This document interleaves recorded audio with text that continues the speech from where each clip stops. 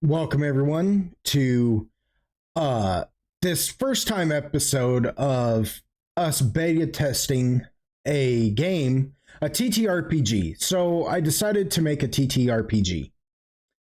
And I've got them old school gamers, AGTX the Dragons, Android, and MindDoc, all three helping me beta test this tonight. I'm Lord Pog of Lord Pog Gaming. And so the reason why I'm starting off this way by explaining that I'm trying to make this TTRPG and we're beta testing is because this is the first beta test. So accidents are probably going to happen. I'm probably going to mess up, or we'll find loopholes in the rule set somehow. I don't know. But the idea behind this game, though, is to be sort of a free-flowing game that you can play on the fly, where it's not so much loopholes in the rules, but the rules are kind of a little bit more open-ended in the first place, so things can happen in a way. Think the TTRPG Feng Shui, for instance, you know? But, yeah. Without further ado, I want to thank you Golden Wonders out there who are joining us for this inaugural beta test of the game we're trying to make. Because really, it's not just me anymore; it's these guys too. So, I mean, I couldn't accomplish this without them. So, to you old school gamers out right now, I promised myself I wouldn't cry. But seriously, thank you guys for helping me do this. I know we had to sacrifice a D&D session to do this, but we won't sacrifice D&D to do this. You know what I mean? So we will be coming back to it. With that, I just gotta say, bitch, I want royalties. Yeah. Well, you know what? I wouldn't be opposed to doing that, buddy. Maybe one day. Maybe, but we'll get into that later. First, let me do this short intro that I wrote. I actually wrote it. Oh God. For the audience at home and for you guys too, to kind of give you an idea of of what this is. me. No, I'm just kidding. So, it is said that in the beginning, God created the heavens and the earth. It says that everything was void and that the Spirit of the Lord hovered above it. Yet, what was the void? Was it truly nothing? A eternal darkness devoid of life and substance? Or was it a deterrence for things that sit on either side of eternity? Was this void the missing center of a compass-shaped road to other realms of infinity? Welcome to our existence. Are you settled in? Are you quite settled in? Cue the applause. I mean, man. Welcome to our reality. Welcome to Gate Realm. And that is the name of this. Thank you. That is the name of this. That's the name of this TTRPG. It's called Gate Realm. And the way we're gonna begin this is we're gonna start by creating these nuts. We're gonna start by creating our characters first, you know? So we'll do that and we'll go from there, you know? Cool. So I told you guys before to get an idea of like what you were going to want to do with these characters, what kind of characters you were going to want to make and everything else. So did you guys you guys come up with anything in particular that you wanted to play? I'll tell you what. First we'll do, since this is like just a beta anyways, and I'm not entirely sure, a beta test, and I'm not really sure how to get the ball rolling on this, I'll explain the rules and maybe that'll help you a little bit. So you're going to start off with four types of die. You got your D12, your D10, your D8, and your D6. Okay? On your character sheets, so we don't have character sheets in Gate Realm. They're called modus operandi, or MO. They basically are responsible for your mode of operation. Everything you do in this game ties into your MO. On your MO, you have, let's see here. Let me open it up since boy, we're off to a swimming start already, aren't we? Bro. I tell you what. Well, I knew this wasn't going to go without, without any hitch. You got your physical, your agility, your academics, and your persona. Okay? Your physical is going to directly tie into your combat prowess tree. Your agility will directly tie into your athletics prowess tree. Academics will tie into intellectual, and persona will tie into street smarts. But that's not all. Physical also ties into status, which is your health. Agility will tie into dodge, which is like your armor class, how hard it is to smack you. And then depending on the type of character you make, wealth can either tie into academics or persona. So, and that, if you, for instance, if you play, I don't know, a hustler on the streets, like a pool shark, you got to have good persona, because that's like charisma. And so odds are your wealth will tie into that, So, who wants to, Jesus, man, are you going to be okay? The mic on, pick everything up, word. Yeah. Lovely. There we go. It said, guess what I'm doing? I'm typing with all the Softly, no less. Guess what I'm doing? No. There was no softly. You were letting it know who daddy. Guess where I'm from. Guess where I'm from. So, who's got any ideas on like who they want to be? Like an idea for character, and I'll tell you kind of how we put that together on the MO. And as I explain it, you might want to change some things up, because nothing has to be set in stone. So if you're like, well, depending on that, maybe I want to do this instead. So who wants to go first, just to get the ball rolling on this?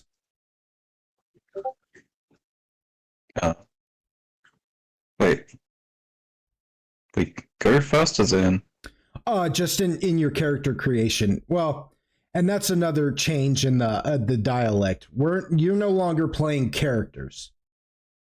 You're no longer like a party. This isn't D&D. You're not playing characters. You're not in a party. You are the players still, but you are creating avatars, extensions that exist in the Gate Realm. And you're no longer in a party. You're a part of a group now. So, who wants to... Gay! Why? That was so loud. Yeah. Who's got the soundboard? Nobody. I don't have nitro. That's true. You're welcome. Yeah. We'll narrow it down real quick. Hey. What you putting my shit out there for? Well, I kind of I didn't say who it was. I kind of already knew who it was because we only got one real hater in the group. But with that said, Oh no, we're all And haters. I say, Tempest is We're all listening in.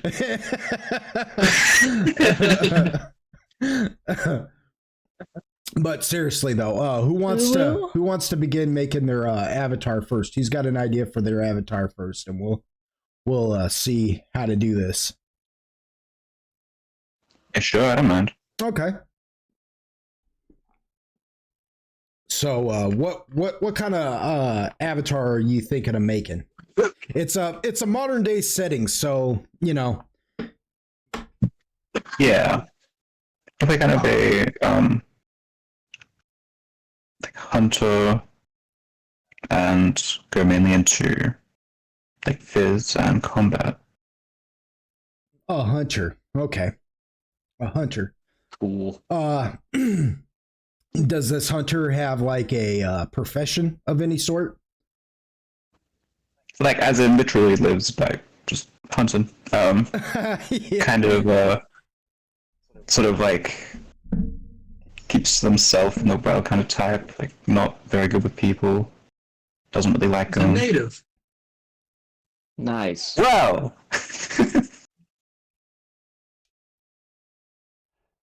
Now, yeah, probably that too. because when we were talking about this, I gave you guys an idea for your backstories, like just a brief explanation of like the one thing that y'all would have to have in common, you know, close enough to the same age, and you know, the fact that when you all were kids, you went to school together, and you all experienced something at a fair that was unexplainable, and it kind of messed you all up a little bit. So do you think that I guess what I'm asking is the reason why he's like a hunter and just kind of stays to himself and lives off the land is because he's kind of like that emotional damage from being a child has made him kind of like a hermit in a way? Yeah, I was sort of having in my head it was like a combination of that and like other kind of, you know, just life stuff, like just didn't grow up the best. But like, yeah, that's sort of how that ties in. Yes. So the 4 die that you get, don't think of them as like a D12, a D10, a D8, or a D6. Think of them as a major, moderate, minor, and meager die. You know what I mean? Whatever you put the D12 into, the major die into is going to be like your greatest attribute, whether it be physical, agility, academics, or persona. And you said you wanted it to be physical, right? Yeah.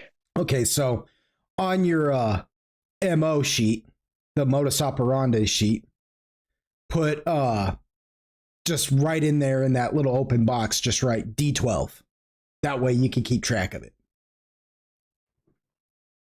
Okay, and how that's going to affect status and prowess tree, I'll show you guys here in a minute. Okay, when we get to that point.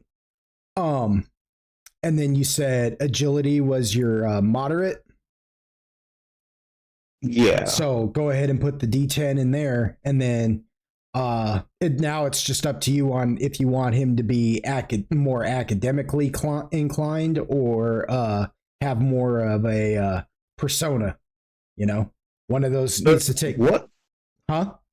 What does academics all encompass? Well, see, academics are usually really good at just knowledgeable stuff in a sort of way. Reading books. Well, yeah, like reading books or and we can get into that in a little bit here because I don't call skills on this. I call them aptitudes. But you'll see at the very bottom there, I do have a section on your MO called skills, and I'll explain that here in a little bit. But but yeah, like reading books or just kind of knowing like little bits of history sometimes, like just being like or even like computer hacking or just knowing just crazy little things like that, you know? Just That's what particularly I'm asking is, like, does it encompass, is it one of those situations where it kind of encompasses, like, all knowledge, or is it more just Well, particular? as you develop the character, you're gonna want to like kind of focus like a knowledge, but because you're not making an overly nerdy character or whatever, you know what I'm saying? You're obviously not making a college professor, right? Or a science teacher or something like that. So it could very well just encompass like you're one of those people who just kind of like you can be just one of those types of people that just kind of knows a little bit about everything kind of sometimes, you know what I mean? Like you'd be like, yeah, I read about this one time in National Geographic, and I think they say if the poop is minty, they've been getting into the alfalfa or something like that. You know what I mean? Yes. You see what I'm saying? But somebody who would like major in academics, they might be Walter White. They get stranded out in the desert and they're like, we're going to start this freaking RV with a couple of potatoes and a sponge, And so,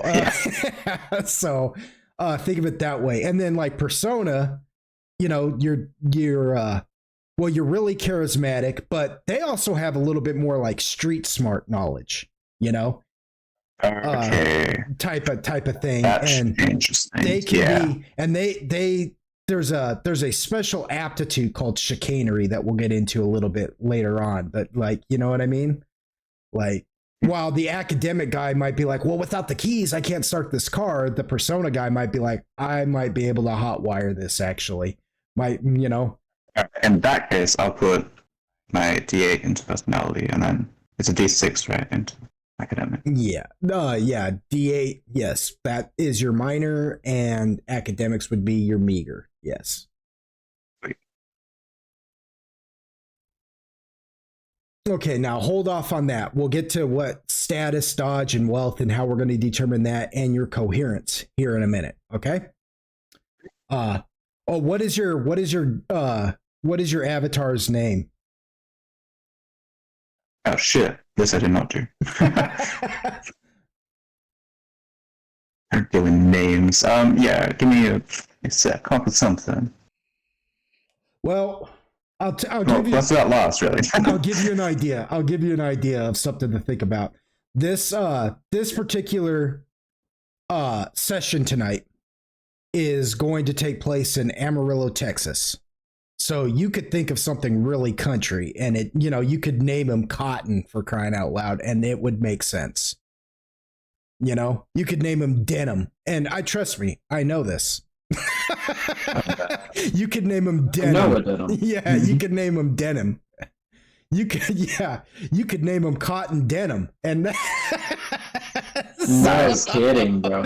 Yeah, so I mean, just think of that, and we'll wait on the age till you guys, and then just think of a good description for him, and we'll come back to that. We'll wait on the age so you all can kind of decide on like the age range that you guys want your guys to be. Android, what are you thinking of for a character? So, my character's name is Grant Whitaker. He's a 5'5" rodeo clown with an addiction to cocaine. And it's at this moment that I do want to put a disclaimer on tonight's session. Yeah. Gate Realm is not a game for small children or the easily offended. We are adults. We're playing an adult game, and there will be subject matter and situations that could be, overwhelming for some people. We don't use those things called X cards where it's like, this is getting too much, I need you to stop. We don't do that kind of stuff here. So if it's too much, I understand if you have to go, but if you can hang out, I really do appreciate you Golden Wonders at home for sticking with us on this. And yeah, that's my disclaimer. We're adults, we do adult things, and some of us use adult language, and there will be adult subject matter in this. Viewer discretion is advised. But yeah, Grant Whitaker, he's a Cocaine addicted rodeo clown who's 5 foot. He's a short king. For 5 foot, he's 5'5". Okay, so have you decided He's gonna be. what you want to major, moderate, minor, and meager in? I have decided that I'm gonna major in agility, but when it comes to my moderate, I am torn between persona and fizz. Because clearly, if he's a shyster like that, he's a druggie. He's got to be able to get his drugs. But if he's a rodeo clown, it would make sense if he could take a hit, you know. Yeah. So, that's kind of where I'm at with that. Either way, my academics are going to be my dump stat. He's not going to be the brightest. He's not going to be the brightest. He's going to be an argumentative free spirit. All right. All right, cool. All right, well, we'll come back to you on that when a little bit. We'll get back to you. How about you, Dragons? Have you came up with I can't wait to hear what you've come up with, because I'm sure you've come up with something. Me too. I'm so excited to hear this. I'm almost certain he's got something that. Wow, I feel like the pressure's on. Yeah, I just know whatever it is, it's gonna be. It's. The heat is on. This is your shock and awe program right now. Yeah, man. This is your time to shine. Bombs over Baghdad. It's your time to yeah. Exactly, bro. So what do you got for us, Dragons? What monstrosity have you come up with?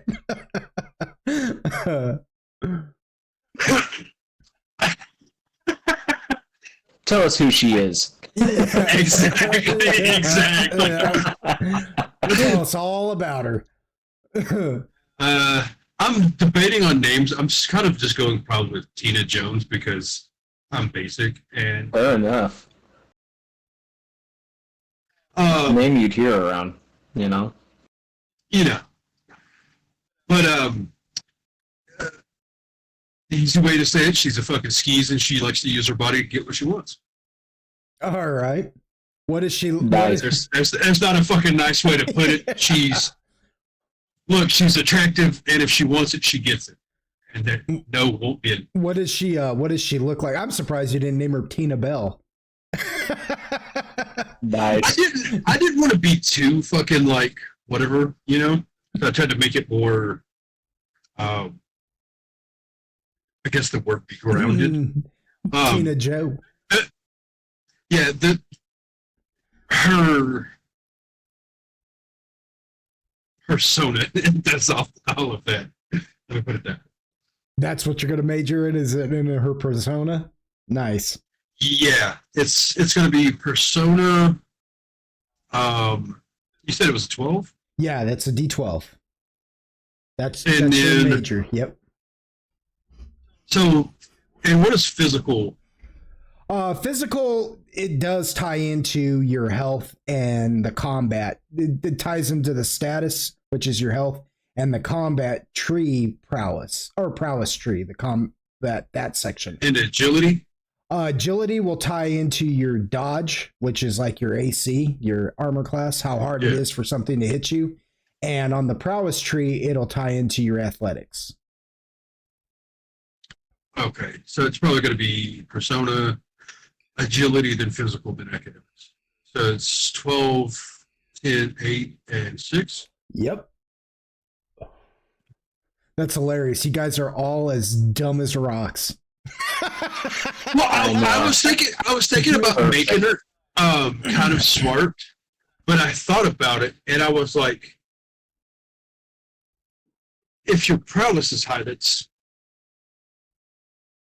look, you're not going to pick up fucking goddamn quantum physics tomorrow. Yeah, right. But what you can do is survive. Well, What you can do is get an A. Also, Exactly. while persona ties into things like talking to people and like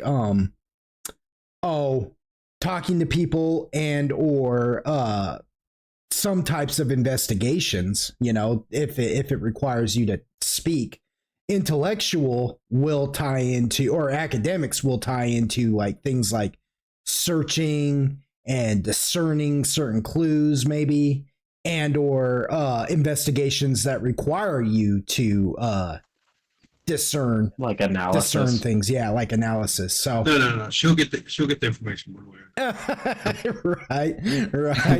right. He'll get she'll get the analysis. Oh, Yeah.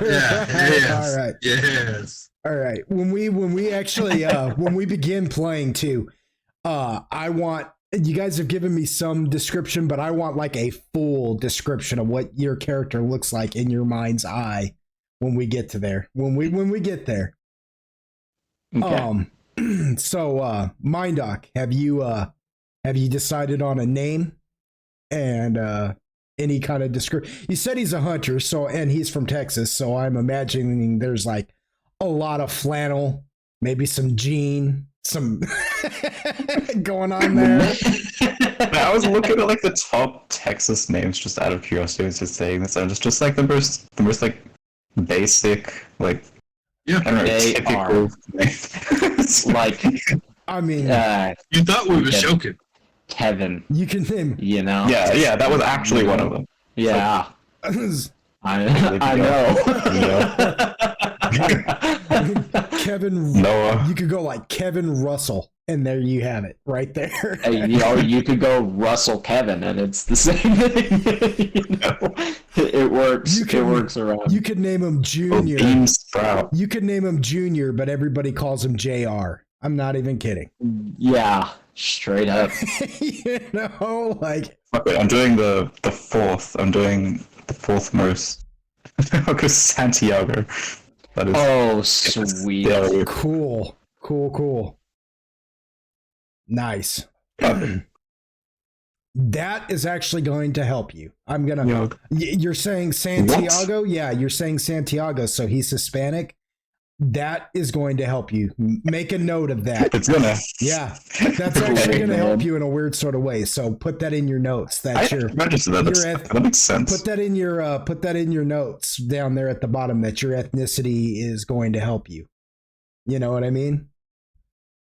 All right. Consider them Mm-hmm. like a mix, but yes, nerds. Yeah. Oh, so his name is Kevin Santiago. Nice.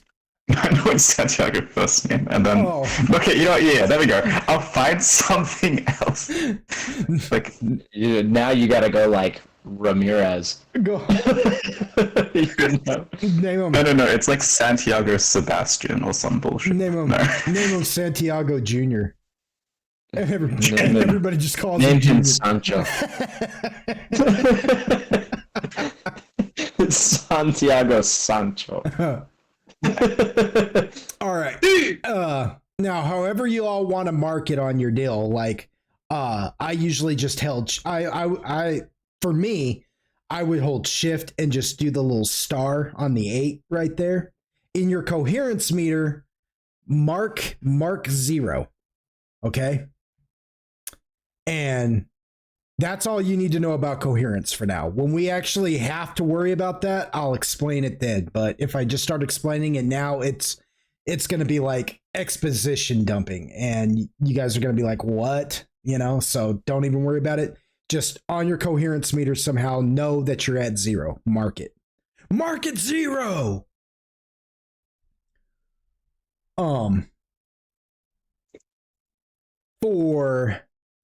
So let's see here. Let me get to what to do here with status. Actually, let's look at your prowess tree first. Okay. So, what was Android? What was your character's name again? Your avatar's name again? Grant Whitaker. Okay, so Grant Whitaker. What is physical? on there? Is it your major, minor? I'm gonna go with moderate. It's your moderate? Yeah. Okay, so where you see What was the die for that again? moderate, well, the moderate is a D8. No, D10. D10. D10, Yeah. then D8, then D4. Yep. No, then Okay. D6. D6. Okay. Yeah. Gotcha. Okay, so because you're going moderate with physical, Reyes. he's listening to Google Translate right now so he can Reyes. pronounce his name correctly. I legit am, but how did I pick that up? Is my fucking question. This poor guy. Bro, no. I saw this name and I was like, what the fuck is this? This poor guy. He does not. He doesn't know how dangerously close Yeah, he doesn't. Reyes I'm is. gonna say he doesn't live in America. I'm not gonna say where he lives for his own personal, business, but he doesn't live in America, Okay. so It's obvious half the time. Yeah, clearly. He speaks the Queen's English. And Sam Richard was, that's how this shit. But okay, so in the combat or in the physicality combat tree, the combat branch, right? You pick up a passive. The branch 1 is it's passive. So you just right there in there, right? +5. Android. Just +5 to health. So you know.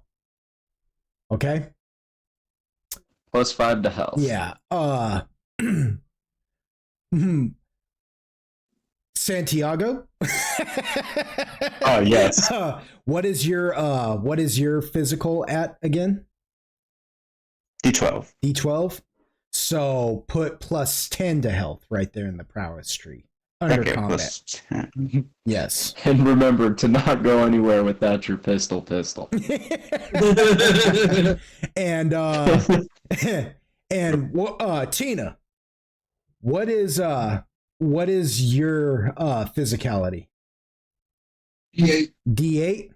So that is the minor. So put +3 to health right there in the prowess tree. Under combat? Yes, under combat. +3. And we'll add all this up when we get to it. Okay. So, yeah, it won't be as hard as it seems. It seems a lot more difficult than it actually is, but because we're new to this, it's just taking a little bit. Okay, in your athletics on the prowess tree, you're on branch 1. That is athlete. It is a passive ability right now. Excuse me. Starting at Grant. What is that for you? Is that your that's your major, isn't it? That's my major, yes. So put +10 to dodge on yours. Santiago, what is your athletics? +10 to dodge, sorry. It's a D10. Yes, it's +10 to dodge. It's a D10, so it's a moderate. Yeah. +5 to dodge. +5? Tina? Cool. Same as this. Huh? Same as Santiago. Oh, okay. +5 to dodge also. That's hilarious. All right, now moving down to intellectual. Branch 1 is education. It's passive. Grant, what did you do? Major, moderate, minor, or meager? That is my meager. That is- That's my dump stat. Okay, so put +1 to knowledgeable, aptitude, or knowledgeable chain aptitude. +1 to knowledgeable chain aptitude. Yep, aptitudes. Yes. Realizing that I have some issues with some certain Yeah. tasks. Yeah. Santiago? You meagered in that as well? You guys all meagered in academics, am I correct? Yep. So everybody just put a +1 to knowledgeable chain aptitudes. And I will explain chain aptitudes when we get there, okay? I'm not going to go into it right now, but they are special skills, which I call aptitudes. They are special aptitudes that, like, say, like you're performing just your regular old basic aptitude, you know? Well, perhaps you could chain aptitude into something, you know? But those only apply to academics and persona. Both physical and agility do not have chain aptitudes, but they do have aptitudes that do apply to them that you can roll for, you know? So Okay. it's not that big of a deal in it to an extent. The idea is nothing is actually really in the words of Altair, everything is permitted. You know, there is no such Yes. yeah, there's no such thing as because you're playing this type of character, you can't do this. You know what I'm saying? Anybody can try. So think of it that way. Nonetheless. Yeah, it's just I'm actually, because I think it works just as well. And just to shake things up a bit, I'm going to make academics D6 and personality. Sorry, academics D8 and personality D6. okay. So you get a +3 to your knowledgeable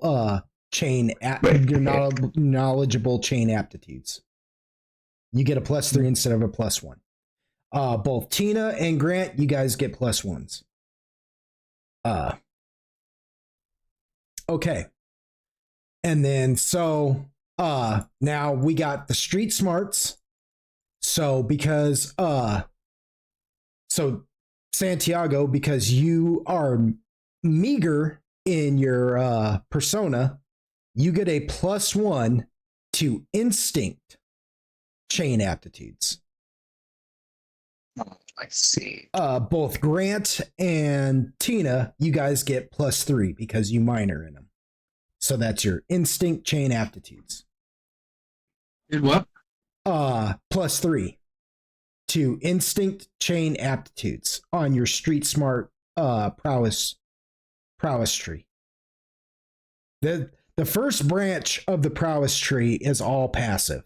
And we're only going to play the first branch. We're not going to go in deeper than that. And I'll kind of explain that to you guys here in a minute as soon as we kind of really get going. I know there's a lot of things that we're sticking pins in right now, but trust me, I don't want to just overwhelm you with all this information just yet. Yeah, no, I feel you. Okay, so with status,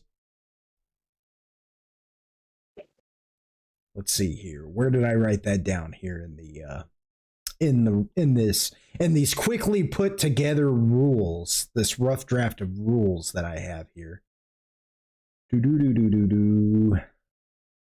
Okay.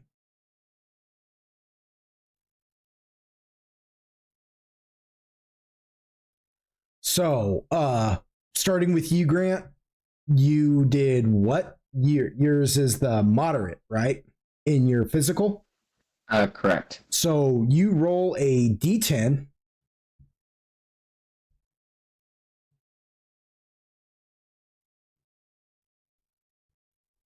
And then whatever you get. Ah, piss. What'd you get? 3. Okay, then you add whatever's on your prowess tree, whatever that passive plus is, to that health, to your status, and that's your total health. Ah, piss. What did your health end up being? 8. Oh wow. Oh wow. Rough. Yeah.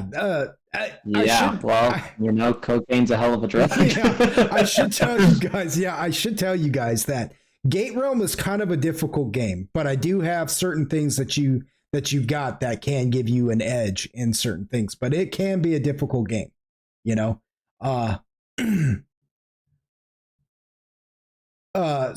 Tina, you did you moderate or minor in physical? Or did you major in physical? I don't remember. I don't think you majored in it. I think you're moderate as well, right? No, minor. Minor? So that would be a +3 also then? Yeah. So you roll you minor, so roll a d8 and then add that +3 to your total. Nice. What'd you get? 6, so it's 9. 9. Okay. She's a little healthier than the crackhead. she's just Hey, I do not freebase. She's just like I do not freebase cocaine. She's just one point stronger than you are. And yeah, that could matter. Santiago, you majored in physical, right? Oh, yes, I did. So roll a d12 and add a +10 to it. All right. Santiago's going to be healthy. Watch him roll like a straight up 1. Yeah. Oh, please. Don't do Okay, that. wait, so 1d12 plus 10, you say? You roll d12 and then add that +10 because that passive ability you're getting from your combat branch in the prowess tree is going to give you a +10 to your health. Hasty health. So 16. Yeah, Santiago's your guys' meat shield here. Nice. And where do we put our health at? Put it in the status section on the MO. Oh. Yep, that's your status. On the MO sheet right there. And then we do the same thing with dodge, only to figure out dodge, you guys are automatically going to start with a 10, a flat 10. Everybody gets a +10 to their dodge already, or just a 10, a total 10, right? Then whatever you wait. Okay, +10, the maximum amount of the die assigned to their agility. Oh. So what did you what die did you assign to your agility there, Grant? That's my major. That's your major. So 10 plus 12, so you got 22. And that's it. That's your dodge. It's 22. 10 plus 12 equals 12. Oh, yeah. So my dodge is 22, you said? Okay. Wait. And I would get... You got a 10, right? Yeah. On your agility, you're moderate in that one, right? Yeah. So that's a D10, so it's 10 plus 10. So yours is going to be 20. Is your dodge. And then Tina, what did you do with your agility? Is it your moderate as well? Yeah. So you've got a... Oh, wait, no. 15. Yeah. Wait. Yeah, moderate. No, you guys don't get +10s. My bad. If you moderate, you get +5. Yeah. Grant, you moderated in it. No, that's your... Yeah. It's I majored in. Santiago. I'm so sorry. See, I said mistakes were going to happen. Santiago, you get a 10 plus 5, so your dodge is 15, not 22. My bad. Yeah. Because you get a +5, right? Because it's your moderate. Yeah. And over there on your athletic skill prowess tree, it's a +5 to your dodge. So yeah. So basically, what happens is whatever die you assign to your agility, you get the maximum amount for your dodge, plus you get a flat 10, plus you get whatever that bonus was. So did you guys all add your flat 10 to those to your dodge as well? You get an automatic 10. to your dodge. Okay. So there's 10, right? Mm-hmm.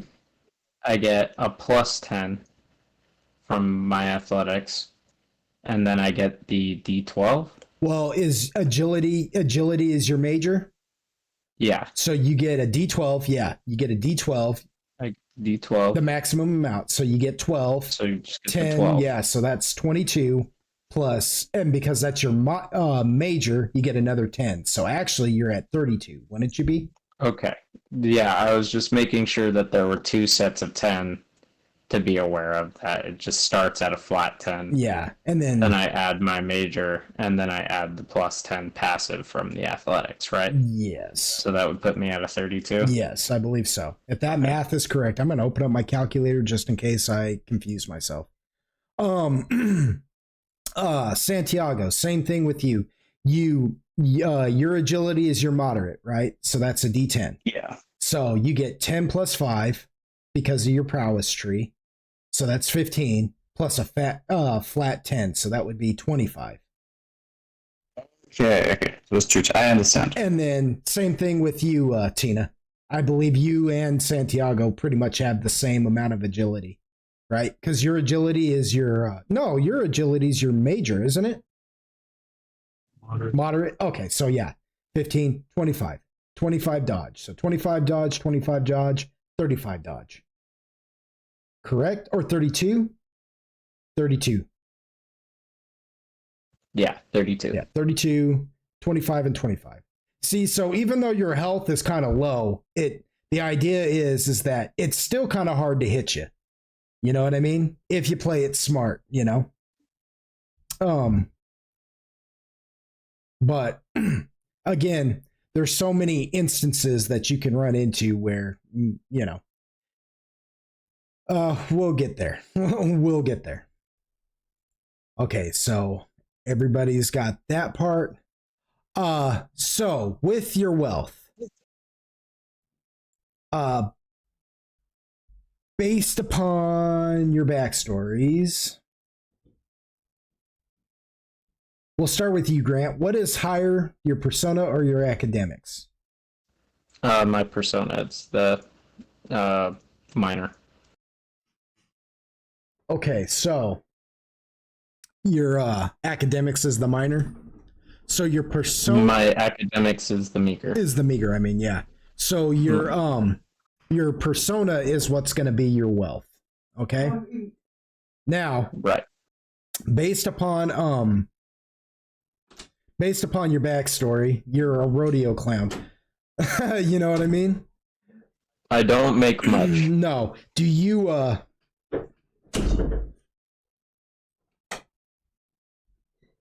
you travel around with the rodeo a lot, or do you just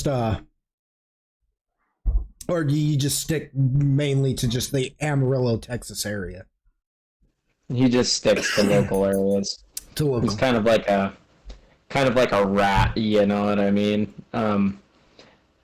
I imagine that he's quite a bit of a coward, and that he's the type that is often trying to front for drugs. You know what I mean? He's like, "Come on, man, you don't Yeah. want just give me some." So, we're gonna do 1d8, right? You get the maximum amount of that. So 8 times, and because you do just kind of, you know what I'm saying? We're gonna say right now you have only $40 to your name. Gangsta. Yep. Big. Santiago. Now, the way I figured that out, I'm going to say, because I need to explain it as we do it, guys. I'm sorry. I know it's taken up a lot of, like, just what we could be doing playtime. But because I do want the Golden Wonders at home, our audience, to kind of see how this game is played, what I did is I gave him the maximum amount of die because he minors in it. So that's higher than his academics, his persona is. And we did D8 times 5. I gave him the lowest number. You can go times 5, times 10, or times 15, depending on the kind of avatar they're making. And like their job, their backstory, etc., can factor into this. So that's sort of important to know. You know what I mean? If your academics had been the higher one, then depending on your job and your backstory and stuff, it might have been a times 10 actually, just depending on what kind of like. No, my dude's a loser. Yeah. It makes sense that he's got $40, you know? Yeah. Nice. So Santiago, what about you? What kind of character do you think he is, like, wealth wise? You said you made your academics a little higher, correct, than your persona? Yeah. But I would just say, like, kind of bare minimum. I mean, again, he literally, like, makes money off of just fucking hunting, like, just pelts and shit. Well, would you say that sometimes he's a tour guide for other hunters, you know? Because No. I'll tell you, out there in Texas, like, people make a good living showing other people where to hunt, where the best places to hunt are. You know what I mean? Not too much of a, like, learner there. Oh, okay. So he's like, no. I think he's just content with not much as the other thing. You could, like, craft them into items and sell them at flea markets and farmers markets and shit. That's fair. Yeah, you know. Yeah, sure. If it lines up with the stats, then that makes sense. Well, do you? My question is, you shoot and grow your own food, probably, right? Yeah. Do you have any vices? Like, does he smoke? Is he a heavy drinker? Does he have any kind of, like, real vices like that? Not really. No, not really. So, but would you? Do you sell things at flea markets or anything, like making your own stuff? Do you have much need for money? Alright, like that's sort of what I'm saying. Doesn't have much need for money, but I guess that could work both ways in terms of but every once in a while you need it, right? So you try. Yeah, exactly. I'm gonna go with the times 10 for this one, just because you don't have any vices and you're pretty good and you know how to do a lot of things for yourself. So you're really good at saving money for things like bills and stuff like that. If you have to pay any, you know what I'm saying? You know. Okay. So we'll do times 10. So 8 times 10. We'll say, like, you got $80 in your pocket at the moment. What about Tina? See, with Tina Dragons, He's rich. yeah, because he just got done saying that. And I did actually make a rule in here. And I'll tell you how it's written. Sometimes the avatar can be wealthy, maybe coming from a wealthy family, being like a trust fund kid, or what you said about her. Pretty much she's just an OF. Yep. So sometimes avatars get what is called a line of credit.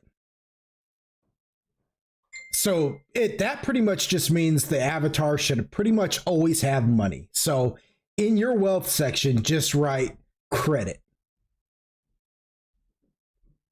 Okay? Meaning you basically, you never keep cash on you. You've got a card, like a debit card, a Visa, like a MasterCard or an American Express. You know what I'm saying? You spend money like it's going out of style. And you've got it to spend. However, I will tell you this. Every once in a while, the credit can fail.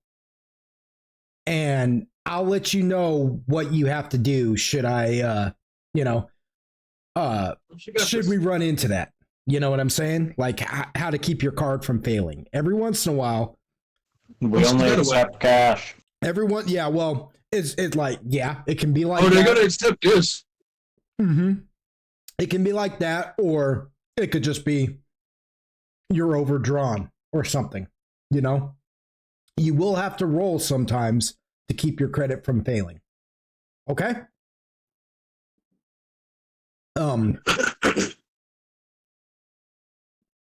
So that's your guys' wealth. That's how your wealth works. So we got your prowess tree, your wealth. Let's see. Let's do your items real quick.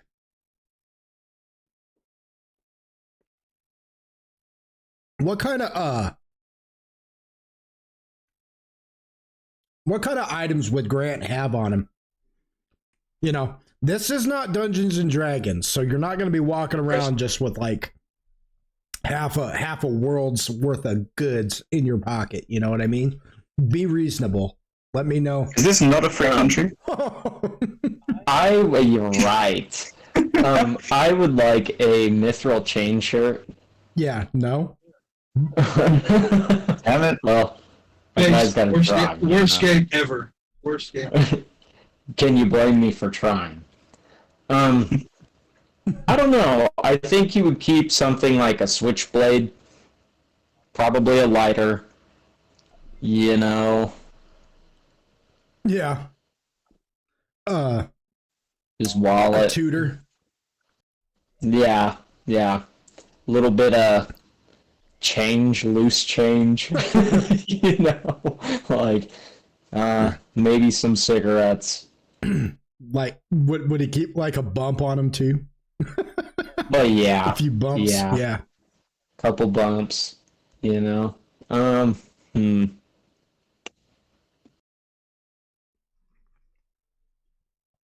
trying to decide whether or not I think he'd be the type to carry a gun, or whether or not they would make him skittish. I think I'm gonna just make you have the gun or the knife, and that's it, like the switchblade. Okay, yeah. Mm-hmm. Yeah. Switchblade it is. I think he would be the type to be kind of skittish of guns anyway. Be like, what the fuck do you got that for? Right. You know. Mm-hmm. Yeah. All right. With the switchblade in the weapons section on your MO sheet there, that gives you a +1 to your attack. So everything you roll when you do go to attack, you'll get an automatic +1, and the damage for it is 1d4. So write that down however you want. What about Santiago? What do you think Santiago would have on him? Unless we're just not doing guns, I think they totally would carry one. I think he would. I'll give him a pistol. I'll give him a pistol. I don't know if it's the same there, but like here's like typical kind of like rule people always carry fucking knives around. Just like always have like a hunting knife. Mm-hmm. I guess I'm gonna make like a fucking spear or something apparently. Well, you made him a hunter, so it would make sense for him to have both a hunting knife and a you know what I mean? Rifle in the truck, yeah. A pistol at least on him. Yeah. Cool. And I don't know use items. $80. What else is really needed? Yeah. Maybe some beef jerky, you know. Okay. Yeah, no kidding. I don't think like what else do you fucking carry on? Did you say that switchblade was a D4 damage? Yeah. Yep.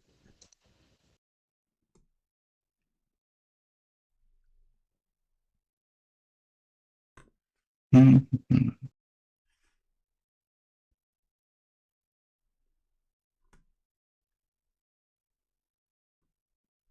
And there's only so much you can carry, as you say. Mm-hmm. You know, with Santiago too, and I'll let you decide however you want to, but in his clothing in general, he's wearing like leather of some sort, like whether it be like a leather vest or a leather biker jacket or like a long slicker or something. Let me make your character for you. Well, no. I mean, No. I'm just being a dick. Oh. yeah, I'm just it does being a line up dick. with sort of like my general thinking. For Mhm. sure. Well, it makes sense with his character. Yeah.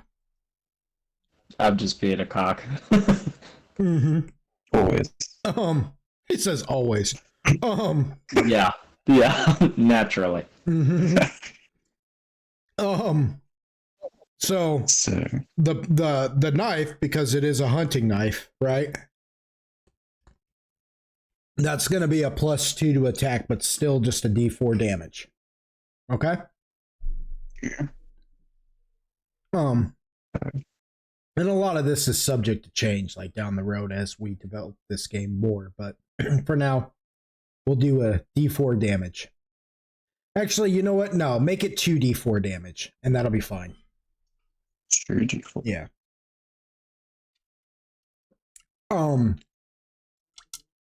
The pistol, that's a +3 to your attack and 1d8 damage.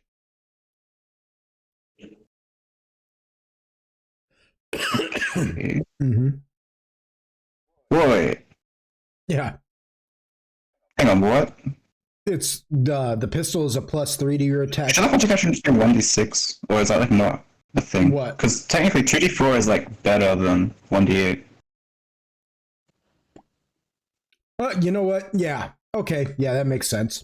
Yeah, do the damage for the knife 1d6. Yeah. Yeah, you're right. You right. That's why we're beta testing this, because of little things like that I'm gonna miss, in the beginning. That's why Motherfucker, just a flavor. This pistol is like, that's why your feedback is so important. yeah. Yeah, because This pistol is like a revolver. yeah, dude, I wasn't even thinking about it. You know what I mean? You know what I'm saying? So, yeah. Yeah. And then the leather do a +2 to dodge. But leather can also insulate somebody. So, like, if somebody like if you get shot with a taser gun, it ain't, Yeah. it ain't gonna affect you. Got you. And you might be saying, Wait, sorry. Can we please take a step back? What was the pistol again? The stats? +3 to attack and 1d8 damage. Cool. Because it's got to be better than your Bowie knife.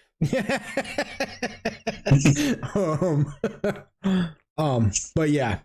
And you might be saying, well, a leather jacket can insulate you from electrical attacks like a taser gun. Yes, my uncle actually got tased, but because he was wearing his leather jacket, he looked at it and he just looked at that dude and went, "Oh, you're dead now." I've seen people insulated from tasers with a less, frankly. Yeah. And then he beat the brakes off that dude. So nice. So yeah. Those are your items, Where would you put the leather jacket? Just put it in your notes. I admittedly forgot to put a section for armor on the MO.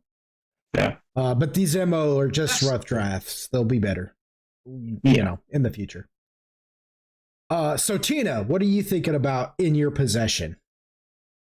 What would Tina have on her? This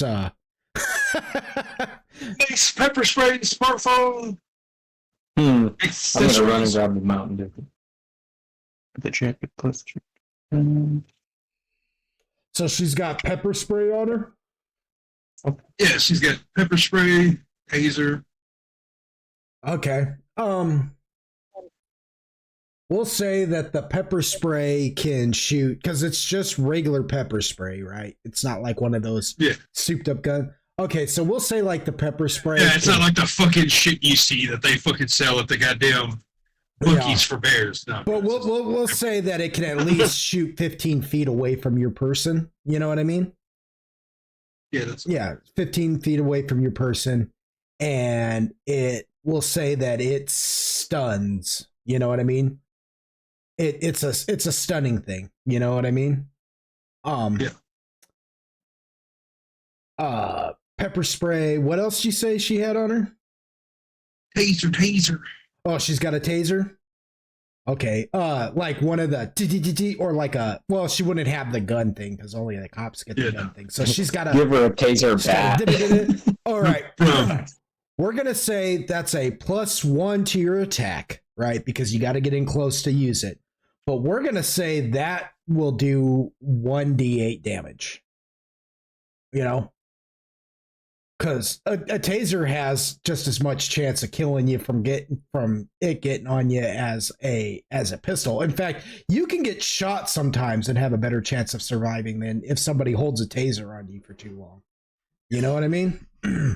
Yeah, especially some of the ones I've seen. Yeah, exactly. I had a buddy one time who brought me a police issued taser back when they were transitioning from the, the firing ones to the, from the to the ones that fire like that. And he brought it to me and he was like, look, it had the I won't say what state I was living in at the time, but it had their police seal on it and everything. And I was like, where did you get this? And he goes, you like? He's like, I give it to you for $300. I'm like, dude, okay. He's like, dude, it was something else, that thing, man. It scared me every time I'd look at it and I'll be like, anyways, Nice. yeah. So yeah, and anybody out there who wants to tell on me about that story, well, don't quote me because I ain't said nothing.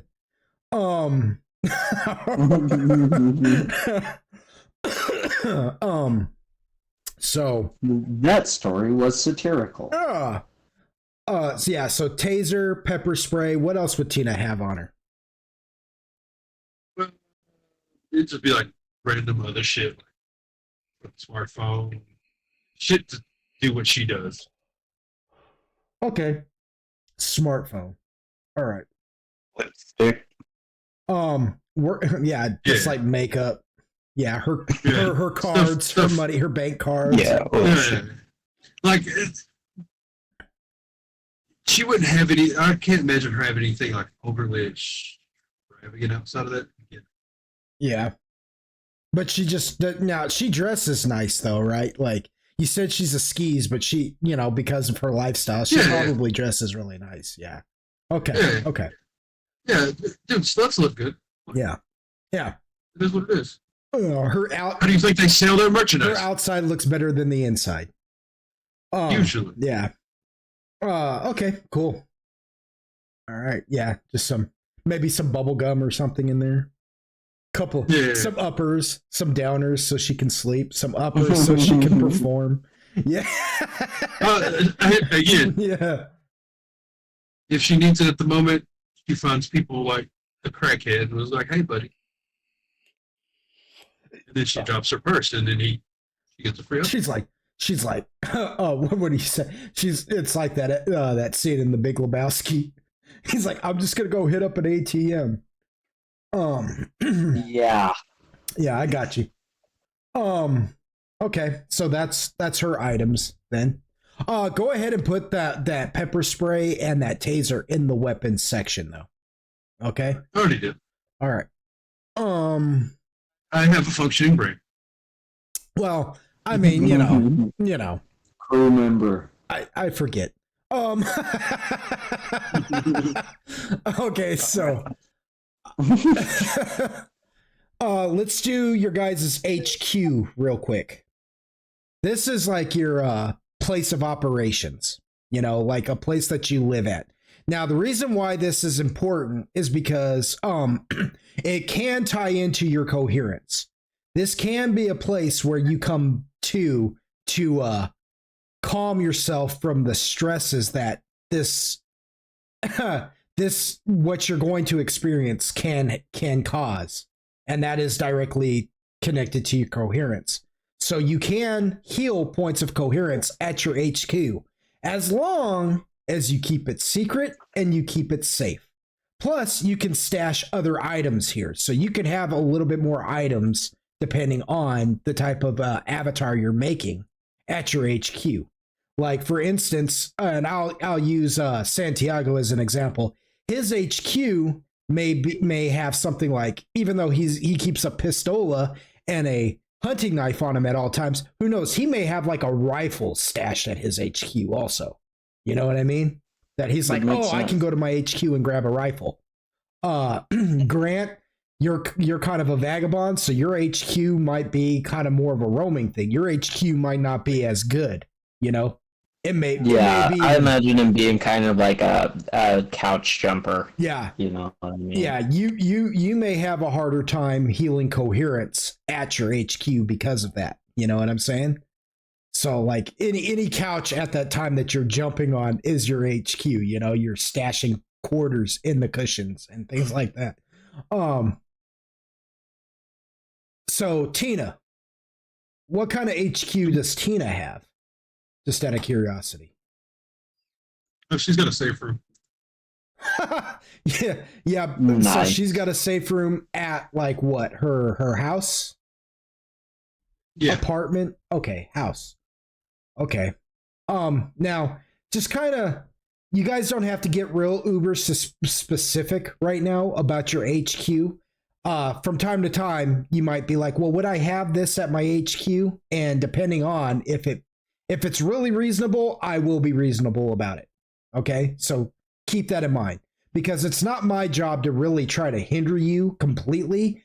It's just my job to keep things reasonable within the framework of this game. Okay? So just give yourselves kind of just like an roundabout ideas of what you keep at your HQ. Grant, what kind of vehicle do you think you would have if you have one at all? Man, I don't know. I don't know that he would really. Well, I guess he would kind of need one if he's going back and forth from the rodeo. Excuse me. Probably an old pickup that looks like it is barely running. You know, like, it'd be the type that, like, when it rolls over, it pops a couple times. You know what I mean? Yeah. An exhaust leak from hell. People on Amarillo Boulevard are ducking because they think shots are being fired at that time, and it's just your truck rolling by. He's liable to get pulled over because of it. Is it like an old model too? Like it's not even like it'd be like an '89 Chevy or something like that, or what? Yeah, something like that. Like an old beater. Like we'll say just to give you an idea, like we'll say an S10, like an S10 Chevy pickup that doesn't have a catalytic converter. Yeah. And a terrible misfire. All right. Grant, what kind of vehicle would you have, do you think? You mean Santiago? Oh, Santiago. Yeah. My mistake. Santiago. What kind of Oh yeah. Okay. Also, I made the second name Jones. Santiago Jones. Nice. But No relation. okay. Doom. I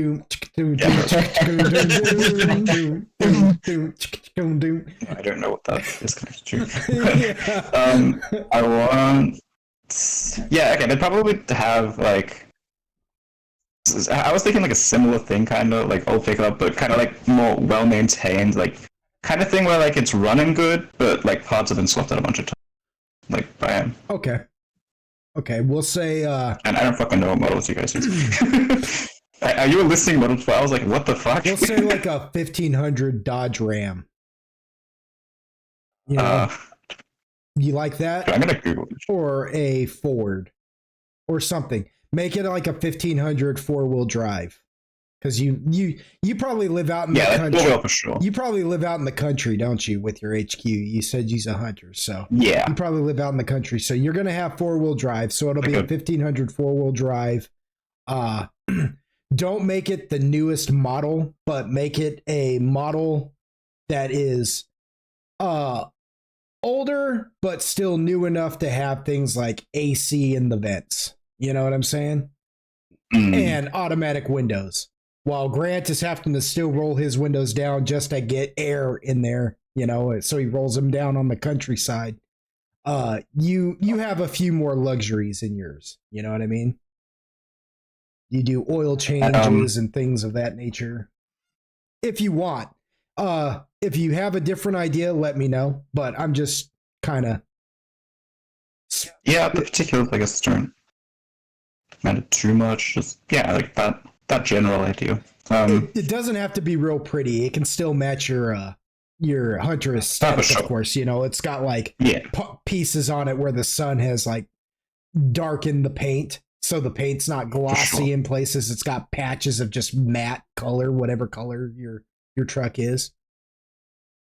We don't like roof is bleached out. Yeah. Yeah. And for like HQ, they probably have like a little kind of like shack kind of thing, and like a small bit of land they own, but in one of those places where it's like, you know, the sort of lines between like who owns what bit of land doesn't really, no one really gives that big a shit. And it's like, oh, you know, it's all wilderness. Right. Okay. Yeah. Because Amarillo in the Texas Panhandle in general, that's all like wide open spaces. It's not like forested areas. So you're living out like in the country, in the prairie. You know what I mean?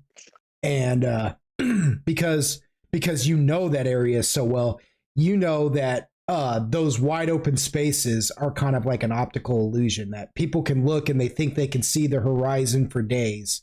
You know, if your dog runs away, you can watch it run away for like 3 days straight before it's finally gone. You know what I mean?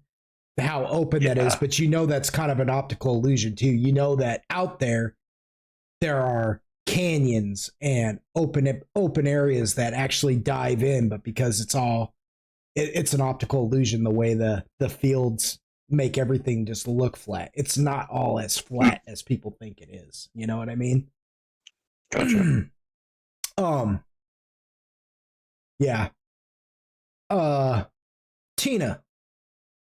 Yep. What kind of vehicle does Tina drive? G-Wagon. A what? A G-Wagon? A G-Wagon. A G-Wagon. Yeah. All right. Oh, she got a Mercedes. Yeah. All the amenities, I imagine. Yeah. Every option she could have. Yeah. Yeah. It's got the boots in the fur and the whole 9 yards. Yeah. She'll never actually pay it off because every time the new model comes out, she just trades it in. Yeah, she's got a new one yesterday. Yeah, she's eternally in debt to the automotive industry, but as long as she maintains it and keeps making money for the payments, they'll keep trading it in. Yeah. Good. All right. All right. Takes 5 pictures in it, fucking sells it. Yeah. Yeah. So she's the only one with the vehicle that can do like 0 to 60 in like poof, no time whatsoever. I mean, it's not the fastest thing that's doing the team. I mean, it is SUV still. Yeah, but it's probably faster than their vehicle. Yeah, and you can. I put it this way: when she pushes the gas, it doesn't go. It goes boom boom. Yeah.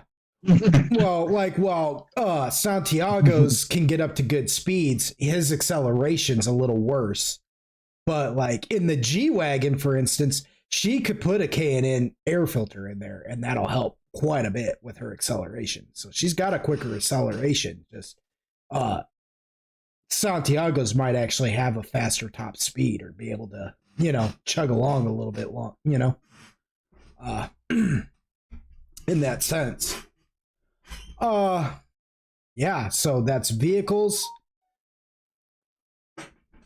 I really wish I could turn my phone off instead of having the deals go like shine through in the deal, but I have to leave it on in case I get called out for work. So you're good. Sorry about that, y'all.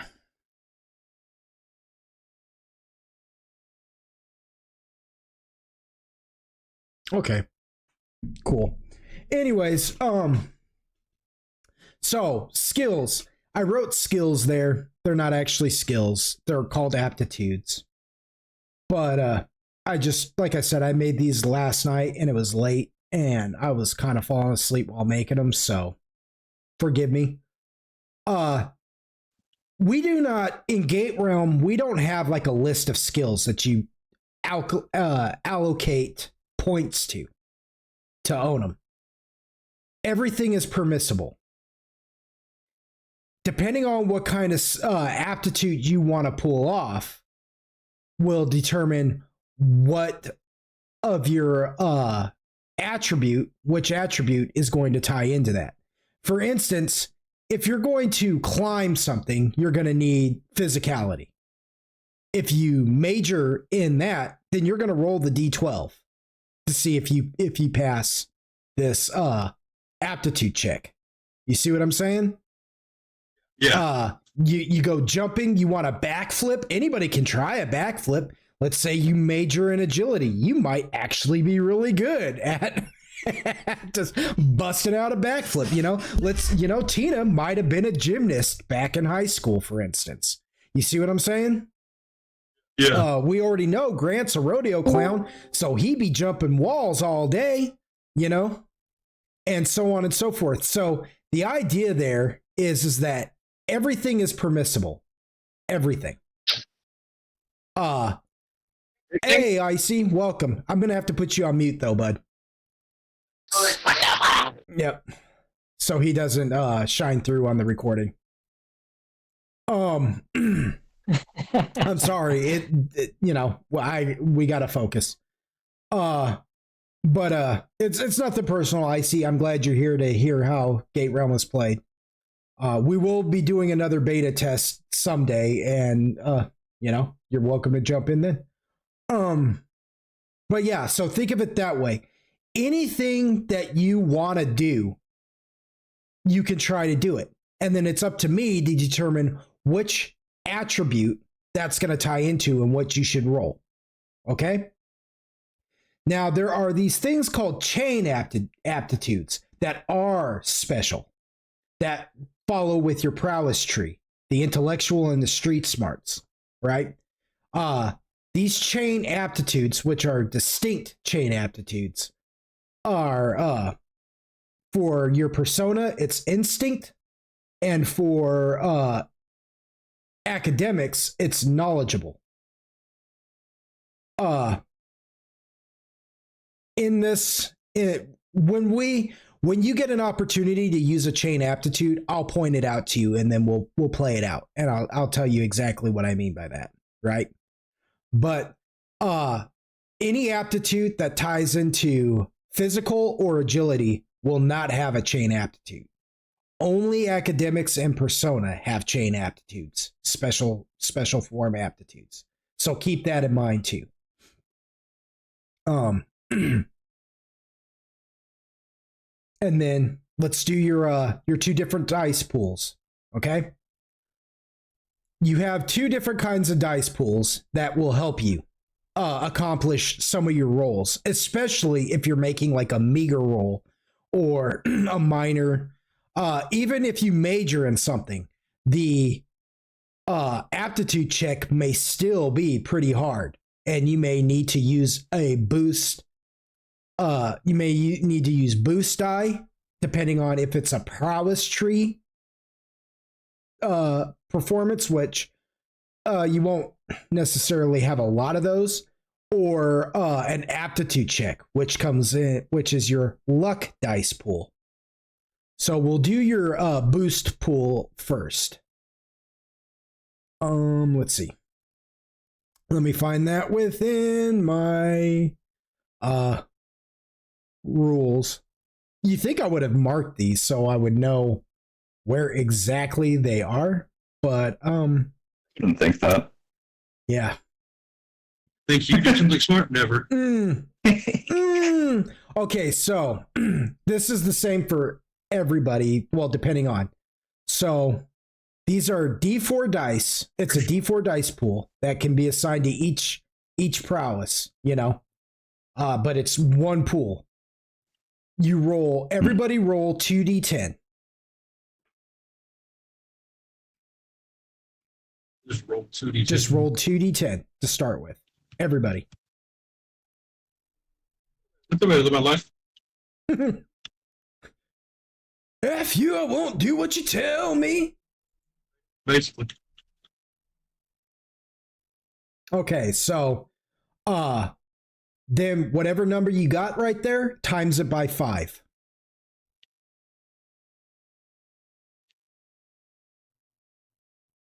So for your boost dice, these tie into when you're trying to pull off something special from the prowess tree. It's 15 times 5. 15 times 5 is math. 15 times 5 is 75. This is under what again? I would put it in your notes and just say boost dice pool 75 for you. Boost dice pool? Boost. Yes, the boost dice. Yes, sir. Or yes, ma'am, now I guess. Android, you got what, 12? Yeah, mine is 60. Okay, so 60 boost dice, and MindDoc, you got 13, so I'm sure you already know what you got. Okay, so you get quite a bit of boost dice right from the start, you know what I mean? And trust me, you'll need them. So that sounds like a lot, but trust me when I say you're going to need them. Your luck die boost, or is your luck die are like your boost die, only they are used for chain aptitudes instead of the prowess tree, or any kind of aptitude, really. You see what I'm saying? Any kind of aptitude. And I'll explain something here in a minute, but I'll explain it when we get to it. You know, when we get to playing, I'll explain what how you can use your boost dice for the prowess tree, even though you're not gonna really need them because everybody's prowess right now is passive. But luck dice are used for aptitudes instead of prowess. You automatically get 6d4 luck dice already. Then you roll 2d10 again and times it by 5. So it's 6. Whatever you get from the D10 times 5. So roll 2 more D10. Yeah.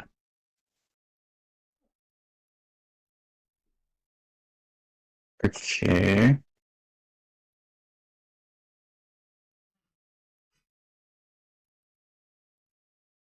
Okay, so then add 6 to that. And then whatever number you get from that, times it by 5. And that'll be your luck dice pool. We had 6 to whatever we rolled it. That's our luck dice. Okay, so you got 11, right? So Yeah. you do 11 plus 6, which is 17, and then you times that 17 by 5, and that's going to give you 85. So that's a lot of luck dice. But believe me, How much? 85? 85. Yeah, 85. That's a lot of luck dice. But again, you're going to need it. You know what I mean? You will be spending luck dice. You will want to be, you will. And just put that in notes as well. Huh? Yeah. That notes as well. Yeah, put that in notes as well. Luck dice pool. If the type of dice called again. Luck dice pool, and that's for your aptitudes, yes. Luck dice pool.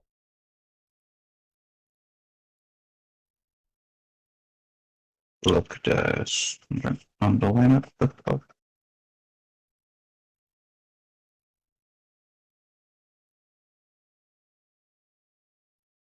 You said those are a D4 also? Yes. Those are a D4 also. So don't forget to add your 6 to whatever you rolled with that D10 and then times it by 5. Wait, well. Okay, no, I'm lost now. Hang on. Sorry. Luck dice. So your luck dice, right? You rolled a 14, right? Yeah. So you're going to go 14 plus 6 because you get an automatic 6 luck die. Okay. So that's 20 times 5. Okay, so fucking. So you got 100. Wait, You what? got 100. Yeah. Yeah.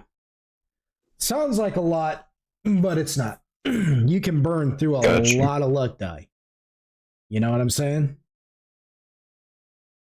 And then 13-year-old earlier, were we meant to undergo the same process for that, or? That's just the boost die. And that 13 you would roll, you just do 13 times 5, and that's your boost. Cool. Yeah, you don't get an automatic 6 with your boost die. And that's mainly because boost die tie into combat. Like different kinds of combat and agility. Athletics and combat are mainly with boost die. Or your chain aptitudes. Regular aptitudes you can use luck die with, but chain aptitudes you also have to use boost die. Because it's all a part of the prowess tree. See.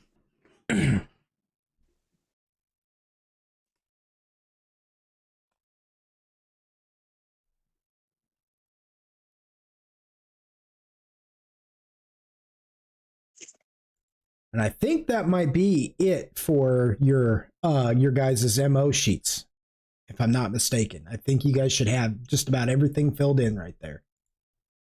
If I missed anything, I will backtrack. I will apologize furiously, and we will backtrack and figure out how I missed it. You know what I mean? There are other rules that we will go over, but as we get there, you know?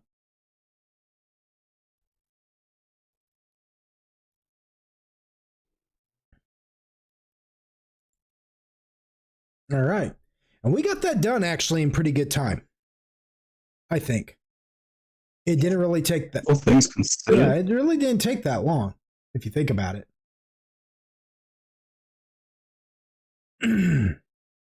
Not as long as it could have. Yeah. Well, I wanted to, one of the things, and I will say this while everybody's like finishing up their MOs. One of the things I did want to do is I wanted to make it an interesting enough process in your avatar creation, but I also wanted to make it just simple enough that it doesn't take that long to do, really. Once you understand how the attributes tie into everything and how to use them correspondingly to everything else, it really won't take you long. And then the rest of it kind of can take as long or as short as you want. Like, for instance, with your items, your HQ, somewhat with your weapons or your armor, your vehicle, you can get as in depth and in detailed as you want with some of this stuff, or you can just make it kind of plain. It's really up to you. Because one of the things and I'm going to explain this now. One of the things about Gate Realm is a session, or when you start playing Gate Realm, you're not starting a campaign. I don't call these campaigns. I call them books. You're starting a book, right? And there's no XP, there's no experience points to be had within the books. You're not playing to what you're doing is it's more like milestone leveling up. Each book has a chapter. And so you're basically playing through a chapter. Now, that doesn't mean you have to play an entire chapter in one session. No, you can stop and come back to it and whatever, The session lasts as long or as short as the GM decides. Now, I'm the GM, of course, but I'm not a GM. I don't, Gate Realm doesn't have GMs. They don't have DMs. In Gate Realm, they are called archivists. Basically like a librarian, because you guys are making a book and I am the librarian who's witnessing your story. I am the archivist. It is my job to see how the story plays itself out. You are the avatars. I am the archivist. And we are going to play chapter 1 of this book. Each chapter, you get more stuff on the prowess tree. you can gain more dice, boost dice, more luck dice, and all of that. But there's other ways to gain back like used luck dice and used boost dice too. But since we're going to play all the way through chapter 1, we won't have to worry about that. But normally, if let's say the archivist, his chapter 1, for instance, lasts several sessions. Each session you come back, you get to roll to try and gain back some more luck and boost dice. Right? So that's, as far as your coherence meter goes, we will explain that when we get to it. Again, that is a kind of a long explanation, and it'd be too much exposition dump. But for now, if you guys are ready, let's begin this book. What do y'all say? Let's go. Let's do it. Okay, so our book begins in mid-September. The Amarillo Tri-State Fair has returned to Amarillo. And anybody, we're in Amarillo, Texas, and I understand that. I understand, Santiago, that maybe you're not familiar with this, but it's kind of a big deal in Amarillo, the Tri-State Fair. We're talking carnival rides, monster truck rallies, rodeos, livestock shows. I mean,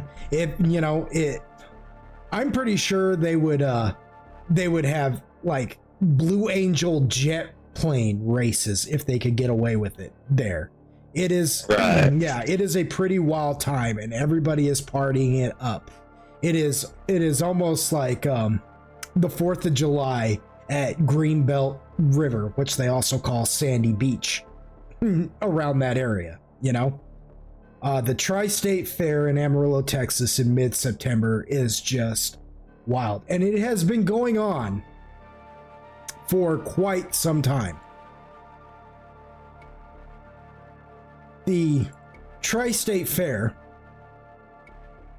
was first established in 1923, and it opened for the first time in 1923. For over the last century, the fair has gone from just this regional event to a major annual attraction that hosts thousands of people. Okay? In 1924, Potter County purchased its permanent location for its fairgrounds. So this only takes place in Amarillo. It does not take place anywhere else. Okay? So it's kind of a big deal, and it's returned to town.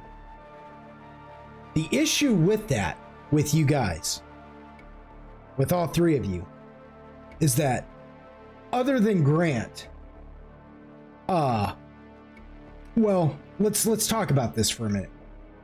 When you three were little, you all went on a school trip to the Tri-State Fair. How old are you guys? You all were in school together. So how old would you say you were when this happened, when you took this trip to the Tri-State Fair when you guys were kids, as opposed to how old you are now?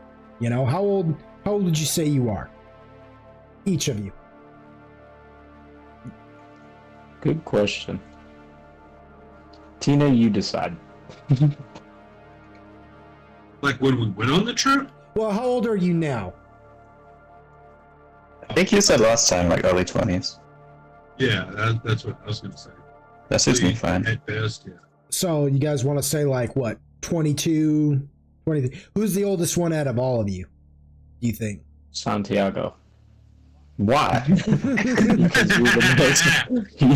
you're the most responsible and well-rounded, and you're the leader of the bunch that's made for you and me. That's why I'm the youngest. Oh, fair enough. You know, you put us some vote expectations. That's more interesting. Okay. I'm No, sorry. I don't really fucking. Okay, yeah, I'll be like 21 then. Screw it. Then I will be the old irresponsible cokehead. Nice. So if Santiago's 21, are you 21 also, or are you like a year older than he is? I guess, well, because I thought Dragons was going to be 22. Am I mistaken? I was gonna make it like 1920. Oh, okay. Well, then I'll be 20. Whoa. Okay, so Santiago is the oldest one. He's 21. I thought that's what he said he wanted to do. Am I right? I'm the old age of 21. 21. Okay, so Tina Old man. is 20, Grant is 20, going on 50. And Yeah. Tina's 20, going. Decade years. Tina's 20, going on to becoming a cat lady in her 30s, and Nice. and Santiago is Nice. 21, and he's like older and more Jeremiah responsive. Johnson. Yeah, he's made his way into the mountains. Anyways, betting on forgetting all the trouble he had found. Anyways, all right, Yeah, I'm done. I'm sorry. I can't. You get me thinking about Jeremiah Johnson, and I'm like, you skin Grizz. Anyways, so I did nothing. so you guys, we'll say you guys were like in junior high. We'll say like 8th grade when this happened. Okay, 8th grade, 7th grade. It you pick. You know, it's not that big of a deal, but you were in junior high, and when you guys were kids, you went to the Tri-State Fair for a school trip. You know, for your class school trip, and you guys were having a good time, but you experienced something there. You witnessed something that is beyond comprehension. In a world where logic and reason and physics strive so hard to dominate everybody's life, if you will, you witness something that makes absolutely no sense, should not even be. We'll start with Grant over here. Grant, did Grant choose to accept this, deny it? Well, we'll start there. Did he choose to accept this or deny this after this experience? I'm going to say deny it, but on what level of severity will depend on like what it was.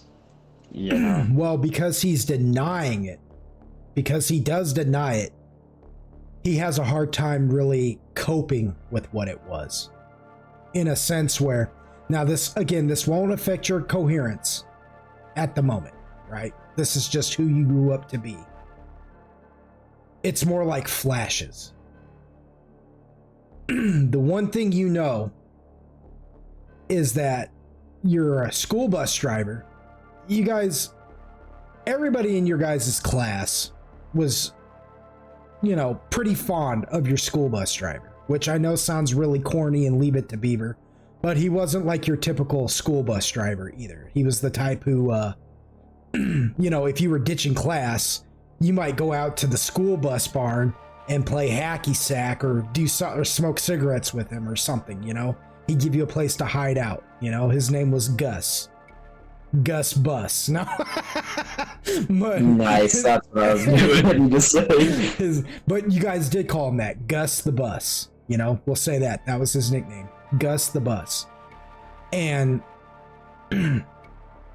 at this time, Gus the Bus, what you're willing to allow yourself to to accept is that Gus the Bus died.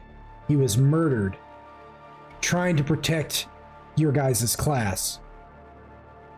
And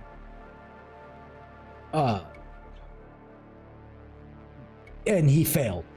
He was murdered trying to protect your guys' class, and he failed. And half the students that day were also murdered along with him.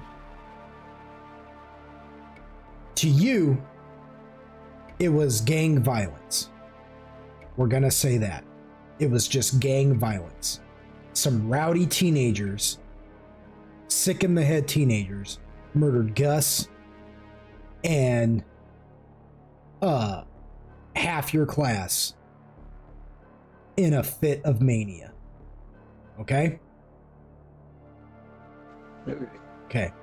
And you could say that because of this, you grew up to you're running away from it now, right? Would you say that? Yeah, sure. That would make sense. That's why you're doing the cocaína. You know, you don't like to be sober. If you're sober, you have to think about it too much. Santiago. Does Santiago deny this or accept what happened that day? That night? No, he accepts what happened and kind of like, yeah, he adopted the mindset of like, you know, you always got to be on edge because of it. So with Santiago, I'm going to say this. Santiago remembers things a little different than Grant does. See, you remember Gus being murdered by some kids as well, you know, some teenage kids as well. But, you know, there was only 3 of them. And your class, along with Gus, could have easily overpowered them. The thing that you contend with is suddenly the bus broke out into hysteria, and not everybody was actually murdered. Some of it, if you know, some of it, some of them murdered themselves.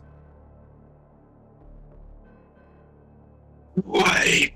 Yeah, some of these They sucked out of shotguns? These kids, it was like all of a sudden just a bout of insanity filled the bus. After Gus went down, a bout of insanity filled the bus. And you remember having to fight for your life just to get out of there. Just to get out of there.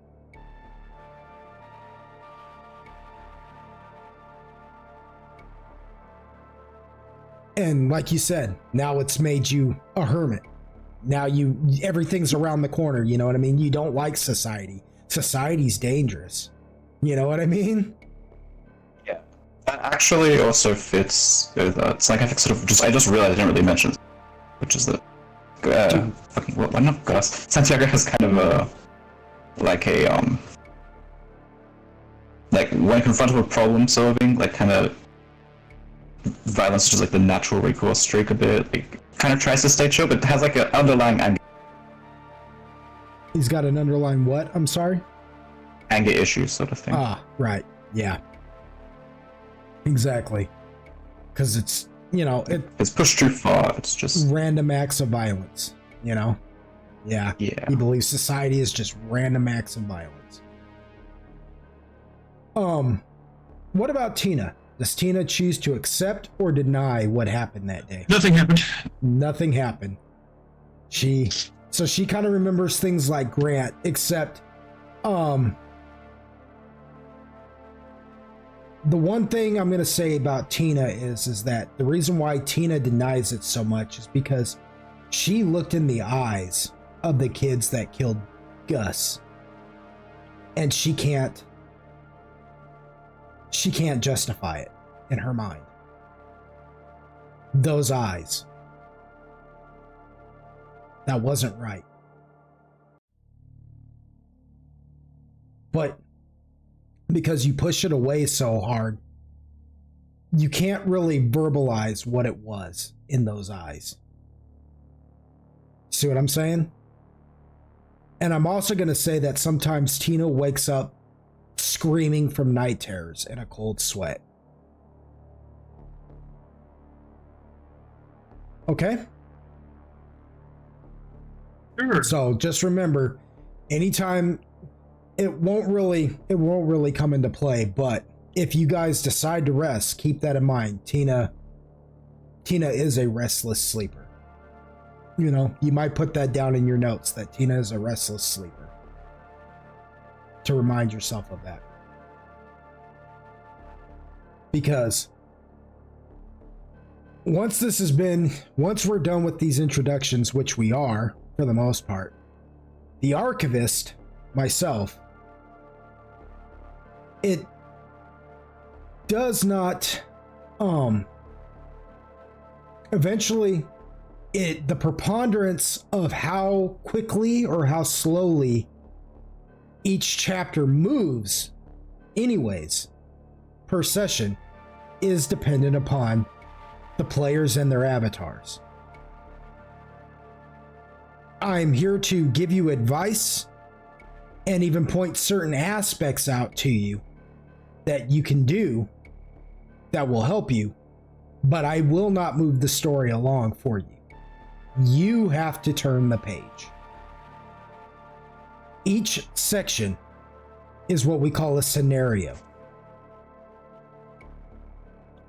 And the scenario will only move along if you, the avatars, move it along. Once the archivist feels that you have sufficiently moved the scenario along enough, he will turn the page and start a new scenario. Okay? Okay. All right, so to begin this scenario, the Tri-State Fair has come to town. Naturally, Grant, you're participating in it. So, is it fair to say that Grant is really hitting it hard right now? Yeah, he's sped. Yeah, he's getting no sleep, is he? What is describe Grant to us? Give us a physical description of Grant. Besides the fact that he's a 5'5" rodeo clown. He's a short king. Mm-hmm. I imagine that his hair is dirty blonde. He probably has like sores around his nostrils from rubbing, you know. He likely doesn't brush his teeth, so his teeth are probably fucking disgusting.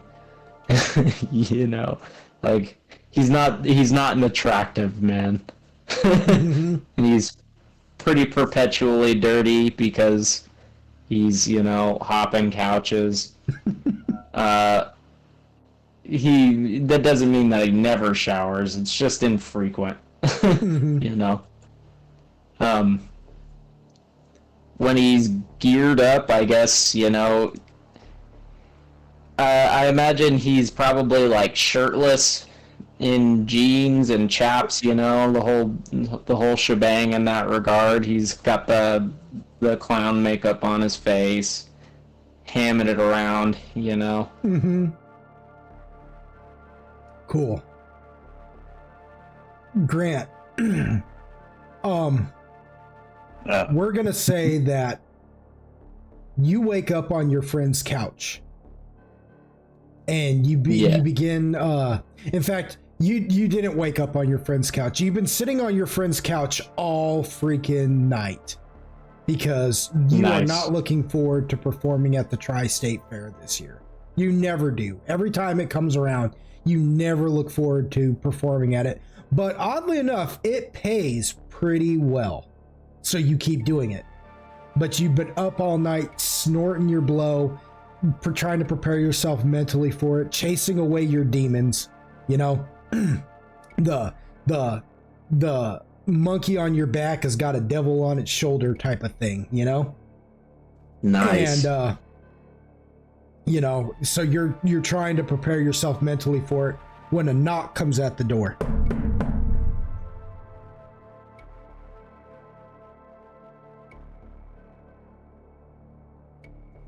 Oh, I ignore it. You're no- It ain't my house. It ain't my house. I'm in Eddie's basement right now. I hear somebody knocking at the door upstairs. I ain't doing it. I ain't going the fuck up there. I've been up all night. Where the fuck is Eddie? So they keep knocking, you know, a couple more times, getting louder and louder each time till you hear Eddie go, man, what the heck? Grant, aren't you awake? You're always awake, man. Some of us sleep around here. I let you sleep on my couch. The least you could do is answer the door, you old coot. Like, I'll be dang, man. I'll tell you what, I gotta go answer this dang old door, man. Dangle, man. And get no shut eye around here between Grant staying up all night, me have to answer the dang old door. And he opens up the door and he's like, what you want? Yeah, okay. Slams the door shut. Wow. Goes, Grant, it was for you, oddly enough. Lazy bastard. And he opens up the door to his basement and tosses a piece of paper down the stairs. And you watch it as the envelope comes swirling down like a propeller paper airplane. Just boom, and just slaps the concrete flooring down there, just slides, you know, about 15, 20 feet from where you're sitting on the couch.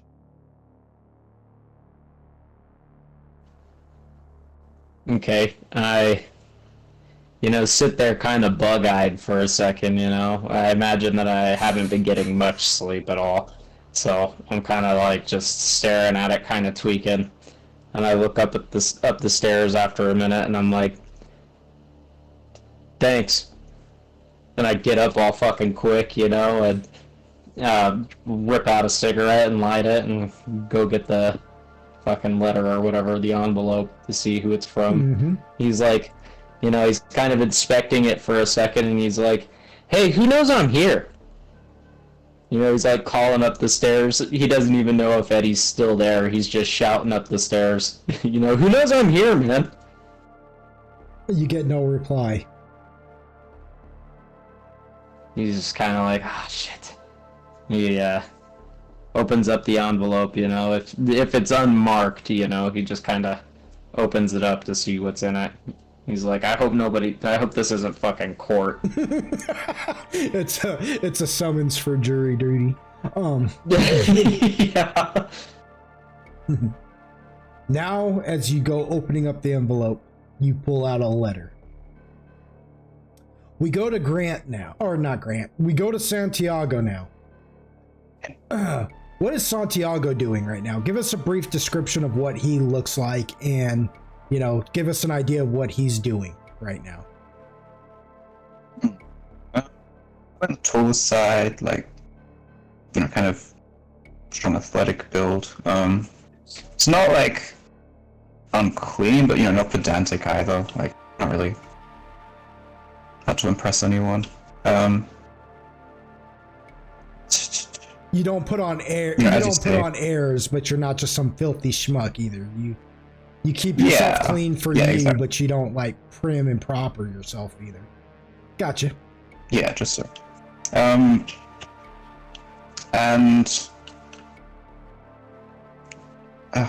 probably just sorry, you say this is like the morning leading up to the fair?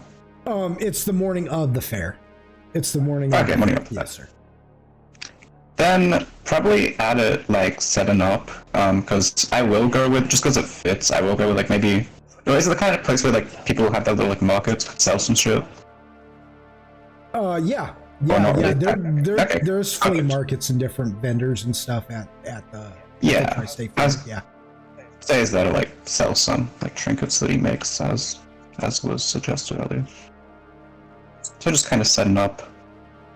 Now, again, just like with Grant, though, you're going to the Tri-State Fair to sell your wares is not your favorite thing to do because it's the Tri-State Fair. Yeah. It's loud. Mm-hmm. Motherfuckers everywhere. Yeah, and you know, people get killed at the Tri-State Fair. That's true. And I'm gonna say that Grant, because of where he lives and stuff, Grant, Santiago. I'm so sorry. I keep getting your guys' names mixed up. Because of where Santiago lives and stuff out there, I'm gonna say he's got like a beat up old four-wheeler, Polaris four-wheeler. You know, it's not brand new looking, but he does his best to keep it running. But it's pretty, you know, it's an older model, you know. Yeah. And you're out there just kind of checking your lands, doing your stuff, getting your, you know, preparing your morning, whatever. And you come riding up, getting ready to grab your stuff and hop in your pickup to go. What kind of pickup does Santiago drive, by the way? Did you ever decide on that? No, I didn't decide on like again, I don't know what people use that. Like you were listing things, I was like, what are these? I haven't heard any of this. you drive a Toyota Tundra. Unironically, it's common these days. Yeah, well, Tundra's a reliable vehicle, really. Yeah. If you got one of the older ones, at least for sure. And Santiago's kind of like got that reliable mind, you know. He likes the reliable, right? So he's got an older model Toyota Tundra that he does, you know, that he does the upkeep on and everything. And you find as you go walking up to your Toyota Tundra, you see in the windshield wiper like somebody has lifted up the windshield wiper and left an envelope and then put the windshield wiper over the top of it to like clamp it to the windshield, you know? Just sitting there with the corner of it just kind of flapping in the breeze a little bit, just. And it's that flapping that gets your attention first. You know? Yeah. Sort of frown at it. Like, yeah, fuck, what do they want? And yeah, I'll open it, give it a read, tentatively. So you open up the envelope and you pull out a letter. What is Tina doing this fine morning of the opening of the Tri-State Fair? Probably making content. Nice. Yeah. So she's got a full chat room, does she? She's got a full something. Sheesh. My word. Yeah. They don't call it the bad dragon for nothing, right? Oh my goodness. Yeah. Gross. So. Do you like more detail? I can go more detail. No, I think we got it. I said that there would be stuff of explicit and graphic nature, but we don't have to go that bad. I think you don't want to hear how stuff she is. If you know, you know. You know, and you said dragon. But you said bad dragon. I don't think they know. If they know, they know. If they don't know, well, don't worry about it, folks. But yeah. If you didn't know it can stretch like that, it can stretch like that. So she does her typical routine for the morning. You know, what does Tina look like? Give us an actual physical description. You said she's attractive, but give us an actual like physical description of well, and attractive is relative, but like probably 5'3", 5'4"-ish. Naturally blonde, but you wouldn't know because it's never that color.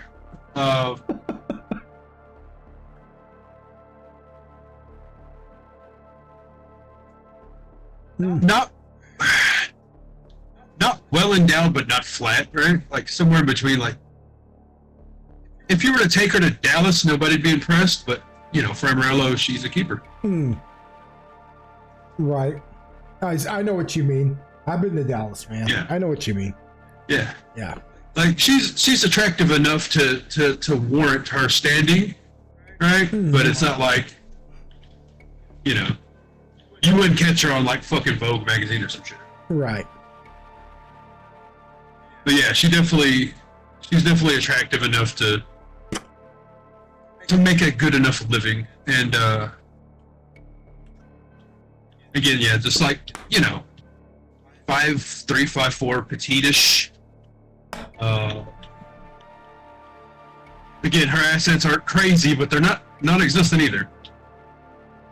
Okay. She knows what she has. She knows how to use it, even though it's not a lot. She's good at what she does. Yeah. She got a monkey on her. No, I mean, let's, you know. Wow. You know, she got junk in the trunk too. Yeah, like I said, she's all around. Like nothing is like, oh my god, but it's also like, you know, I could do worse. So she stays fit too. That's She does things to, Yeah. to keep. Okay. Yeah, it's one of those where like, I make the joke all the time. Like you get a woman, she's either got tits or ass, but never both. She's both, but it's not like she's gonna fucking blow you away with her chest or her ass. It's just like, oh yeah, they're there. They're definitely there. It's nuts. It's nuts. You know? Yeah. So she has her morning content. And then once that's all finished and everything, you know, what is her typical routine after making her morning money?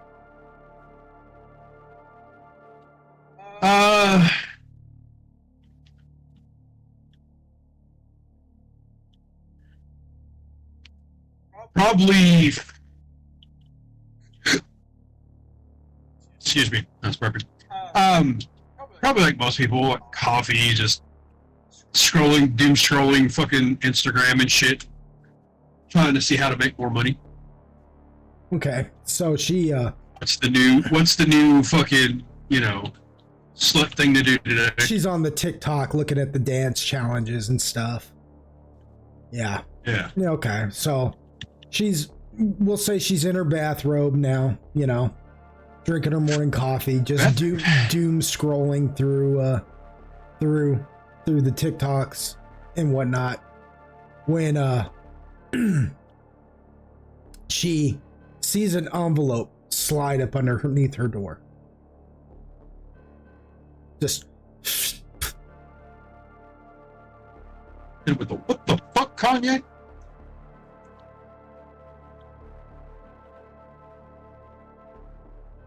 Yeah, she just kind of like, what the fuck? I guess goes and grabs it.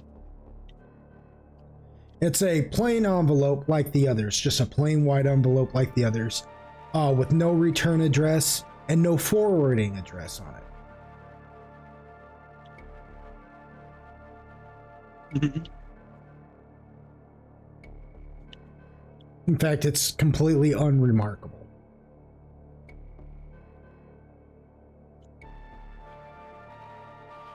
So what does Tina do? She opens it. All right. You open it and pull out a letter. And that is our prologue to begin this chapter, to begin this book. Each of you received the same letter.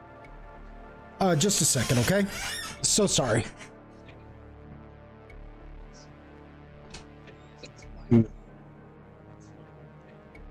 Fair enough.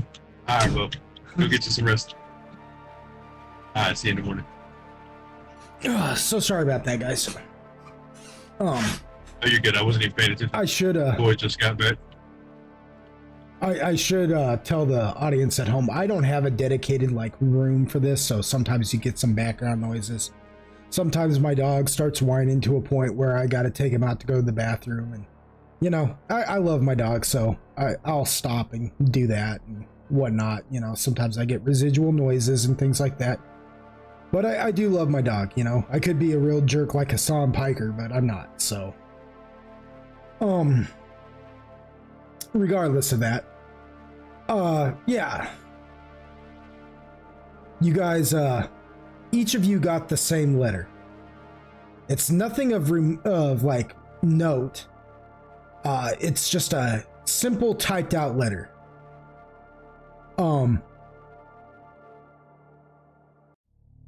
It is requesting you to meet up at the Tri-State Fair. You will know where to go when you see the RV with the Texas Star on it.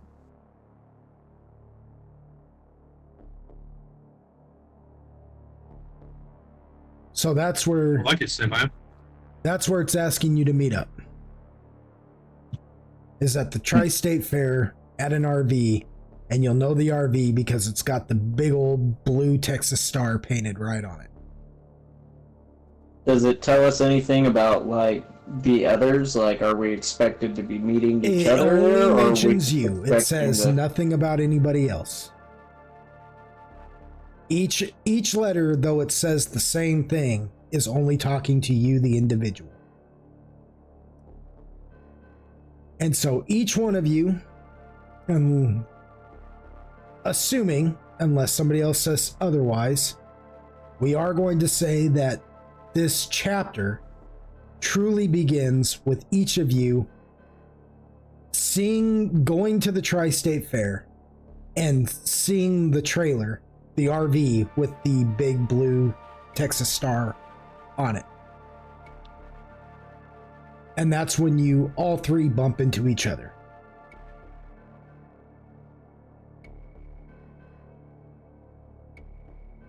And I'm going to say, because of the circumstances of your guys' youth, you all lost touch after high school. In fact, you pretty much lost touch in high school. Seeing one another, associating with one another was probably too hard after what happened.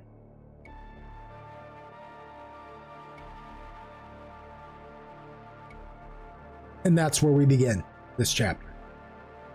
The three of you bumping into each other at this RV with the big blue Texas Star painted on the side of it. I'm gonna say that, like, as I'm walking up and I see either one of them there, I don't know, I'm going to pretend that I don't know them. Because I'm like, what the fuck are they doing here, Like, this is the most random place in the, world for us to all be at the same time. I'm just gonna fuck with this trailer and be about my business, Yeah. So I'm just gonna walk right by and try to go up to the trailer. Is Grant in his rodeo clown gear right now? I'm gonna say so. Shirtless, fucking sweaty, lasso on the hip. Chaps, boots, fucking spurs. The shebang. He got his little hat on. Yeah, his little straw cowboy hat. Fuck yeah. It looks more like old McDonald's farmer's hat. Yeah, straight up. So, both Tina and Santiago, you guys, as you guys approach too, and I'm not saying you guys necessarily approach together, you know what I mean? But both of you take notice of this rodeo clan walking up to the to the RV that you were requested to meet at. Yeah. But both of you come to realize that you're not even alone. Like the clown is the weirdest thing, but both of you are also headed in the same direction. So you take notice of each other as well. Yeah, she's not happy. Yeah, She's like, take some work. Yeah, go on. She's like, I didn't sign up for a private session. Nice. That's her first fucking thought. She's got her hand on her taser right now.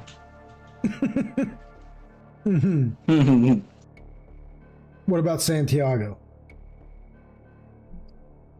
It takes note, Grant, that like is fine with with not really paying attention to one another. Yeah, but sort of just realizes like people headed in the same direction. It's kind of like sighs and annoyed. Yeah, you know, gotta find out what this is.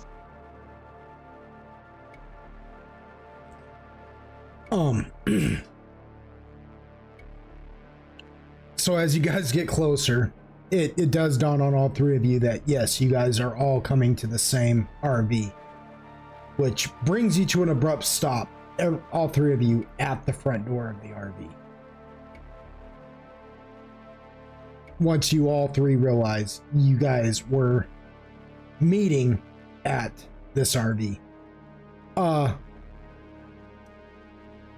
I'm guessing Tina doesn't recognize these two because the first thought she had was she didn't sign up for a private session. Yeah, she definitely doesn't recognize the rodeo clown. And Grant already said he recognized you guys and wanted to pretend like he didn't recognize you guys. What about Santiago? I mean, you know what? Maybe he doesn't fully. Okay, no, he recognizes. Just like, you know, fuck. Do we have to talk? He's like, I know I paid for the subscription, but I didn't want to be.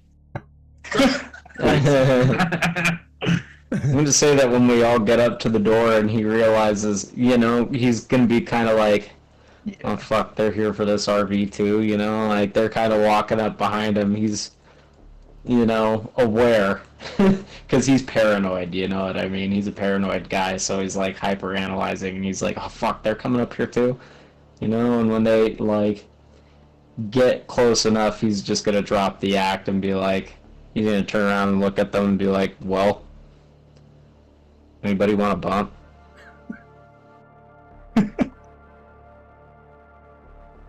And he's like, no. He takes a bump and then fucking knocks on the door. He's like, all for me then, you know, and he just takes a bump real quick. He's not even gonna waste time on formalities because he's like, nah, I know who y'all are. Like, I don't know why we're all here, but I'm not tripping. I'm knocking on the door, I guess. I got places to be and money to make. So you knock on the door. Little look at Tina like, the fuck, and then just accept this. Still got hand on taser, not sure what the fuck. So Grant takes the bump. He's about 2 seconds from wigging the fuck out of the dipping. Who, Tina? Yeah. So I imagine he's kind of saying some of this out loud too, being like, I'm not gonna waste time on it. I know we all know who we are, so I'm fucking whatever. Let's see what this is about. She has no clue. It's funny. She's just looking at this weird rodeo clown being like, no, I don't. There's no way I know this little fucker. yeah. So Grant. And who is this leather chap? Fucking goddamn wanna be crocodile Dundee ass motherfucker. What the fuck? Yeah. Yeah, is Santiago wearing a cowboy hat, or what? Is he wearing a hat at all? We don't do the cowboy hats. It'll be too much. He's got like a baseball cap on that says Mac truck on it. Yeah. With a little like mesh back Like a on there bulldog. for the air to hit his scalp on. Yes. Yeah. Word. So Grant takes the bump and says all that. You guys have your interaction. Before Grant has a chance to turn around and knock on the door, like he said, the door just swings open. Just He jumped. you know the sound that like jumps. RVs make, because it's like it's not a wood door, but it's not really metal either. It's some kind of weird plastic mesh, and so it always sounds like every time you open it, it always sounds like it wants to come off the hinges. It's like yeah, Grant, you jump back, and standing in the doorway is a clean cut looking gentleman. He's he's tall. He's about like 6 foot, maybe 5'12", perhaps. He wears a white and black plaid button up the front shirt with long sleeves that are tucked in to his blue jeans, and he's got one of those leather belts, thick leather belts with the big old buckle on it, and a set of black cowboy boots.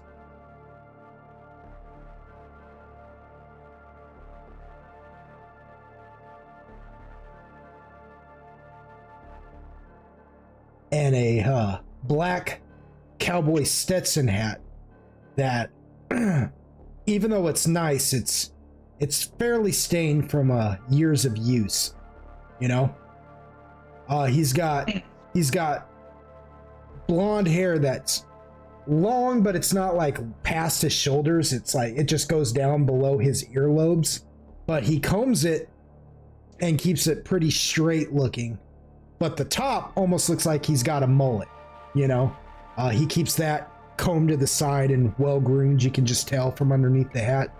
And he's got himself a very thin mustache and beard, It's a full beard, but it's not shaggy. It's not thick. It's finely combed down and trimmed. And he's got these blue eyes. And he just looks at you guys, says, "Well, I didn't think y'all would come. I would have thought that coming here would be too painful of a memory for y'all. But I'm pleased you did. Please, come in. We have much to talk about." And then he turns around and... What are you, a journalist? He says, "I'll explain everything." He hears what you say, Santiago, and he turns his back to walk in there, and then he kind of looks at you over his shoulder with his back still to you, and he goes, "Come on in. I said I'd talk to you in here, but I want to maintain low tones around these parts, because especially with everything that's been going on here lately." He says, "Come on in." I shrug to the others and walk in.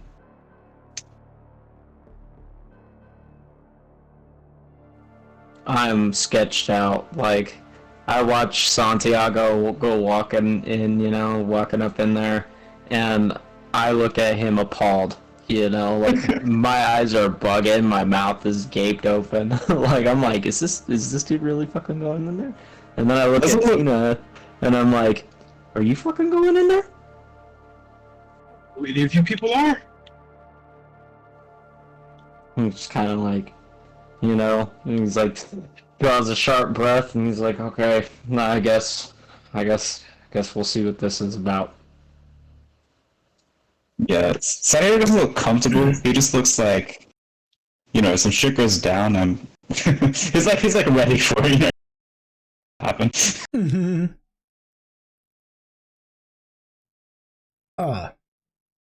So Grant goes in. Yeah. And Santiago is in. That just leaves Tina.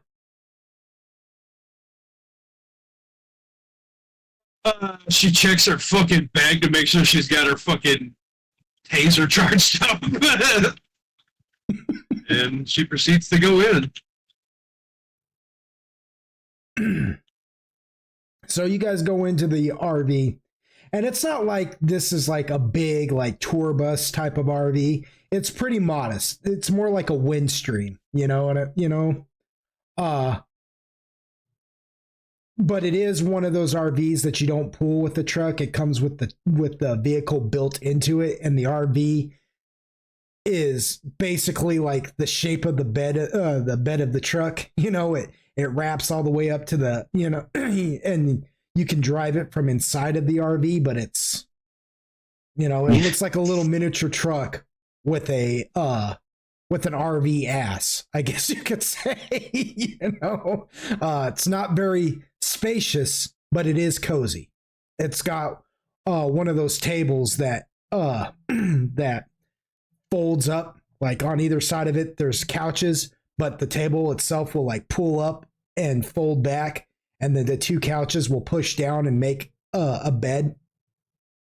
With in the back there's a bathroom, but for use with the shower and stuff that you can see back there. And then against the far wall is your typical amenities. There's a counter with a sink and a microwave and things like that. It's pretty modest.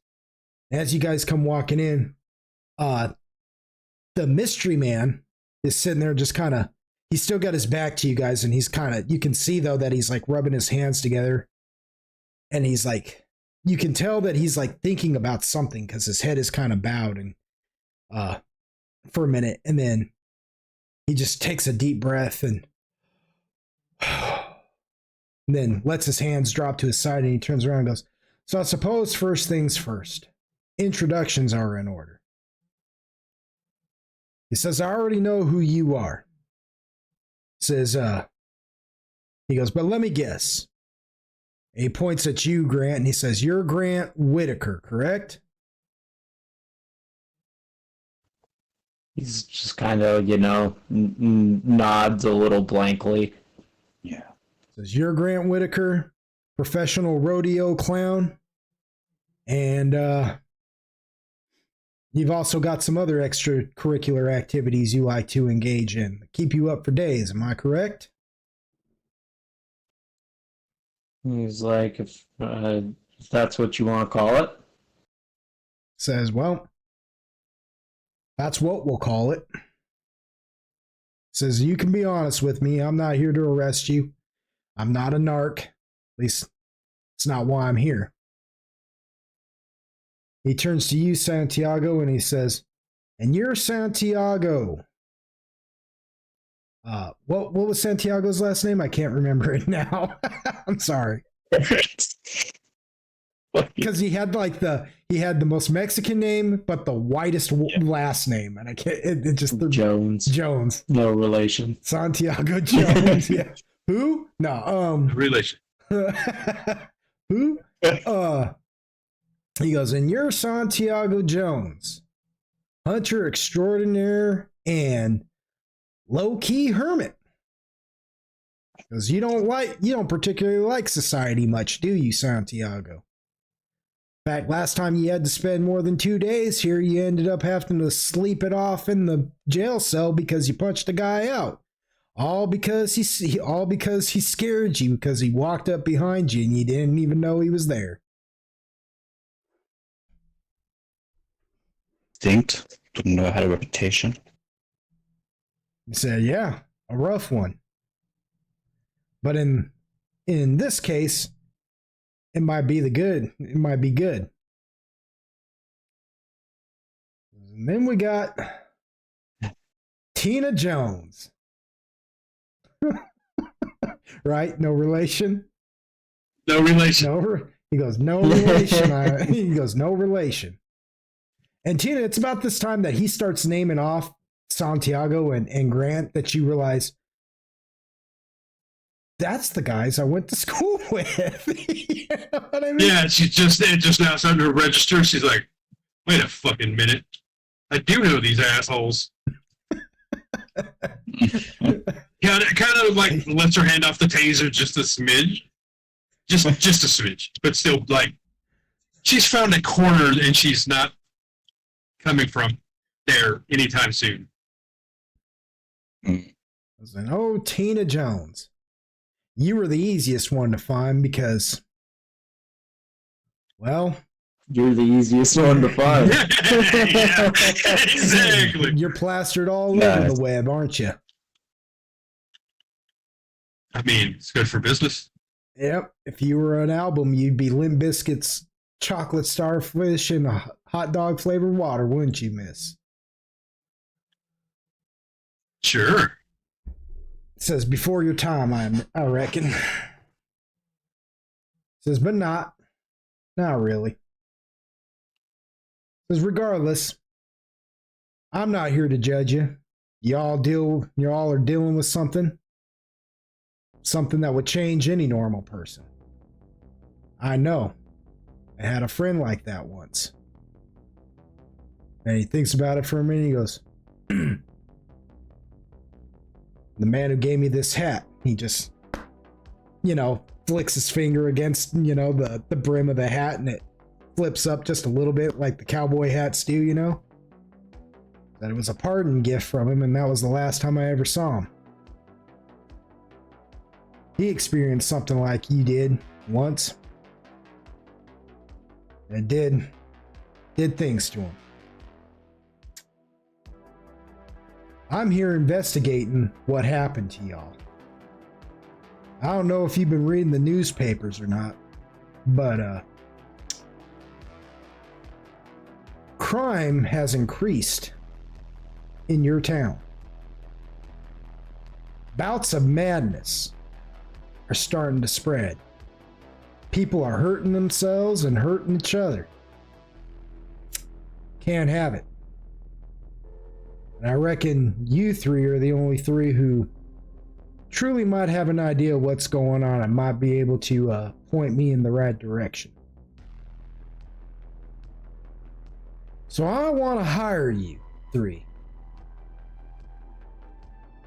I'll pay you each $600 to go investigate a couple of places for me and see what you can dig up and bring me back the evidence.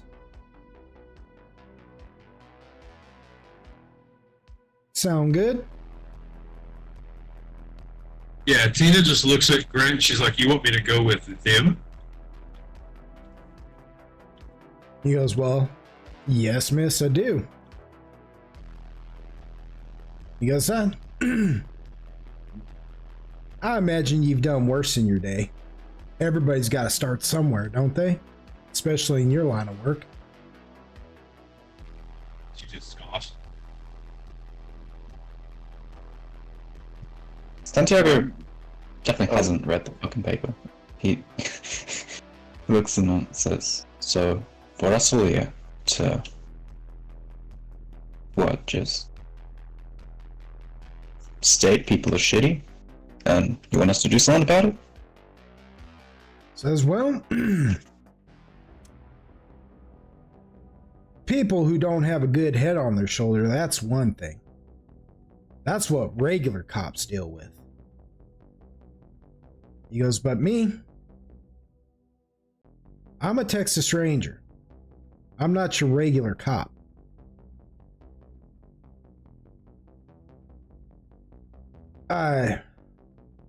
You can say that I kind of investigate things that are beyond understanding. And I feel like you three can kind of relate to that, whether you want to admit to it or not. And he looks you dead in the eye, Santiago, and just holds your stare for a minute. Scowl. Says, yeah. He goes, whether you want to admit it or not, I think you all might be closer to this than you realize. This ain't just regular gang violence or criminality. This is people losing their minds for no good reason and hurting one another, and I think you all know what might have done it. But I can't prove it, because I don't know where to go or what to truly look for. I'd rather send you three, because something tells me that you get in the right place and you'll attract these sons of bitches like flies to fly paper. Yes. At this point, that Grant's kind of like, oh no, I don't know nothing about it. Yeah. I don't know What shit. are those? He's like, what, that you want us to just take a look around? He like eyeballs you for a minute, kind of squints. He says, I mean, $600 is $600. says true. $600 is $600. What could it hurt to just go look for me?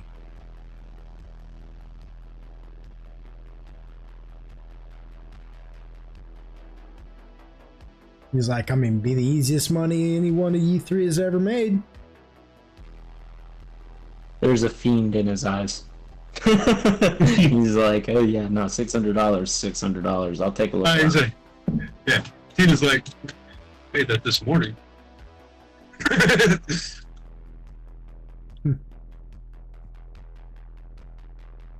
He's like, yeah, well, you have a chance of making $1,200 this morning now, don't you? Fair enough. He looks at Santiago. He's like, what about you, Cochise?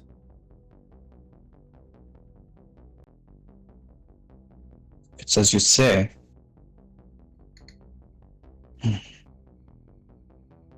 Yeah. I'd like to know what's going on. Says, well, I'll level with you. It has something to do with what happened to you three as children. In a class of 40 kids, only 3 of you walked away. Because that don't make any sense. Newspaper said that it was gang violence. I say it was something different. And I think whatever did it that night has come back.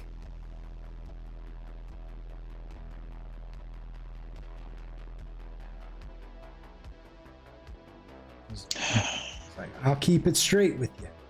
I'm going to shoot straight from the hip what you're getting yourselves involved with. And then he goes to his closet. Excuse me. He goes to his closet and opens up the closet door and pulls out a map and lays it out of Amarillo. And he says, I got 3 locations that I think might have something to do with something marked down here on this map. He says, now, these are just polite suggestions. Wherever and however you want to get me some information is really up to you. You want to go wherever you want to go, you go if you get an idea of it. But I can direct you to 3 possible locations where you might find something. He says he points down to one circle, like it's like a triangle, spread out across this map of the city. And he points out the first circle and he says, that right there is the house of the latest victim. He said oh, hold on. He says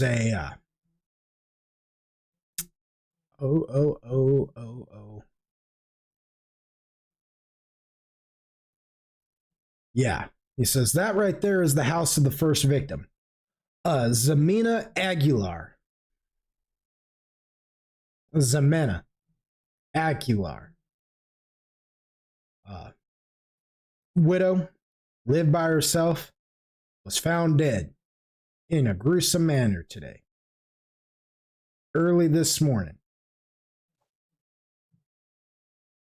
The pattern shows to be in line with all these violent acts that have been happening here lately. He goes, the second location, and he points sort of to the outskirts of Amarillo to and you guys are familiar with these places by looking at the map. And when he points out there, you know that that's a high school. And he's like, right there, Sunset High School.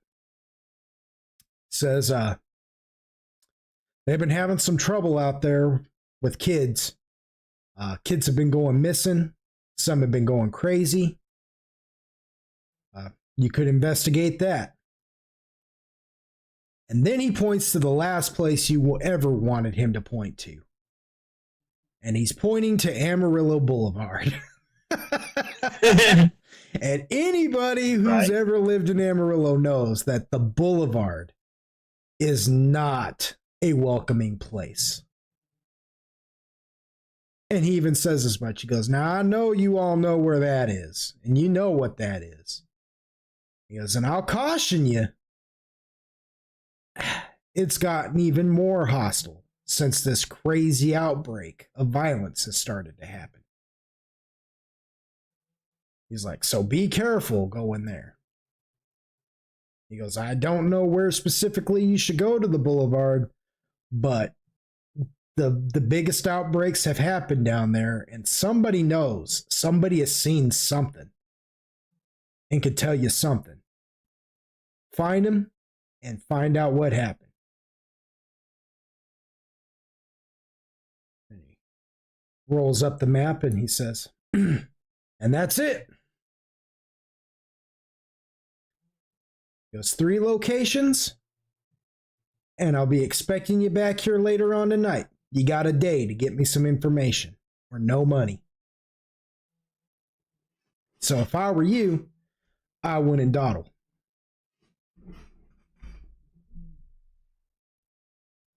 I kind of scoffs at that. Like, oh, never mind. So what, you want us to just knock door to door? He goes, I don't care what you do.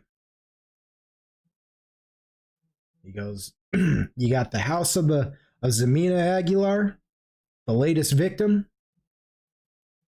You got the high school, and you've got the boulevard. Yeah, if you got to go knocking door to door in the boulevard or in the neighborhood, or you got to go knocking door to door in each classroom, I don't care what you do.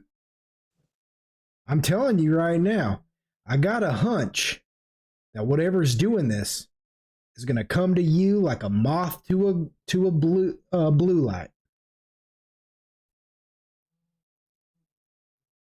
He goes, whether you all want to admit it or not. He goes, I've seen that look in your eyes before. On my buddy. You live in denial. And then he looks at you, Santiago, and he goes, but not you. You know what happened, but you're still trying too hard to rationalize it. That's why you can't remember it as definitive as you want to. Because it made my friend aggressive too. It's what got him killed.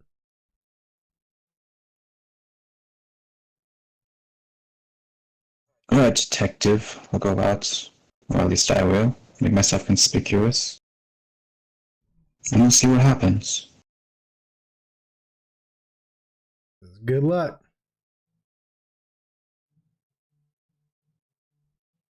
So look at the others like, you coming?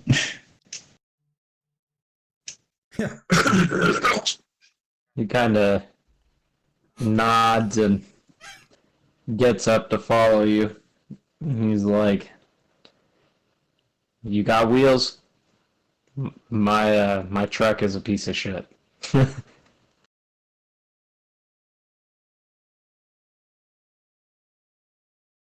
Yeah, fine.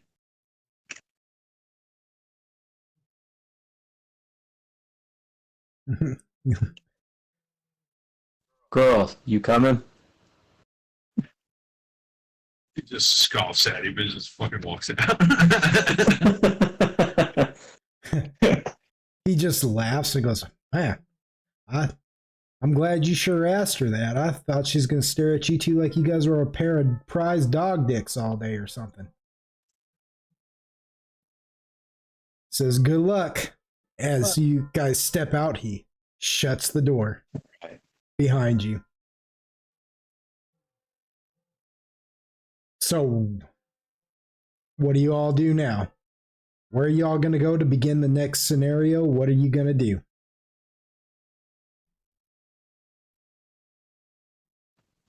Anyone? My dude's dumb as bricks, so he's just kind of like, which place do you think would be best to check out first? He's kind of scratching his head. He's like, I don't even know where we'd really start on Amarillo Boulevard. Yeah, she just looks at him and raises an eye like, motherfucker, you know that's a lie. You know exactly where to go. See what I'm saying? But it's got that look on her face. Yeah, he's not putting two and two together though. He's dumb. Yeah. She's He's picking that up like, I don't real even know fast. who to fucking ask about this. Well, don't see why we'd need to start there.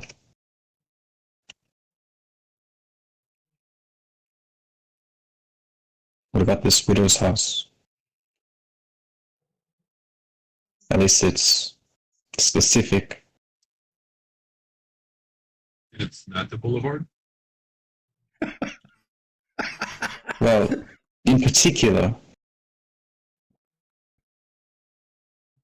Yeah, I bet the Boulevard is the last place anybody wants to go. If they know the Boulevard, they're like, no. He did not put the Boulevard in this.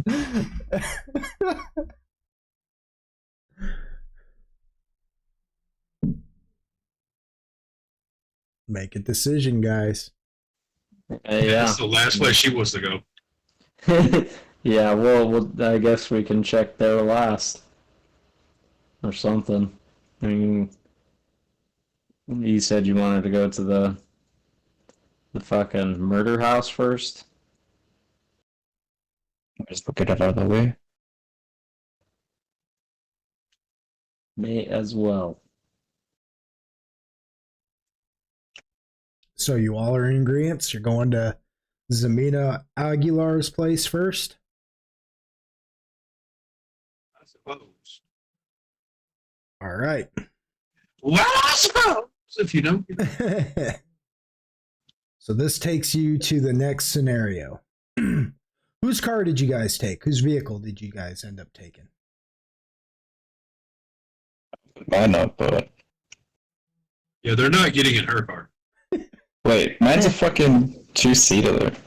So it's either two vehicles I'll or ride in it's bed. someone else. I'll just lay down in the bed. Alright. Easy.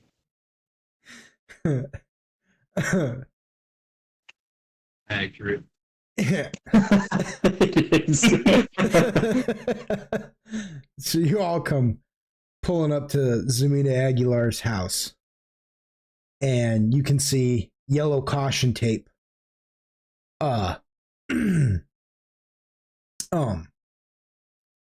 crisscrossing her front door. You know, there's a few cops out there still just kind of looking around, and you see one younger cop go to stop you guys as you come walking up. He's like, pardon me, no, no trespassers. We had an issue here. And he goes, are you guys friends or family of the victim? Fuck, didn't give any of you a badge or some shit, huh? Yeah, I kind of look at it, look between the two of them, and I look up and I'm like, she was my aunt. I'm here to pick up some clothes. Okay, what do you want to roll for that? You gonna roll yourself like a bluff? First roll of Sure. the game, y'all. You're gonna roll yourself a bluff. Now, let's see. Rolling yourself a bluff. Does that... Let me check something here real quick. And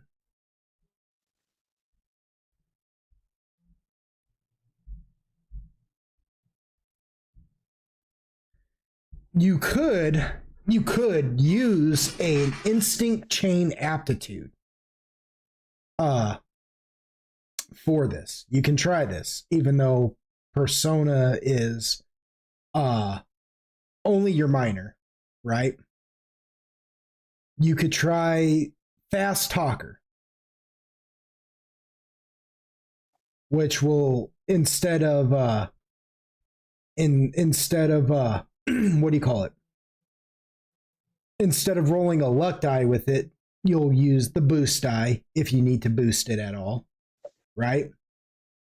And but you will get your bonus to the roll from your prowess tree, which yours is a minor, so you'll get a +3 plus whatever you roll to that. Okay? Okay, That's so D8 plus 3. Yep, D8 plus 3 if you want to use boost dice. Now, as the archivist, because you are trying to fast talk a cop and convince him, that's going to be pretty tough. So D8 plus 3. So you automatically already have like a chance of scoring a 9, 10, 11.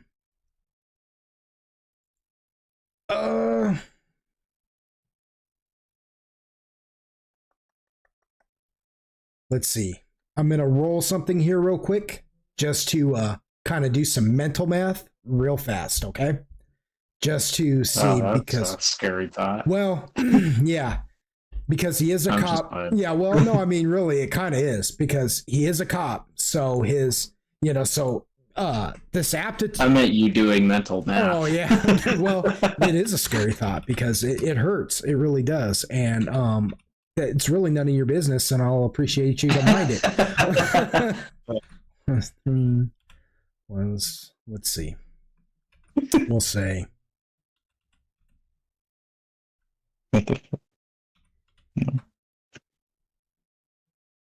So, okay.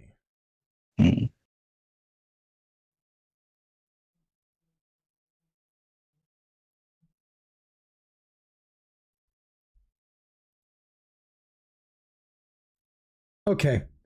I know what you got to roll. So as the archivist, it is my job to let you know that you're going to need to roll at least 3 boost dice with that to try and beat this aptitude check.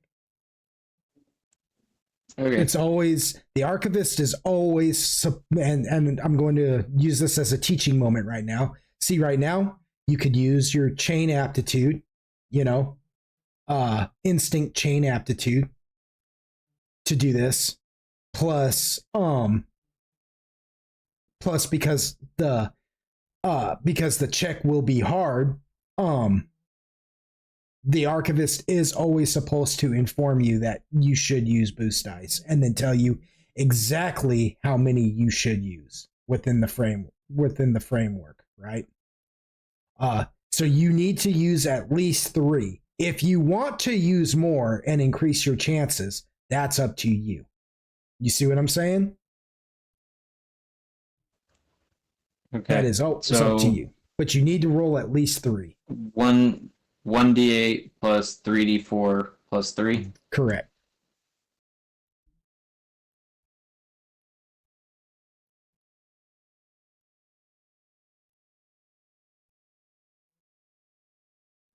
Oh my gosh. I failed. No, you hit it exactly. I fail every time. You hit it. You hit it exactly. I thought, man, you know what I'm saying? I was like, you hit it exactly. So you rolled 18. And because when I just kind of motioned to myself as the rodeo clown. I'm like, I just need some stuff for after I get done at the fair. He just kind of he looks at you and he sees the pain in your eyes and like looks at like how rough you look and stuff, and he goes, "Oh man, you one of the rodeo clowns, ain't you?" Says, "That was your aunt? Man, that's gotta be tough." He looks back over his shoulder and he goes, "Well, the accident happened in the kitchen, so if you just go directly upstairs and don't touch the body, or even go in there and trample on the deal, you can go up there. We've already had the detectives by. There is nothing up there that interests them, because you're not gonna mess up no evidence."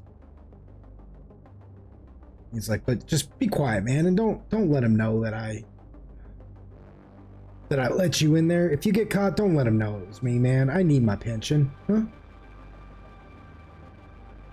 He just kind of nods and he's like, "Thank you, officer. We'll be quick."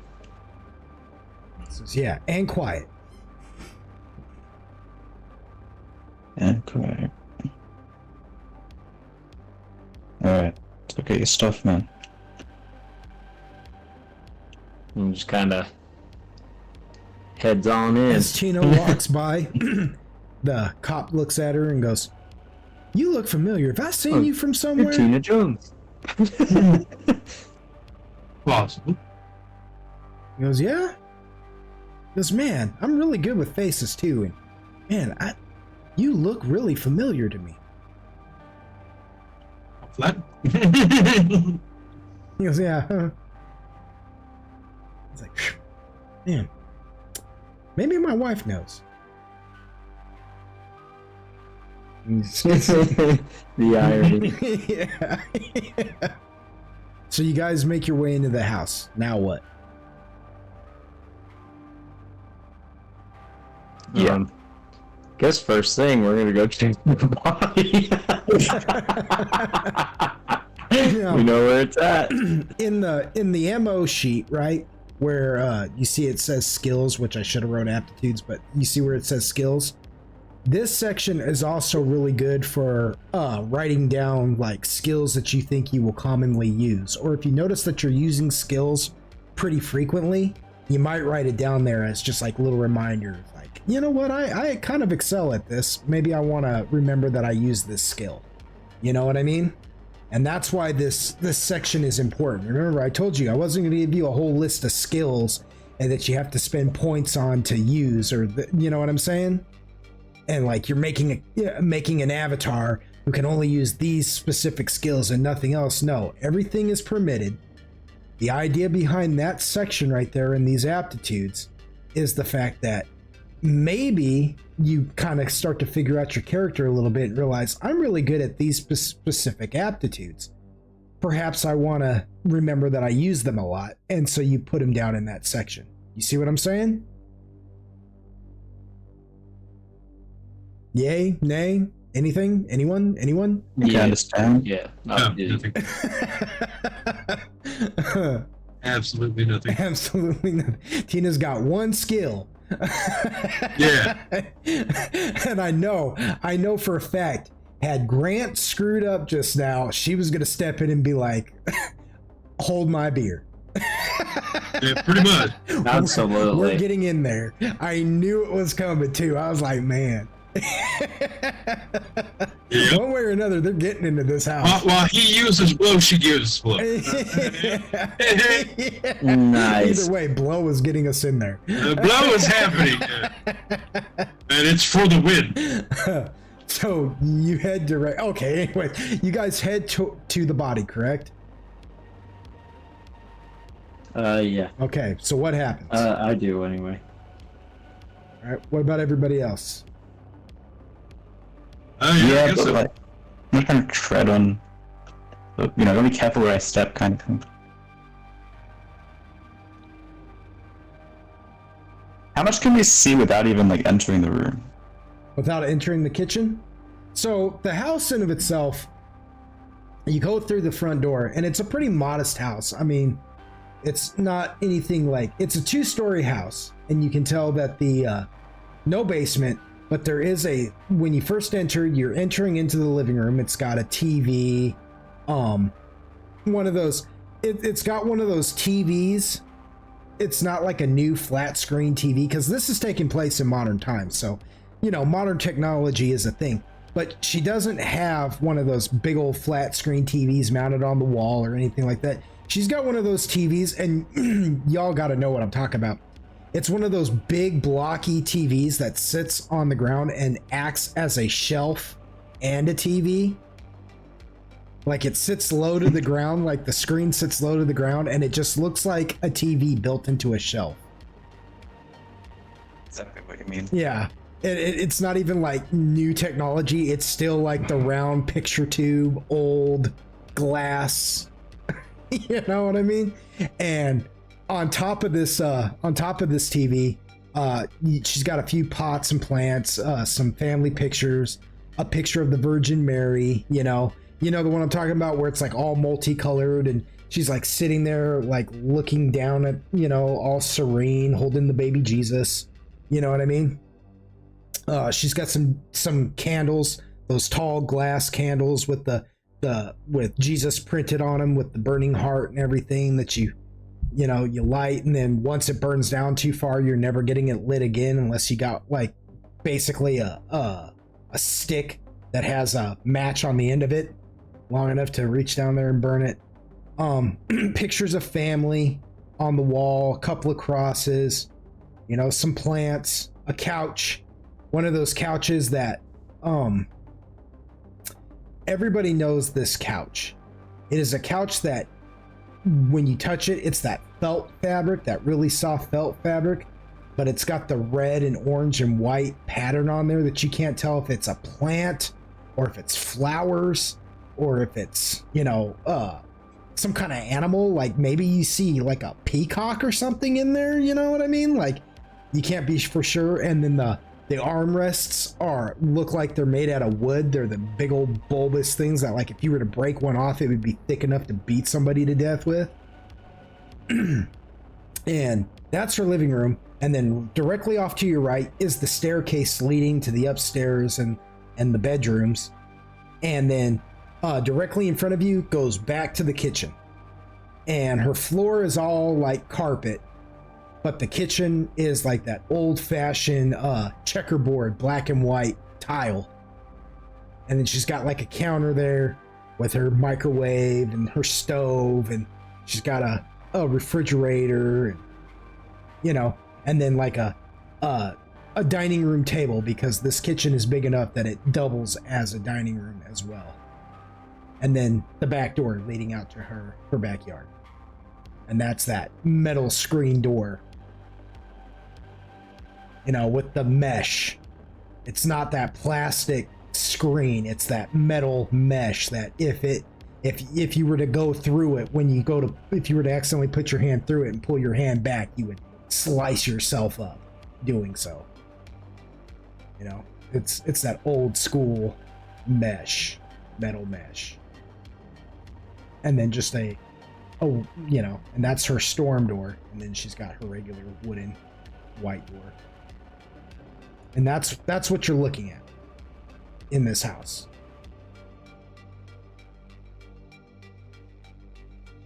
So who's doing what?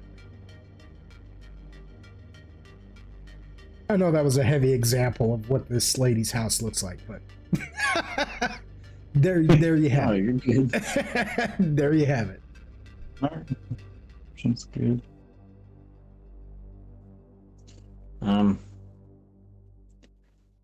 I guess Grant is gonna be pretty like reluctant to do it, you know? You can see he's kind of trying to juice himself up a little bit. And he goes walking back there to the kitchen to go take a look at the body. Like, see what kind of condition it's in, you know? He's gonna be like, alright, I don't really want to do this, but...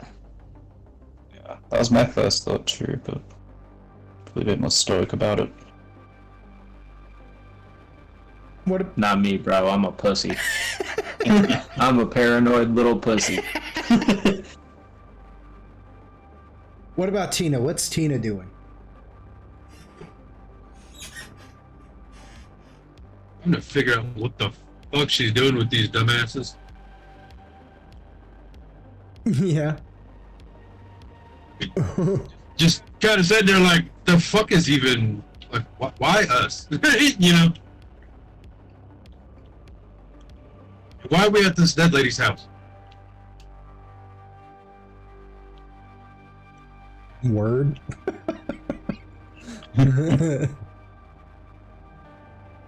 It's Lots of whys. That's about it. into any of those fucking nerds.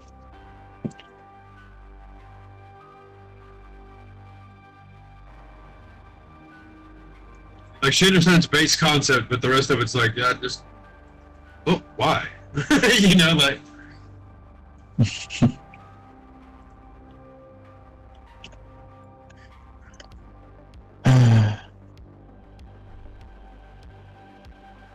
So yeah, what do we see? Yeah, looking ass. Well, okay, so you guys go into the kitchen? Is that what I'm gonna understand? Yeah. Well, Yeah. I want to again first just kind of peek through, It's kind of not like necessarily put my tracks all in the room. okay. So if you want to creep through without like kind of doing a heel toe, go ahead and just roll a sneak. You're not doing anything really nefarious or anything, so you're not gonna really need to chain aptitude anything for this. So we're just gonna roll a sneak. What is your maximum die for? Do you major, minor? For agility, For agility, yes. 10. Sorry. 10? Okay, yeah. so all right, you could just roll that, and you won't need to whatever your you can just roll that, and the aptitude check isn't going to be higher than a 10. So I'm going to tell you right now, you got to roll a 7 or higher. Okay. Like, and this is just to not like disturb the Yeah, this is scene, because that's all I'm really trying. that's what you're trying to do. So think of it this way: it's like your hunter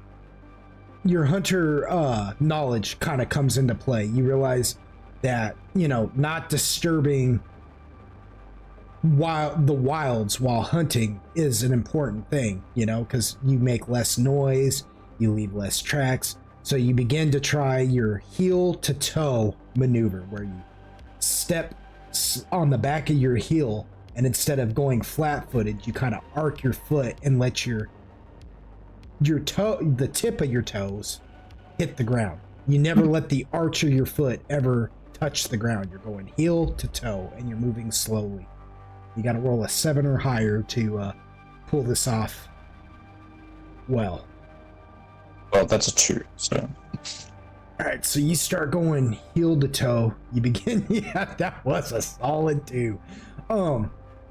You start going heel to toe, and you accidentally step on something, and it goes,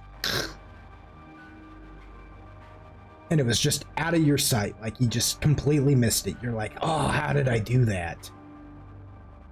Okay. And as you remove your foot, you see that you like stepped on something. It looks like jewelry or something, and crushed it.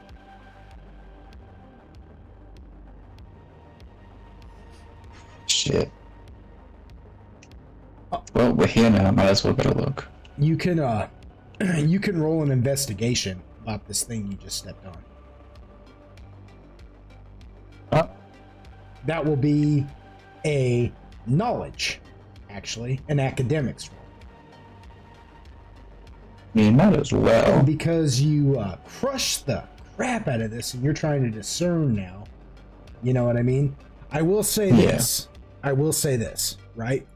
There is a chain aptitude for let's see.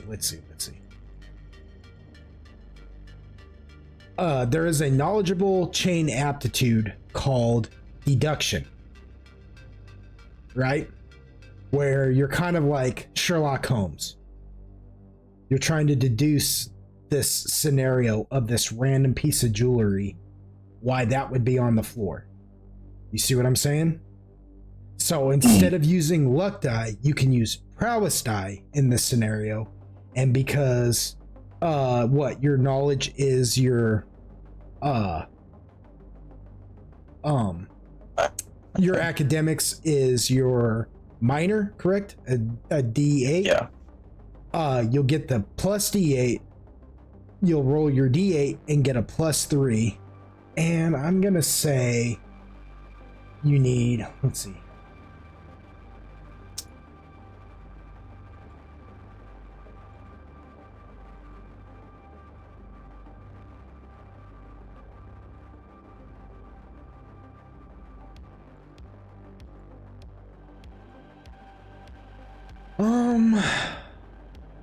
Okay, you're gonna need at least 3 boost dice to accomplish this. Okay?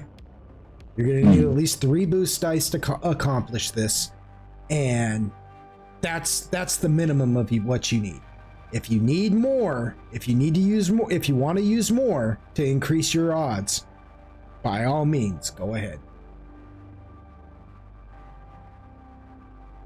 Okay. Alright, I'll use 5. Oh man, he's like, I don't want to fail anymore.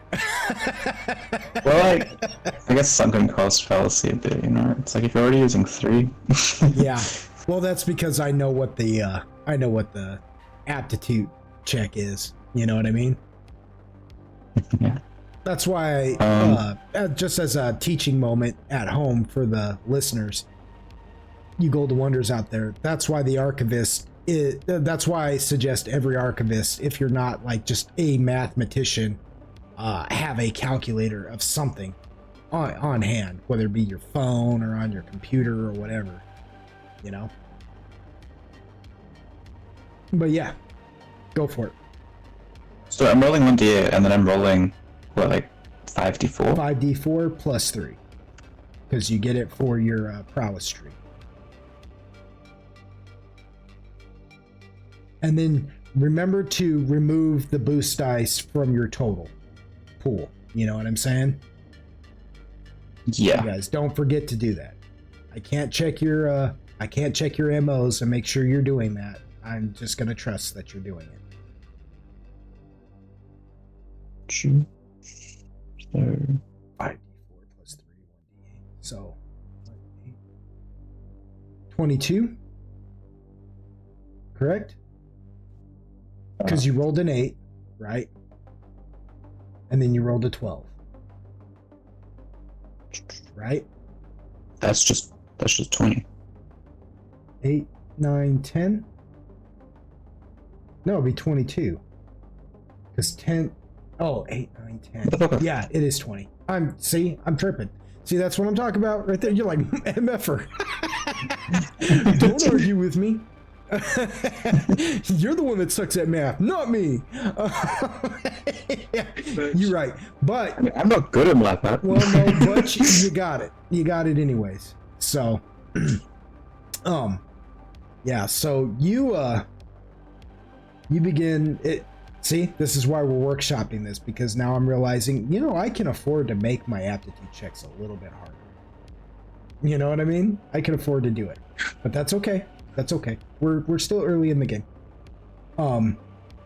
So you begin looking at that, and you begin to deduce, and you look, and you realize there's a broken vase on this little like table. Like she's got like a little nightside stand table, like one of those circular ones. You know what I'm talking about? That looks like a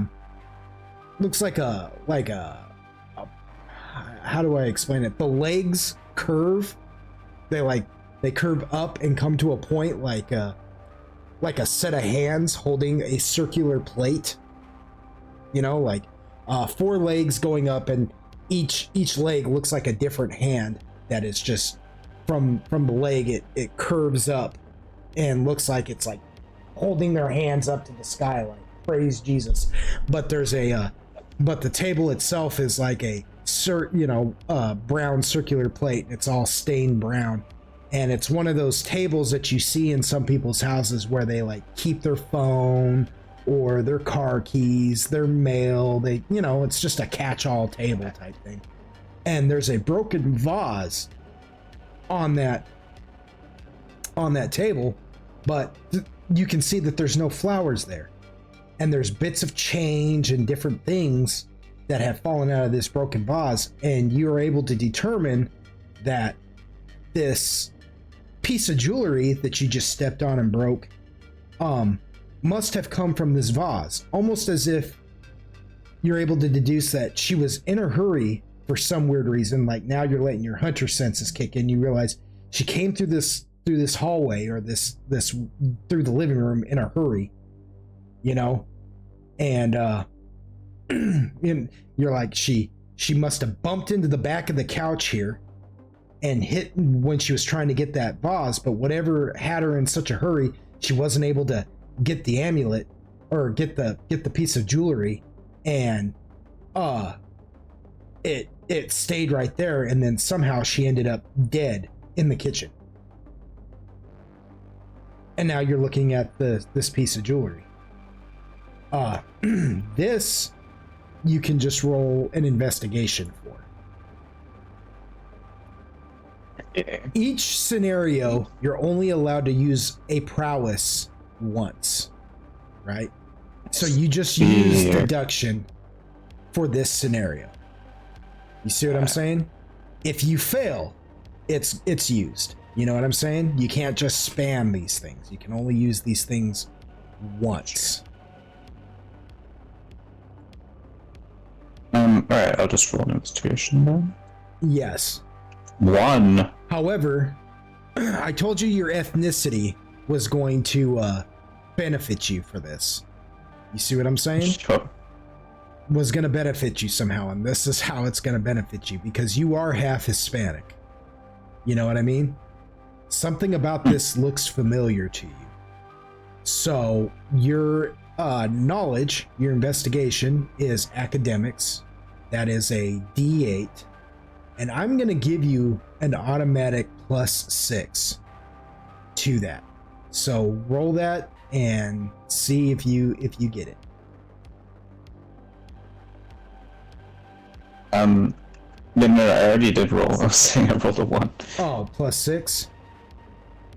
Oh, yeah, man. So 7 total. You got 7 total?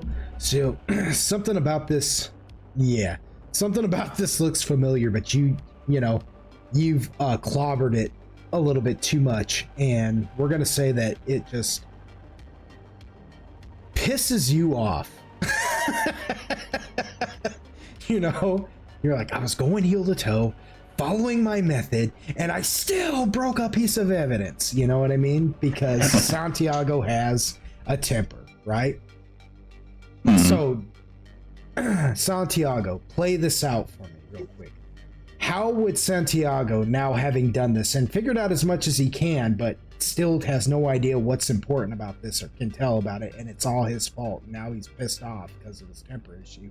How does this play out? How does he inform Tina and Grant of this? Play this out.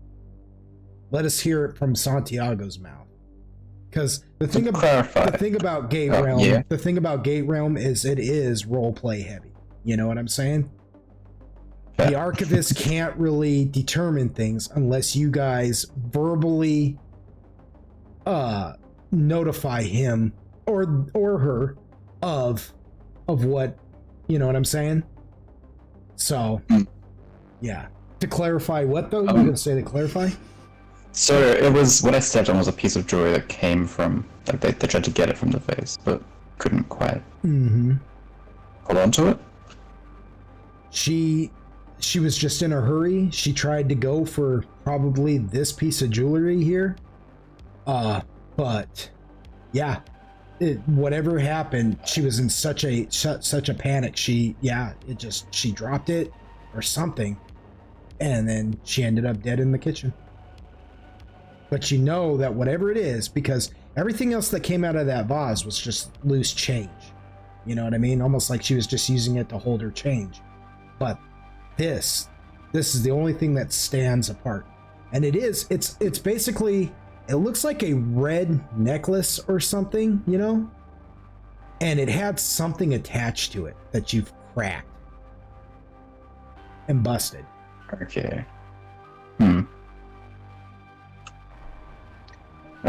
Yeah, it's just like, it's like a fuck conjures. Just sort of like speaking to go teeth for the first little bit. Just Russian for some reason, and cared about this bauble enough to try and grab it out of there. Just sort of point at the face. Can't really see the rest of it though. Not anymore.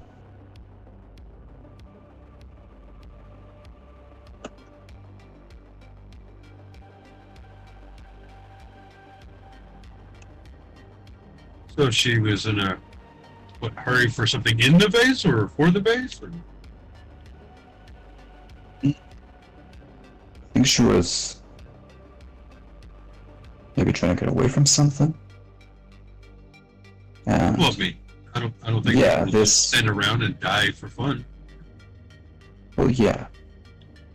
I'm saying this thing on the ground cared about it enough to try and grab it out of the vase. Fair. So do you think she was running to the kitchen or away from the kitchen? I guess to the question. kitchen if she's in there. He scratches his head.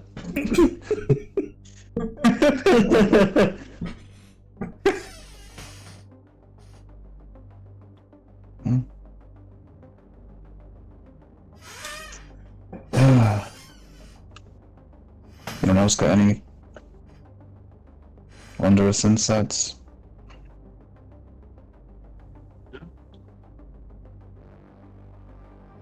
As a teachable moment here, just because he failed an investigation on trying to figure out what this thing was, that doesn't mean nobody else can try. Everybody's allowed to try and do certain things at least once. You know what I'm saying? Yeah. Nobody's prohibited. It's just that because of his ethnicity, he got that bonus that he whiffed. Oh, but I'm sorry. that sounded a lot harsher than I meant. But however, you guys can still try it. You guys are still welcome to try it. You will be, however, using luck die with this aptitude.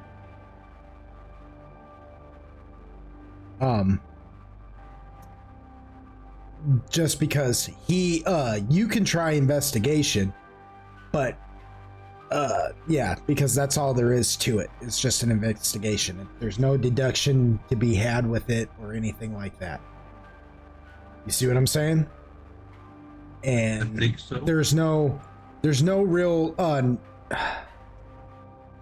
there is no really knowledgeable chain aptitude that you can pull off with this. So it's just going to be a purely academic role that you need to roll your die for and use however many luck die you possibly can with it.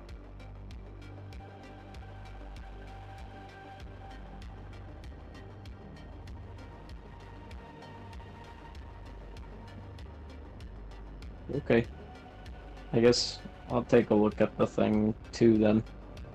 Wait, you rolled... Okay, hold on a second though. Just out of curiosity. I might have screwed up in this. Now that I'm thinking about it though. We might mulligan for a second here. You rolled an 8, right? Plus 6. Because you got that 6. No, you rolled a 1. So you rolled a 7. And then you get, because you're using a chain aptitude, you'd get a plus 3. 7, 8, 9, 10. Oh no, 10 still wouldn't be enough. Okay, my bad. Sorry. I just forgot to add your prowess bonus to that. You guys don't forget, if you're using chain aptitudes, that goes to your prowess tree. You know? So whatever if you major, moderate, whatever, just look at whatever your bonus is on your prowess tree and be sure to add that to whatever you roll, you know? Don't forget to do that. But because right now, all Tina and Grant can use is just an aptitude, no chain to it. You're rolling whatever. You both meager, right? You both are meager in that. In which one? In knowledge or academics. No, that's my yeah. That's my lowest feature. Yeah, so you're gonna roll a plus. So you're gonna roll a 6, and then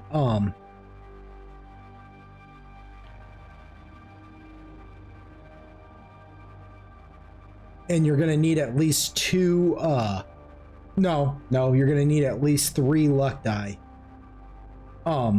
to pass it. At least 3. You can roll higher if you want, but you're gonna need at least 3.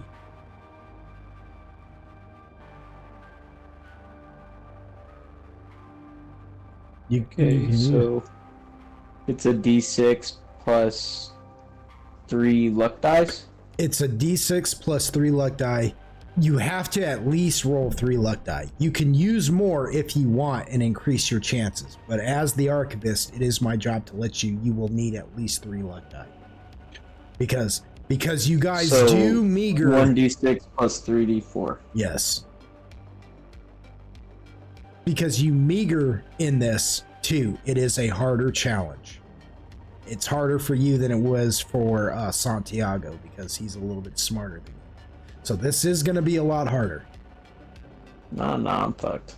So you take a look at it too, and it looks like something Santiago broke. What does no? You explain to me what Grant does. You tell me what Grant does. How does he handle this? Yeah, pretty much how you would have said. You know, he's just kind of like, he's like, what was it that you broke? And he eyes it over, and he's like, oh yeah, you broke that good, didn't you? Where the fuck that is?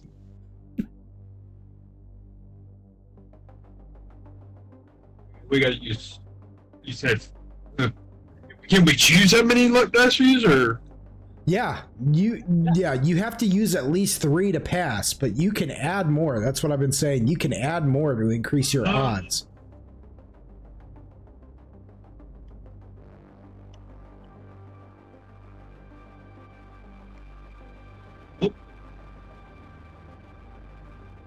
I rolled question mark? Yeah.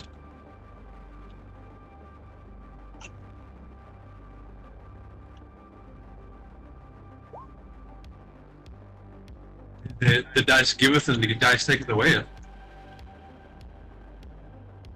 You rolled 5d6. You need to roll 5d4. What? Oh, they're d4s. Okay. Yeah. Okay. Yeah, it's okay. That would have been a really good roll, though.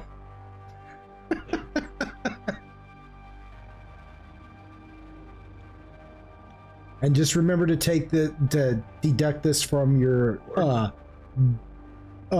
total dice pool. Yeah. Boost dice pool. All right. So yeah. Tina, you get it. And Nice. I'll explain, because the max amount that you can roll with 1d6 plus 3 d4 is 18. So my aptitude check was 17. It was one number under the max amount that you could get. You know what I'm saying? That's what I'm saying. Like, as an archivist, when you're messing with meager, with people who have meager ability like that, you make it pretty freaking hard for them. You make it to where they can do it, but sometimes you make it hard. There are instances, though, just to explain the rules a little bit more, there are instances, though, where it should be preponderant upon the archivist to just look at the player and say, your avatar, no matter what they roll, could not pass this. You know what I mean? Especially if they're meager. You see what I'm saying? It's just beyond your capability. But that's only in special situations. You see what I mean? Most of the time, 9 times out of 10, the archivist should still let the players try. Should always let the players try. Just make the checks accordingly to whether or not they major, moderate, minor, or meager. Anyways, so yeah, Tina, you get it. How does Tina go about that? I can just imagine what Tina's thinking right now, but let's hear it. Yeah, she probably just watched both of them like fumble over each other. Just looks at it, was like, gives him like the "you're fucking mentally challenged" look, you know. Yeah. So, I was like, how do you not? what did she say? I'm sorry, I almost interrupted you. I don't want to interrupt. How do you not understand? You know, that type of thing. Like, you're a fucking buffoon. So you get to looking at it, and the reason why you're like that is because for two reasons. One, because you realize the thing that Santiago popped is a seed. It's a seed on a chain. Some people call them Buckeyes, but you also know, and that's why you're looking at Santiago for sure and calling him kind of a buffoon, because you know that in Hispanic culture, it is a common practice for Hispanics to wear necklaces, and 9 times out of 10 they don't even call them Buckeyes, they call them the deer eye, right? And in fact, I'm not even gonna like make you roll anything for this. I'm just gonna give this one to you. You know that most Hispanics call these types of necklaces the ojo de venado, or deer's eye. They wear them like a charm or amulet. Why? Yeah, you don't really know why. I will let you though, since you're getting there. But yeah, the deer eye, it's a seed from the Mucuna purinis tree. Right? It's just a seed. It's a tree seed. You know? But you've heard them talk about it before. They're ojo de venado. Or deer's eye amulet. Because you picked it up, I'm gonna let you try a knowledgeable chain aptitude. Right? Okay. Called occult. And see if you can pull that off. So you get a let's see, you get you roll that. It's a prowess roll, so you're gonna use boost dice, right? You're gonna roll a d6. If you need to, you will need to, because you're gonna need boost dice. But you get a +1 to this as well because you meagered in it, right? Off the prowess there. Yeah. Yeah, so you're gonna get a +1 because it goes into your intellectual prowess, right? So you get the +1 plus whatever you roll with the d6, and hold on a second.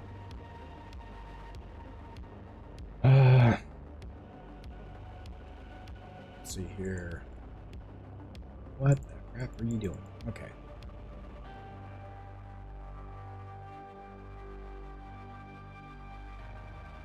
Let's see. Okay, I know.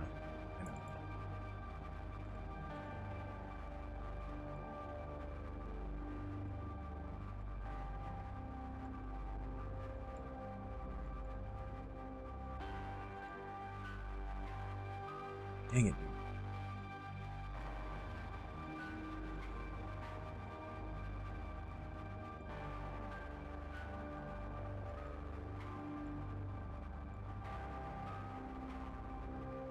Alright, I gotta take a quick pee break.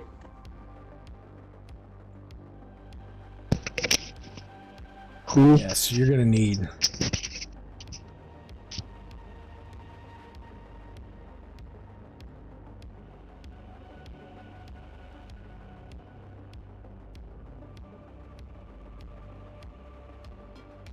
No. Oh my gosh.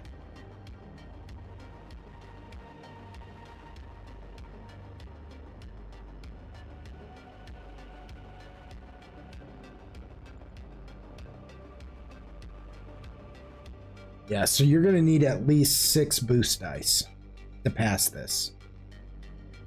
6? 6 boost dice, at least 6 boost dice.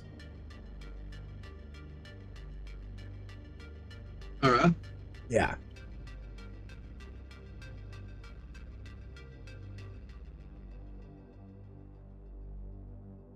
And those are D4. D6. Yeah, they're D4. Whether it's your boost dice or your luck dice, it's always D4. You just have separate pools for them, right? And you take away whatever you roll accordingly. Okay? After this roll, too, we'll all take a quick break so we can go pee and I can take my dog out real quick and get something to drink and stuff.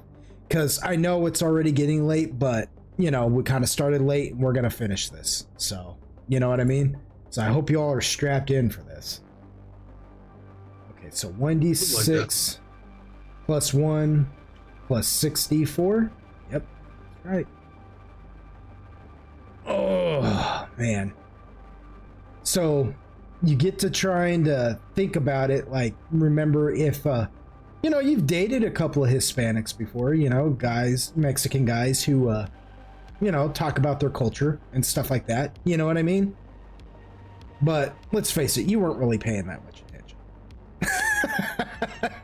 You have no idea why they wear these deer eye amulets.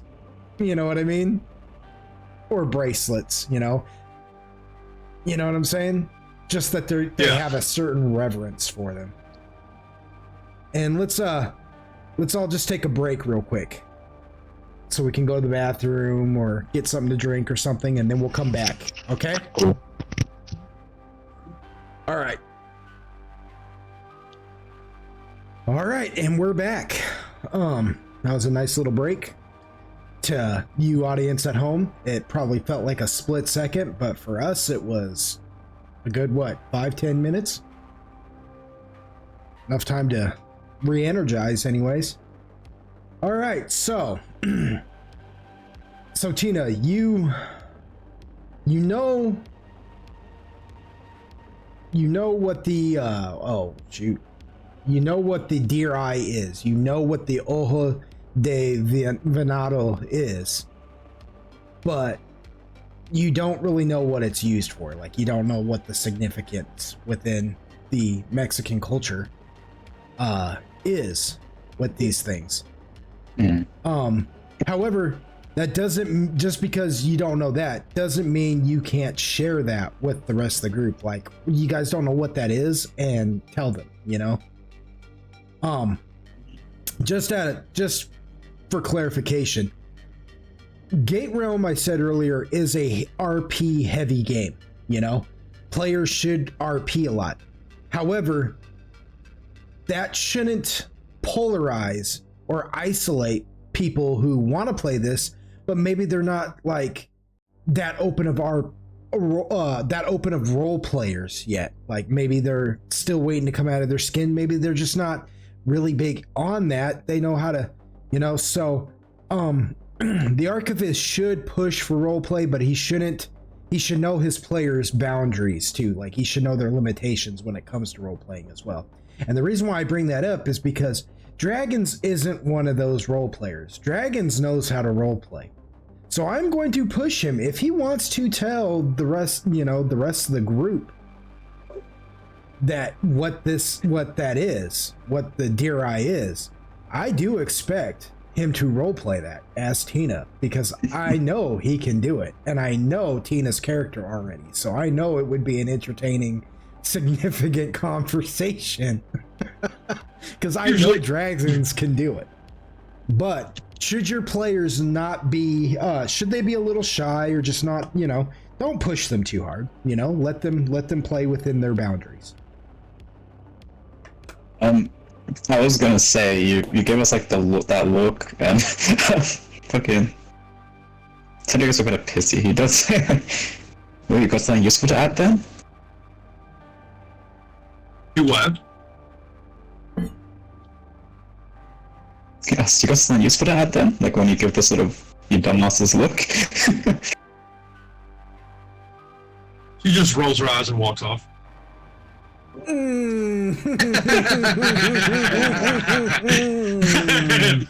That, in fact, was the wrong answer.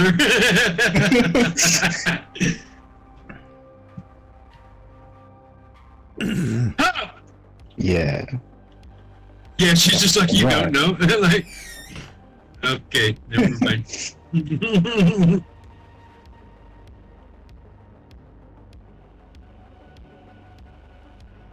So we're She's like, did you find anything else besides things that you break? ooh, spicy. You're fucking helpful.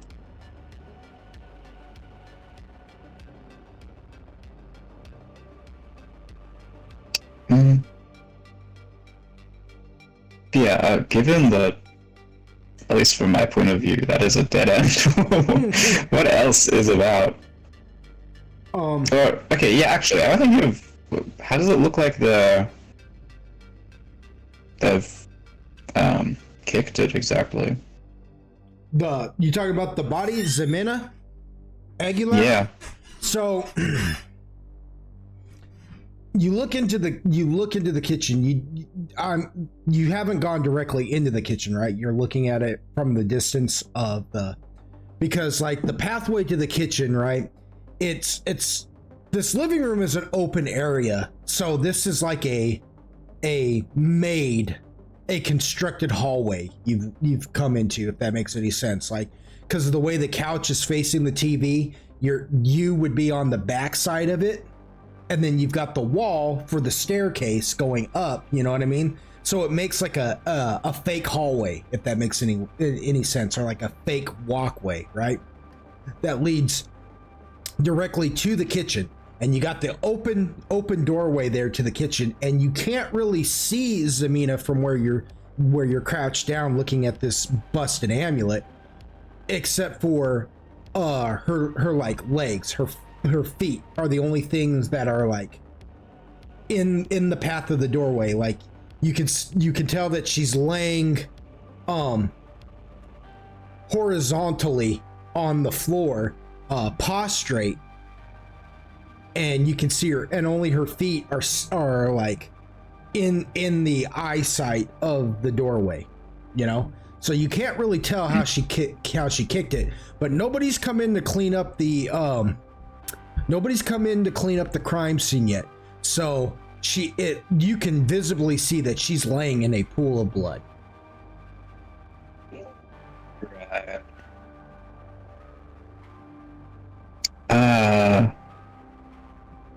I don't want to like move the corpse around. I might just walk around them, like see if there's any like notable injuries without, flipping over. So when you say that, are you going into the kitchen and trying to walk around the body to see if there's notable injuries, or just walking around the living room? Because there's If I'm not like dodging blood splotches or anything, and it's like pretty clear, then yeah, I will. Yeah, at this point. You could do that without like stepping directly in the blood. Like she's not directly in the doorway. You know what I'm saying? Yeah. But the second you walk in there and look to your left, you're gonna see the rest of her body just laying there face down in a pool of her own blood. She's wearing one of those muumuus. You know what a muumuu is? It's like a nightgown, but it doubles as like a dress. You know what I mean? You can sleep in it or go shopping in it. You know what I mean? And it's like that yellowish orange flower pattern on it with a lacy frill around the, like, because it's not long sleeve, it's short sleeve, it's lacy frill around where her armholes would go, and that white lacy frill around the neck. And she's got she's an elderly lady. You can just tell by her build, she's heavier, and she's older, and she's got like dark curly hair that she cuts not extremely short, but like chin length short, and it's curly and wavy. You know what I'm saying? And she's just laying face down in a pool of her own blood, prostrate. And as you walk in there, you step around the blood. What do you want to do in the kitchen? You want to try to roll another investigation? What do you want to do? Just specifically, yeah, I was just specifically trying to see if there were any noticeable like injuries, but if I can't really see anything without them, or like from the angle I can get without touching the corpse, I probably won't. Yeah, Push roll. you can't tell. Like her backside looks. Yeah. There's nothing. There's nothing. I can tell you right now. You know, without even having to roll anything. There's nothing. There's no noticeable injuries on her backside. Like, you know. But when I say she's laying prostrate, I mean like she is face down, arms at her side with her palms facing upward. You know what I'm saying? Right. Legs like almost like, you know, almost like she just fell forward and splatted. You know what I'm saying? Wherever the blood is coming from must be on her front. What about Grant and Tina? Yeah, she's not going in there. What does Tina? That's not her cup of tea. Yeah, what does Tina want to do instead? Go home.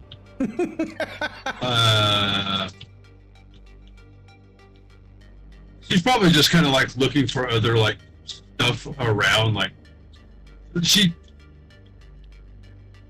walked away from like the kitchen, or except you said like the kitchen area. Mm-hmm.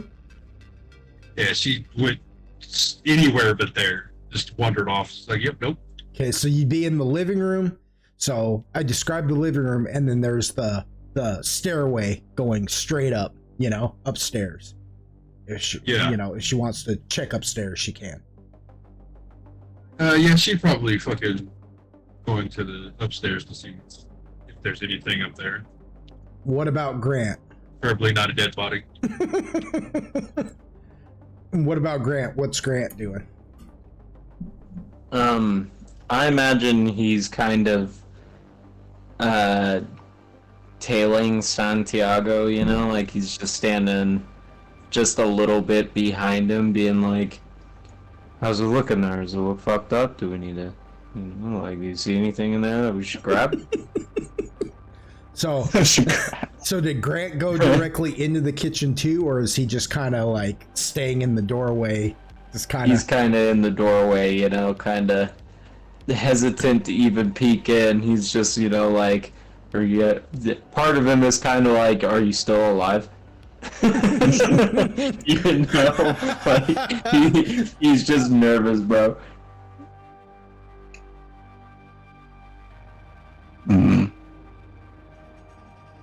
Can't see much from this angle.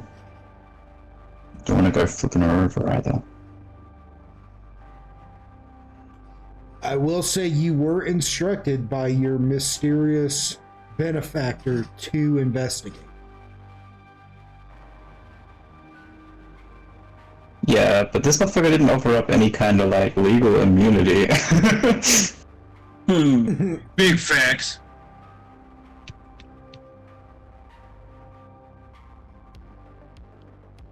Yeah.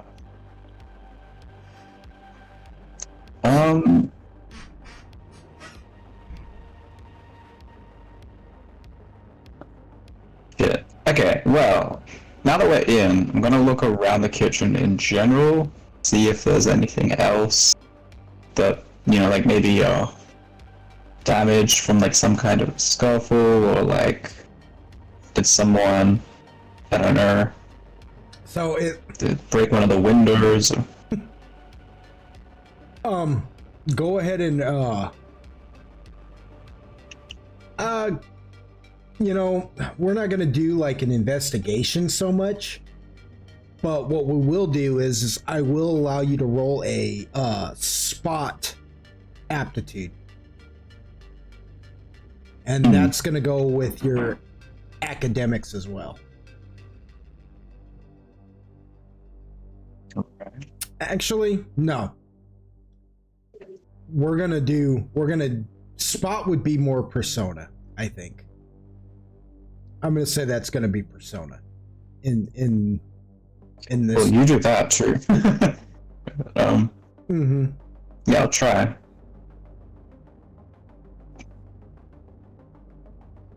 What is that, a meager for you? Yeah. Okay, so that's a d6. You'll need at least 1d4 to pass it. 6. Yeah, at least 1d4. Now remember, you can always use more luck die if you want. You know? But you need at least 1d4. So it's 1d6 plus 1d4. And that, you know, at least that's the bare minimum. If you want to roll 2 extra, that's fine, whatever. Just remember to take it away from your luck dice pool. Aptitudes are I'll all do 2d4. okay. That's 11 total. Okay, so yeah, so you get to looking around and you see that her she's got a kitchen window just above her sink and it's broken. But it's not broken from the outside in, or it's broken from the inside out, as if she hit it. And you spot blood on the window sill. And then you notice little droplets, like she must have cut her hand. And then the only kind of like wall decoration she's got in here is that she's got her kitchen table, you know, like her dining room table. And then right in front of that on the far wall, sitting in front of that kitchen table, there's a picture, like there's a big old frame painting picture, you know, recreation of the Last Supper of Christ. But there's bloody fingerprints smeared down it. But, you know, you wonder if the cops missed that because the blood is so faint on it that it almost blends in with the painting. Like it almost just blends in as the color of the painting. And anybody who's ever seen The Last Supper of Christ knows that's a very colorful painting. Lots of reds, lots of blues, this and that.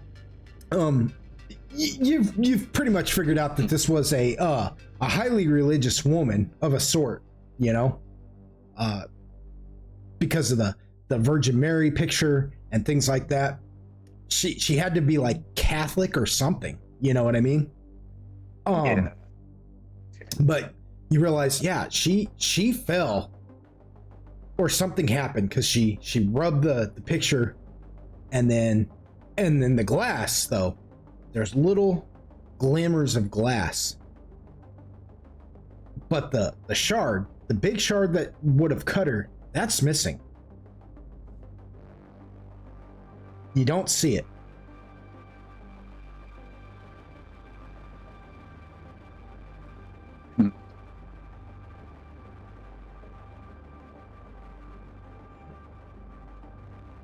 Interesting. Now remember, guys, unless your avatar chooses to share with the other avatars in the group, the archivist must assume that the other avatars don't know what you've discovered. Again, if you're not a comfortable enough role player, you can just say, I tell the others. But if you are comfortable and your archivist knows that you're a comfortable player, he will require it of you. Because this game is role play heavy. So, Santiago, at this point, you're the only one in the room who knows what happened, who's got an idea of something happening here. You know? Yeah. At first, it kind of points to the window and like the painting. Sort of goes, do you see that? He just kind of nods, pretending to know what you're getting at in some sense, you know, without you making it explicit to him. As good as that is, you like really? That reminds me of the episode of Always Sunny in Philadelphia where Dennis goes, I think we've got our own dangerous liaison scenario. And Matt goes, oh oh shit, like he knows, but he has no idea what that movie is. Anyways, I'm sorry. Continue on, guys. Sorry. Yeah, and it gives you like, you're really doing this right now. There's windows broken, blood like it, wounded her, or whoever did it, and then blood too on the painting, faint though. If we can find that shard, that'd be nice. He says, you want me to take a look outside? Yeah, if you can do so without getting spotted. He's like, I'll give it a shot. And kind of heads to try and poke around outside and by where that window would be, you know. So are you attempting any kind of stealth or anything? I probably should, assuming that there's cops outside, you know. He's gonna try and sneak around. All right, that's an agility aptitude. So, that's your major, isn't it? Correct. Oh, look at you! It's your time to shine, boy. So, and this will be luck dice base. Plus you get like what a plus. Oh no, because you're not doing any prowess. Well, you are though, aren't you? No, because it's only to your dodge. My mistake.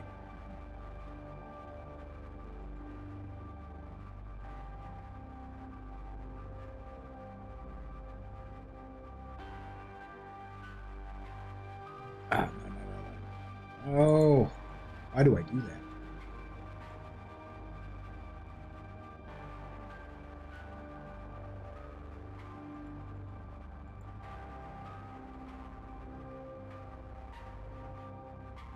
Okay, so there's cops outside and everything.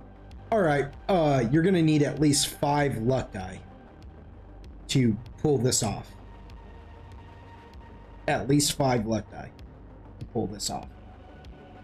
Okay, so 1d12 and 5d4. Yep.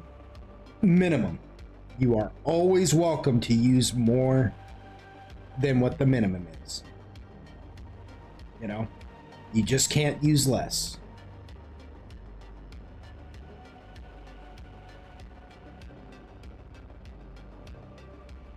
Oopsie. I forgot the fucking bitch shit.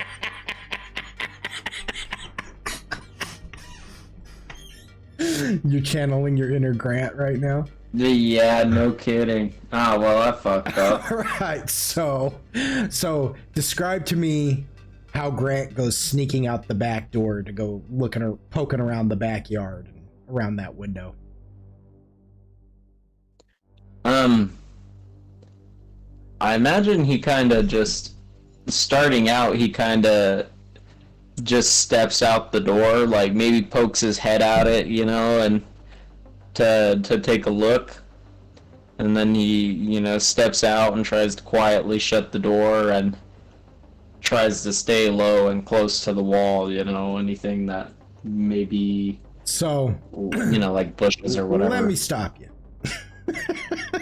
Right. You make it to the door and you stick your head up. You knew that I was fucking it up anyway. I don't know why you made me do that. I just wanted to see like how much you try to like word it to where it's like, I know I failed, but listen how quiet I'm describing this. Yeah, no. But it was like whatever. Yeah. This is what I was intending Yeah, to do. you get about as far as that. Like you're able to just kind of, you begin stealthily walking through the kitchen, you know, giving what is her name? Oh my goodness. Poor lady, I kill her off and I don't even remember her name. Ximena, like a wide berth, you know what I mean? And you go, giving Ximena a wide berth, and you quietly open up the door, and then you quietly push the screen door forward, and it's one of those metal noisy doors that are prone for creaking, but you do a pretty good job at actually opening that up with like minimal creak and kind of poking your head around. You go stepping out all quietly, and then you kind of forget and you let go of the door. And because those things are on a spring, you know what I mean? It pulls it and it just slams shut. And you just standing there stiff. Like, oh fuck. Hold on a second.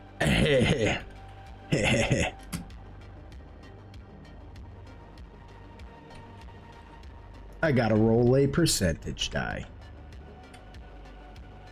The way the percentage die works in Gate Realm, this is a teaching moment, is that you don't actually roll a D100. You roll 2 D10s. And the reason for that is because it's easier to get a snake eyes with 2 D10s. A snake eyes on a 2D10 for a percentage die is an automatic fail, while 2 10s is an automatic 100. You see what I'm saying? So if you roll 2 10s, automatic pass. 2 1s, that's a snake eyes.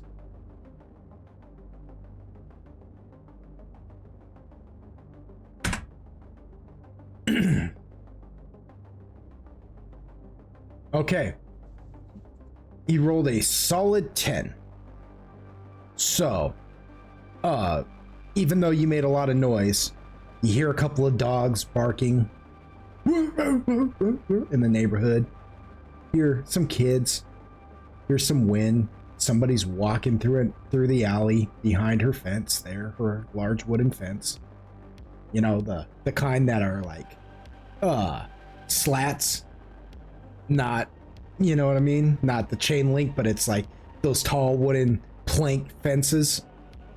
So you can't really see who's on the other side of that fence, but you can see them through like the little cracks, and it just looks like watching like headlights move through like shuttered windows. But nothing. Nobody comes, no cops. You're still good.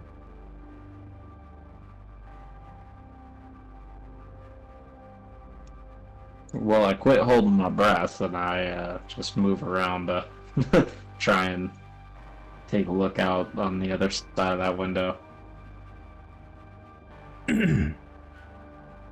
You don't see anything of importance. There's like no visible look like markings of footprints, or no glass on this side of the window. You know, well, yeah, I mean there is shards of glass, but there's not a I guess what I mean to say is there's no big shard like what Santiago was talking about. You know, all the shards on this side are, you know, smaller. It's not as grainy as it was in the kitchen. You see what I'm saying? They're definitely bigger shards, but you don't see a large one like what Santiago is looking for.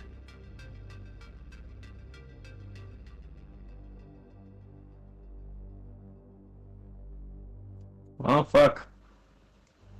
Guess I go back inside and tell him that I found not shit, so that he could whoop my ass. So dramatic. All right. And because you didn't roll another stealth, you just go walking back up in there and pull the door open and then step in, and the door just slams behind you. Bam! Come Oh, on, what man. the fuck? Really? Yeah, I mean, you did it. You Oh. didn't request the sneak. I told you guys. I mean, it's implied. Yeah. No, there is no implication Whatever. with the archivist. There's no implication. By the way, I'm still taking breaths in and out so that I don't die with lack of oxygen. Yeah, no shit. I'm gonna roll another There are no implications in books either. 2d10. No, in books you describe everything. Yeah, no, there's no implication whatsoever. Yeah, I'm sure. you describe everything. So another 2d10. There's a word for that. Oh, It's dry. so I'm gonna tell you guys right now that when you roll the 2d10, the 2d10s, one is in the ones and one is in the tens. You see what I'm saying? One d10 is the ones and the other is the tens. And you declare which one's the ones and which one's the tens. So, just so you know. You'll figure it out. You'll see what I'm talking about when you guys have to start rolling these. You know what I mean? But you just haven't had to yet. And he rolls a fat 14, so you do it again. You know what I mean? It dawns on you that you just did the same dang thing again. And again, you wait and nobody comes.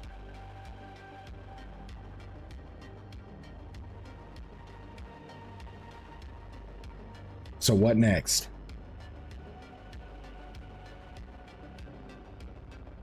Anything?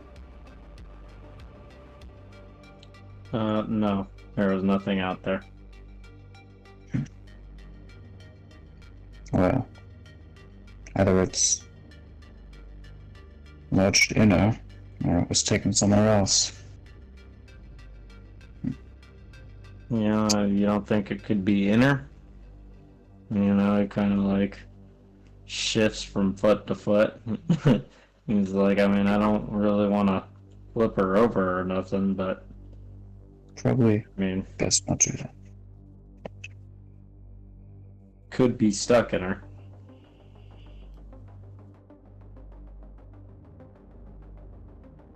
So, spent the last bit of time going for the piece of jewelry and the painting, unless those are someone else's prints. I don't know what to make of it. Maybe she'll find something upstairs. Yeah, I guess let's go check in with the girl. So we'll shift to Tina real quick in this scenario. The camera, you guys are talking and the camera zooms out from the kitchen back through the living room and then turns and goes up the stairway to Tina. Tina, Yes. when you made it up the stairs while the other two went into the kitchen, you walked all the way up the stairs, and because what you can only walk up halfway, you went all the way up the stairs, which I mean, in case you only wanted to Oh, go. well, I don't know. It's implied. Yeah. Implied that he walks The all the way up the implication stairs. of it was insane. Well, there are times where the author takes Uh-huh, control, uh-huh, and then there's yeah. times where Yeah. the characters take Yeah, control. no, there's never a time where there's any implication. Let him know. Well, okay. First of all, there's only implication. not really, it's- There's only implication if I say there's implication. Anyways, Yeah, that's what I said. yeah. So deal with it. Mm, So you go up the stairs, and you're. It is basically at the top of the stairs. It's just a hallway. You got 2 bedrooms on your right, 2 doorways for bedrooms on your right, and then 1 doorway on your left in the center. So think of the 2 doorways for each bedroom, and then directly parallel to that Think of the singular doorway. It would be sitting like directly in between those two doorways for this one singular room.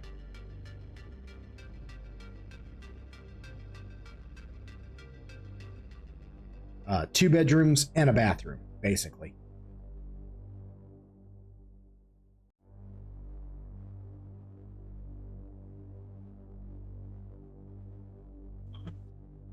That's it. It's just a hallway. There's pictures on the wall, family pictures, you know. Like while you're walking up the stairway, there's just pictures on the wall of like family members and stuff like that. Some of them look like kind of old. You know, like those one photographs that look like they're like halfway just an oil painting, but you know it's a photograph. You know what I mean? Some of them are in black and white. Some of them are in color. Yeah. Look at this graph. You know, some are in black and white. Some are like so old that they're blurry. Some of them are fairly new, look like they were printed out of a printer. You know?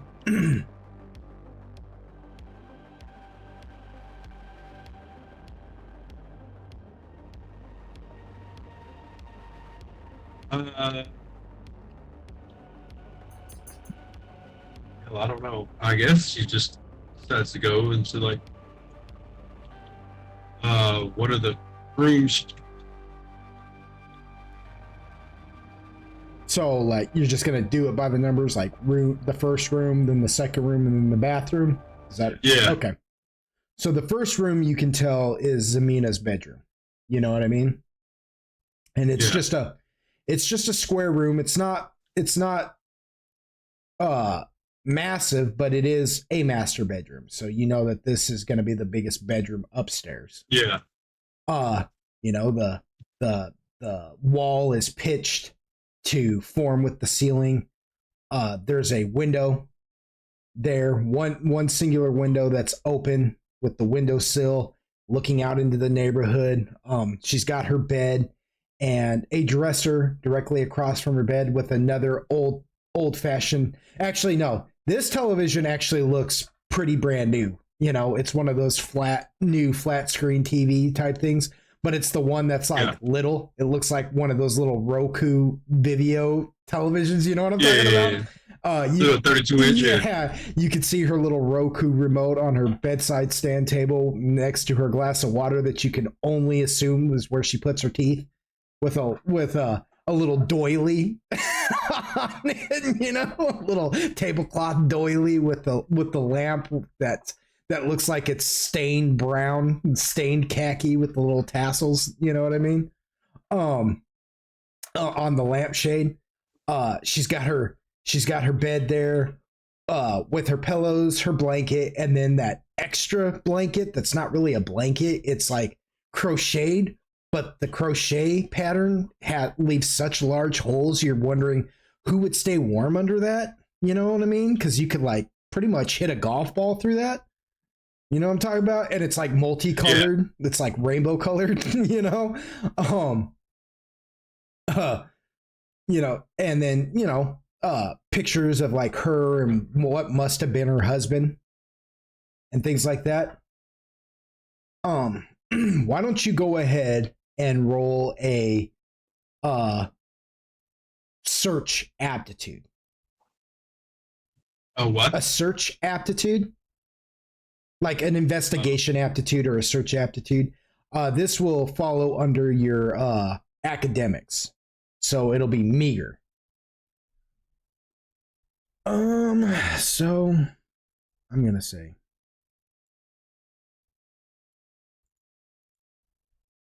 you'll only need one luck die for this.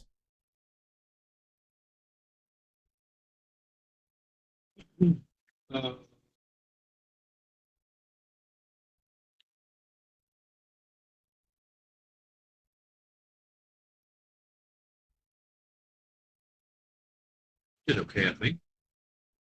Oh yeah, you sure did. So nothing looks out of sorts to you in the beginning. You just start kind of searching through. Nothing seems out of sorts until you notice a picture sitting in a frame on her windowsill. And it's the only picture that's really actually off. You can't tell if it's old-fashioned or brand new. As you pick it up, you see that there are two small children in the picture. And at first you're just kind of confused because you're like, well, they don't even look like they'd be related to her. They look really pale skinned and fair haired. And what is so strange about this picture is the fact that where it's even taken. I mean, the kids are odd enough, but the picture looks like it was taken outside of her house at night on her porch. But who would have taken this picture? Did she stand there and take this picture of these two children? And who are these children? Then you look closer at the picture and you feel a real chill go up your spine because you see their eyes. Their eyes. I see what? Their eyes. Their eyes have no coloration. There's no white. There's no iris. It's as if their whole pupil is covering the entire circumference of their eye. And they're pitch black. And you remember when you were a kid on the bus, when Gus tried to defend against those rowdy teenagers, and you looked in their eyes. It was raining that day. You remember, that's why you were all gonna have to go home a little earlier. It began to rain, and even though the Tri-State Fair is rain or shine, we're here to party. Not you guys. You guys are on a school trip. There would be no rowdiness for you. So Gus got you guys all on the bus, you and your teacher, Mrs. Walker. And then those kids showed up. And they began begging for a ride. Please let us on the bus. We just need to go home. Just take us home. You can drop us off. Please let us on the bus. In fact, it wasn't Gus who went first. It was Miss Walker. She told Gus, I'll handle this, Gus. And she stepped off the bus to explain to these kids.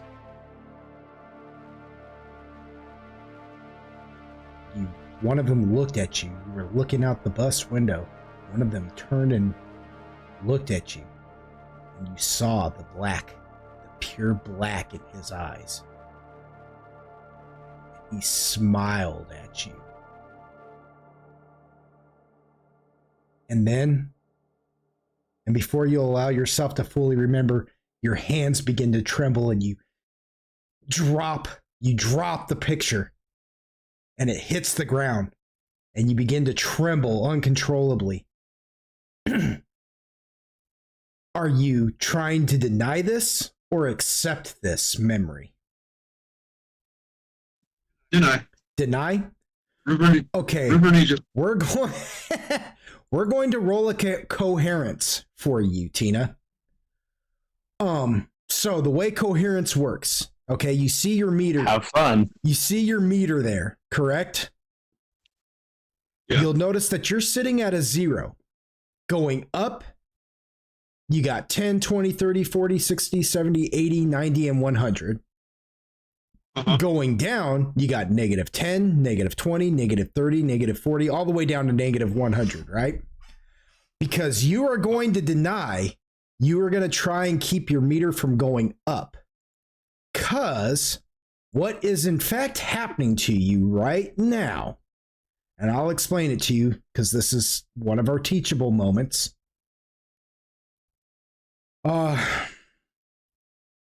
Let's see. You are trying to keep yourself from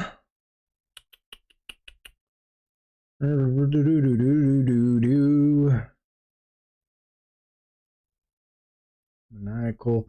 You are trying to keep yourself from becoming too rational about this whole thing, right?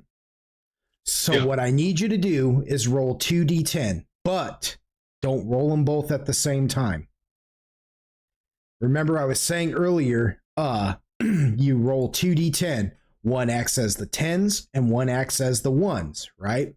So you're going to roll one at a time. You, as the player, can determine which die acts as the 10 and which one acts as the 1. So before you roll your first 10, I need you to declare, are you rolling for the 10s or the 1s first? The 1s. Okay, go ahead and roll your first d10.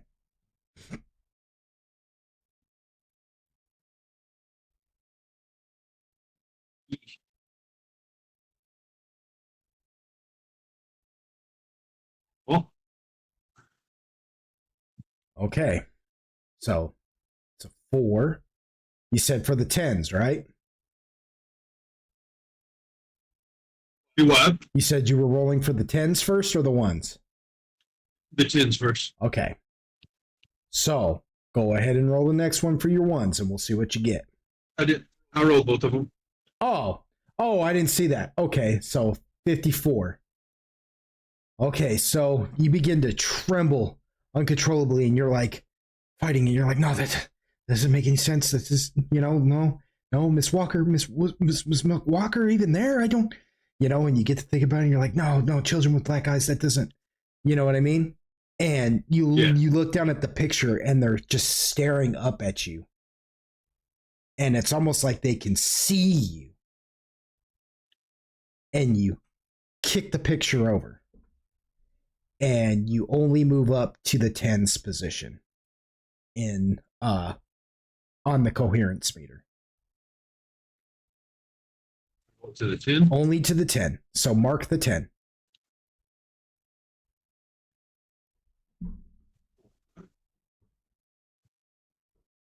Okay.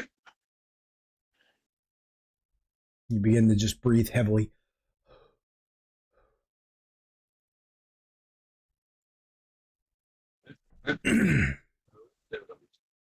But now you're like, black-eyed children. And but because you deny it, you just push it away. Now the preponderance on whether or not you're going to tell the other two about this is completely up to you. And as you're standing there catching your breath and you kick the picture over to help push this out, Grant and Santiago come walking through the door, like seeing you standing there. So you guys walk in and you see Tina, and she looks visibly shaken. Now, she doesn't look like she just went through the ringer or anything, but you can tell something's wrong.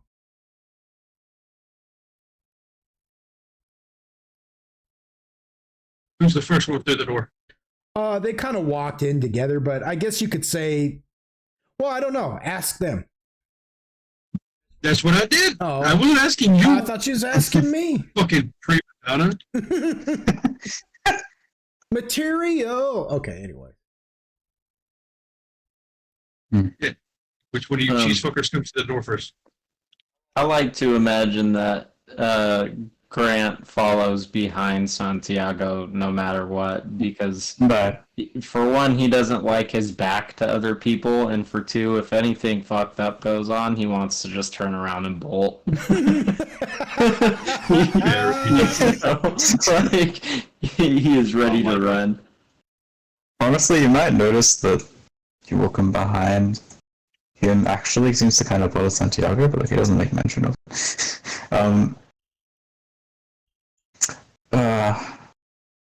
But yeah, I come to the door first then, for sure. Then Santiago gets a hand to the face. What? I run. Freaking No, out! I'm kidding.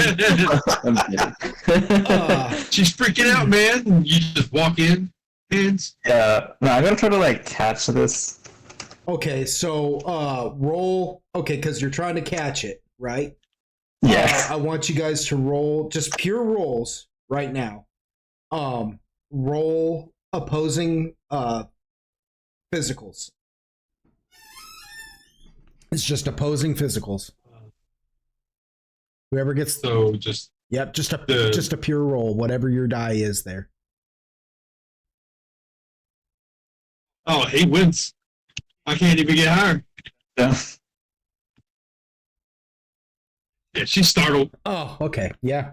I mean, sometimes it's just like that. You know what I mean? Sometimes it's just like that. It wasn't like it was a malicious. It's more like a. Yeah. It's kind of like not super hard, but just kind of like bats your fist down. What's your problem? Nothing. Like that's just stands there, kind of like, nope. Wow. This is not real. This is not real. Sure looks like nothing.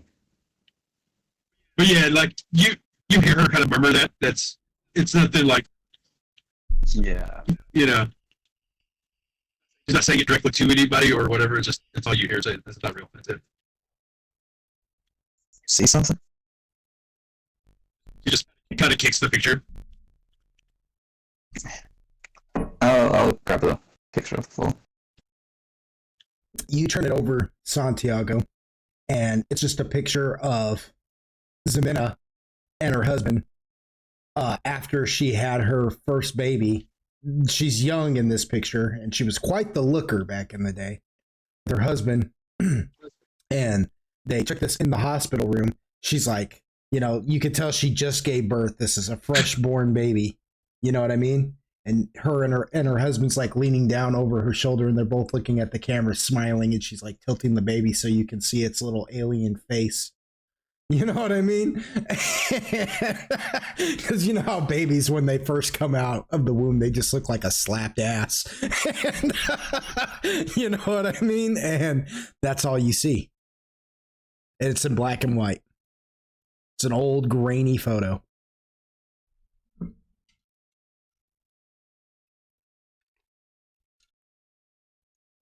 Ah. Mm-hmm. Does this mean something different to you?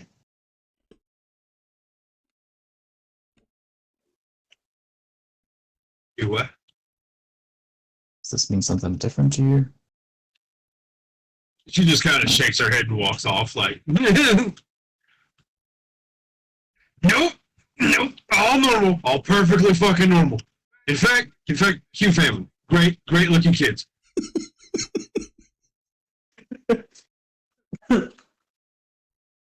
Sort of look to Grant like the fuck. In fact, I hope I have children like that someday myself. She never wants kids, by the way.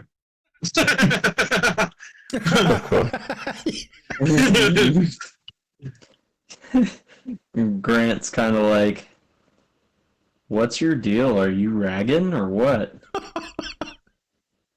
Why don't you just get another rock and don't deal with it? Genuinely confused. That's her response. Just eat another rock. He's like, I don't freebase. Probably take whatever you can get.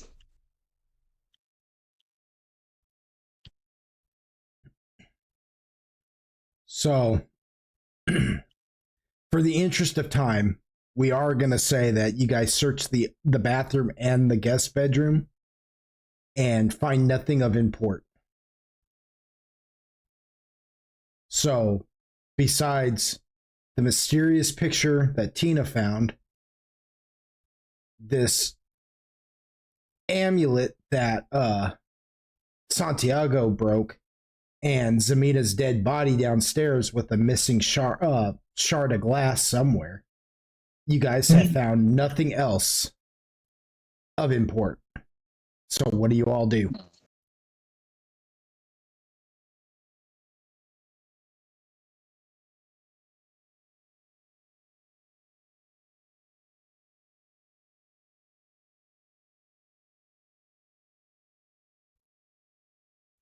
Yeah. Well, guys, looks like we found everything that we needed to here. Let's sneak out of here.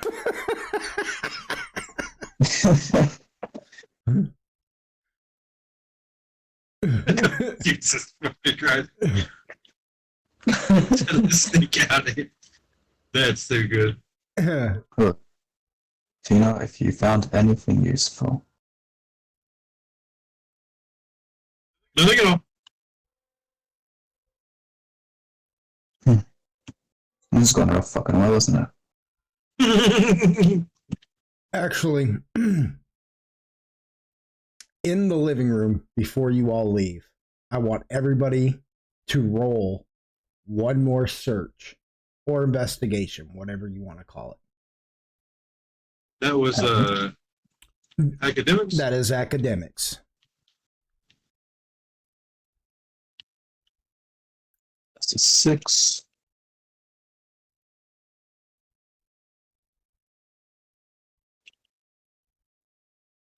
And we're gonna add a 6 to Santiago's because I'm mad. he's gonna get that. Yeah, because he's gonna get that disadvantage one more time. Nice. So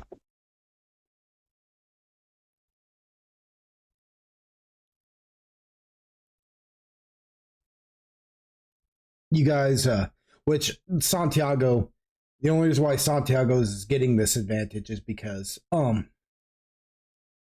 even though both Grant Jeez, man. well, even though Grant and Santiago both are going to notice this, Grant, you're only going to notice it. Santiago's going to have an idea of what it is. You see what I'm saying? As you guys are leaving, Grant, you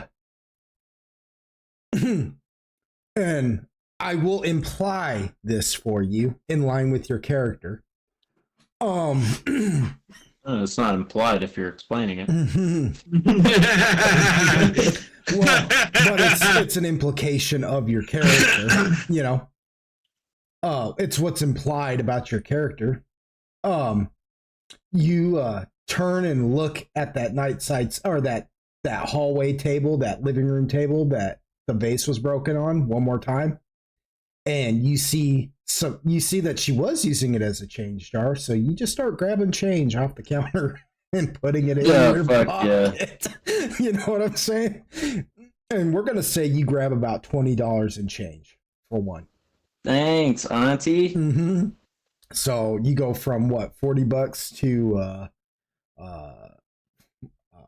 what I say, $20 in change. Yeah, 60. Yeah, so $60. $20 in In change. fucking Yeah. change. Yeah. I'm made out like a bandit, bro. But you also notice like a strange flyer. You know what I mean? Sitting there that the vase was kind of covering. So you kind of move it to the side, and on this flyer, you see a picture on this flyer, and the picture is of a oh shoot, hold on. Where do I see it? The picture is of a person wearing what looks like some kind of like priest's robe. It's like all white with like gold trim, with like a golden threaded necklace, like chain necklace, and a golden like belt that you would like tie together. So it's not real, it's just the color of gold, right? It looks like a rope belt, like something you would use to rope off like an area, like in a movie theater, no entrance up past these stairs type of thing. And they're wearing this hood. It's almost like a veil, but the veil isn't covering their face, but it's like a hood, almost like a blanket, like what a nun would wear. That's white with gold trim as well. You could just tell by looking at the picture that the entire outfit is made out of silk, and you can't see the person's face, because their face is covered by a mask that is decorated to look like a skull, but the eyes are completely black there. You can't even see their eyes. And they're holding some kind of like staff in their hand. It's like some kind of golden rotted scepter. And they're holding a rosary in their hand. And it's just like the oddest looking thing, you know? And as you're looking at that, Santiago just kind of like looks over and sees you staring at that. And Santiago, you notice this flyer as well, only you know exactly what that is. You're like, oh, this Zemina, that looks like, and it says on there, you know, come back to the come to the Caribbean. Come join us at the festival. Worship the Orishas with us. You know? You're like, Orishas? That's Santeria, man. This Zemina was practicing Santeria. So you now know that. Grant, to you, this is just a crazy looking picture. You're like, huh? Hispanic voodoo is what that is. Oh yeah. I guess I should clarify. I forget. I'm sorry. Santiago. Yeah. I have to explain to you what Mexican voodoo is, but yeah, it's basically Mexican voodoo.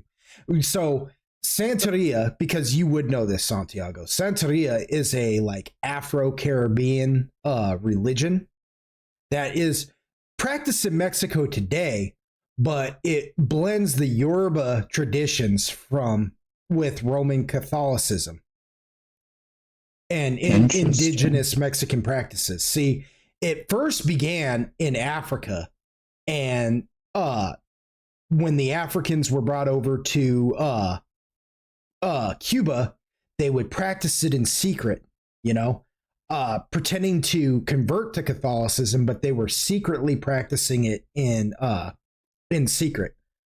Now it's made its way into Mexico, and people in Mexico have adopted it there, and they've blended it with their Catholicism, you know. And the Orishas, that is they are forces, you know. They're like the gods that most Santerian worshippers worship. These are spirits believed to provide protection, guidance, and success to their devotees, but they can also bring you calamity should you anger them. You know what I mean? They're just divine forces, spirits.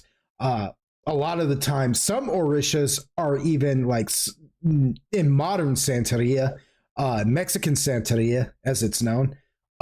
Sometimes the Orishas are even Catholic saints like Saint John or Peter or others. You know what I mean? So, yeah, you're just or so they think. Yeah, so you're just like, yeah, or so they think, but whatever, you know, I'm just explaining it as they Yeah, would. no, I'm just being silly. Yeah, but yeah, they're just like, you know, you know this. You know what I mean? Like, with that sort of revelation, does it recontextualize anything else I found so far? Or can I roll maybe like some kind of a... I will let you roll just a pure academics, just a pure roll. No need for any luck die or boost die. You have to, because yours is a D8, you have to get a 5 or higher.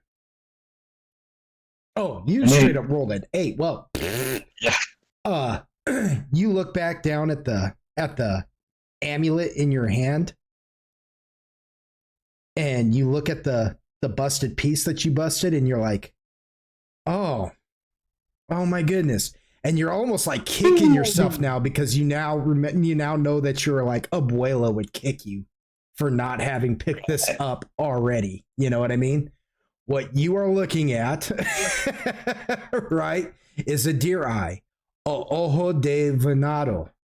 You know, a charm or amulet, from the Mucuna purinus tree, right? It is often used to ward off what a lot of Hispanic culture, Mexican culture, call the mal de ojo, or the evil eye. The ojos. The ojos, which is basically what the ojos is some believe, especially in Santeria, that a person can look at you with so much negative energy, whether it be through envy or something, that it can cause you problems. It can cause you some real problems, like It's like a curse. yeah, like sickness. It can cause you sickness. It can cause you the loss of sleep. It can cause you bad luck. Some even believe it can cause bouts of madness to receive the ojos, the mal de ojo, the evil eye. And sometimes people use the ojo de venado to ward it off. And you realize that's why she was trying to get this thing, because she believed she had the ojos. But what would happen to her to put her in such a panic that she wouldn't even be able to like get it and hold on to it? Like, she was moving in such a manic state that what, she broke her vase, dropped the amulet, and kept running for the kitchen.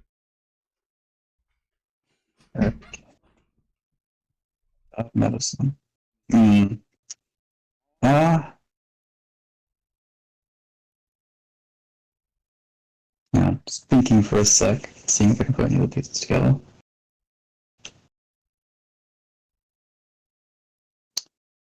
Right. I want to go back just one more time and see if I can at least tell if it's her hand that's injured from the window.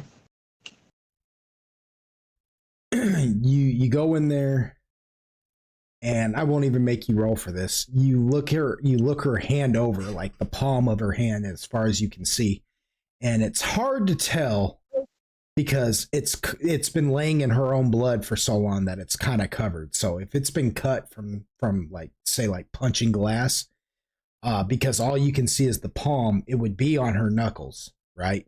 But that would require you to lean down, turn her hand over, and clean her knuckles off to see if there's any like signs of damage on either hand. Yeah. You know what I mean? On her knuckle. Okay.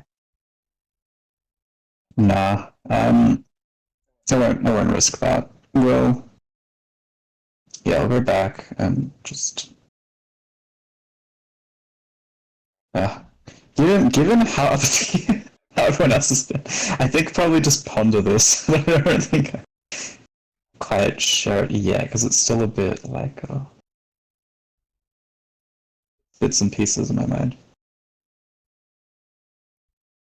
It's not really like a conclusion to be drawn, I guess.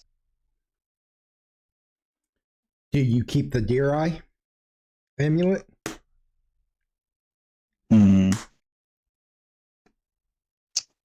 I will say that your mysterious benefactor did say bring him some kind of evidence.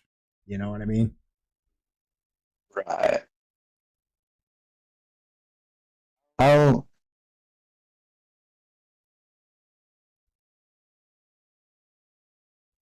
I'll bring that then. That's probably the most pocketable thing that won't like make a huge difference, hopefully. Okay.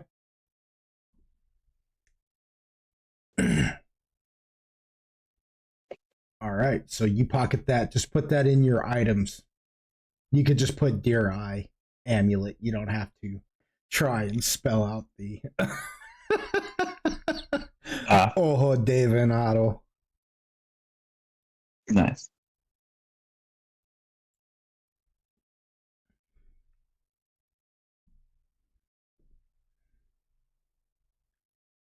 do you tell the others of what you've learned, or at least what you suspect? Nah, so not yet. It's kind of inconclusive. Okay. I will say though, with all of that, Grant, you did happen to notice that Santiago did look at the flyer too. You know what I'm saying? You noticed that, and then you noticed him, and both you and Tina did notice him pull out the amulet, look at it, something come over his face, him go back into the kitchen, look at the body of Zamina, and then come walking back in and pocket the deer eye in his pocket, and then just look like he's doing long division in his head because it's all fragmented. You know what I mean? His like eyes. I won't make you guys roll for that at all, but because it's all real noticeable. You know what I mean? But you guys are aware that this all just transpired. Fair enough. I guess Grant's gonna be like, well, did you figure something else out there, Nancy Drew?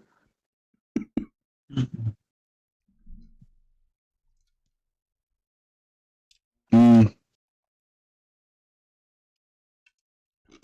I'd say I figured something out, but realized a thing or two. Mikey, he likes it. Mikey likes it. He kind of waits for a second before he says anything else, kind of seeing if you're gonna elaborate. And he's like, So just like still thinking about it. yeah. He just kind of like nods, as he raises an eyebrow at you and nods, and he's like, okay, well, should we skedaddle? Or do you Yeah. want to look for more? No, we should probably talk about it once we're out of here.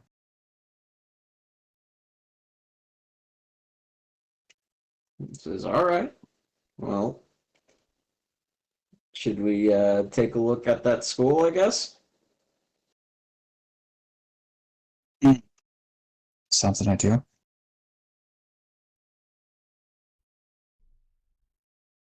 I can. Sure, I know on the way. Just say you'd fill them in on the way there. Yeah. Okay. And we sneak. You guys go sneaking out the front door, and the cop, the young guy who's been standing there the entire time, he like just turns around and looks at you and sees you sneaking out the door, and he goes, "What are you doing? Did you get your stuff? I thought you guys had left forever ago. What happened? Did you hold a vigil in there or something?"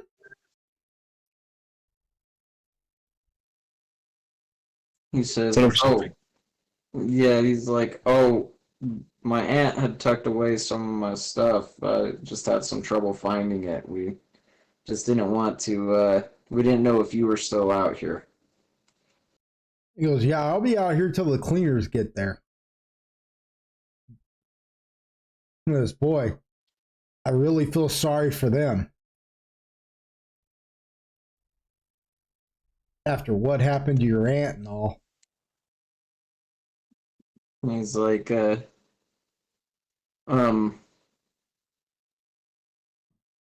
says, yeah, I can't imagine what kind of job that must be. He's like, might be kind of sensitive for your job, but is there anything that you have figured out that you could tell us? So I can, let my family know? Well, and he kind of scratches the back of his head and goes, "I really shouldn't say." And he looks kind of like he's kind of debating it in his head. You already rolled a fast talk, didn't you? I did earlier, yeah. Yeah. He rolled a what? A fast talk. It's a instinct chain aptitude. It's a fast talk. Like for your persona. Yeah. Yeah, it's for your persona. He was the one that was like asking if you recognize me, right? Mm-hmm. What am I gonna roll to like? Seduce him. Yes. I will let you roll an instinct chain aptitude and roll fast talker. Basically, you're gonna charm the pants off of him. You roll your persona, so whatever you're doing in that, I believe that's your what, minor? Major. Oh my gosh. So you're gonna roll a d12 plus 10. And I'm just gonna, d12 plus 10, so that's a 22, right? Total? Yeah. Yeah, just roll it. Let's see what happens.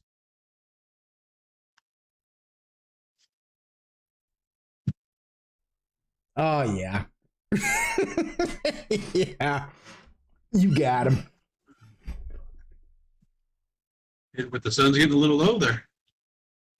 Looking ass. Yeah. Tell me, how does she seduce him? Like, how does she even approach this?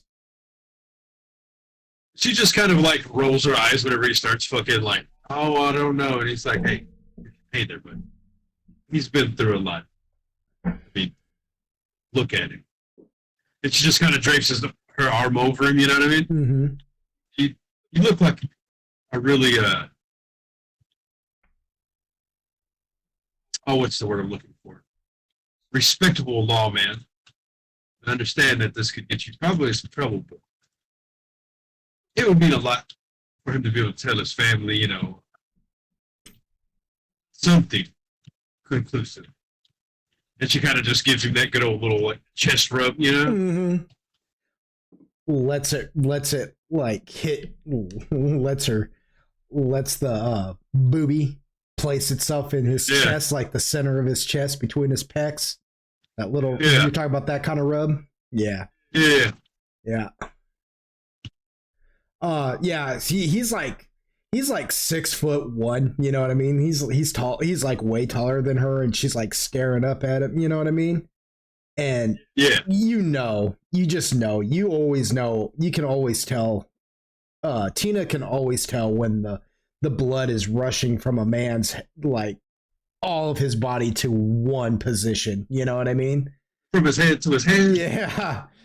And he just kind of gives you like a half smile, like, you know, like he's Mr. Rico Suave, and he goes, well, I suppose I could tell you, but it's pretty gruesome, little lady. I don't know if you really want to know, darling. And she just gives him like the little chin scratch. She's like, it's okay, tell him. And then she just kind of walks away.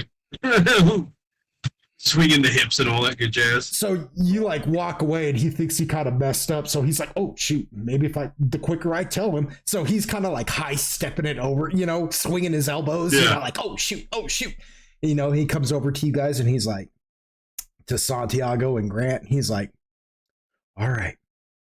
And he's like whispering, so Tina doesn't hear, and he goes, all right. He goes, I'm really sorry, bud. But they say it was a murder. But so far, you know, when the detectives came, they had to turn your aunt over to check her for her wounds. And check her out. And they didn't find any signs of murder. According to the detectives, and they're not even sure per se, but it looks like it was a really bad bout of madness. Do you know if your aunt had dementia of some sort? He says, I don't think that she had dementia, but my mom used to say that she was a manic depressive.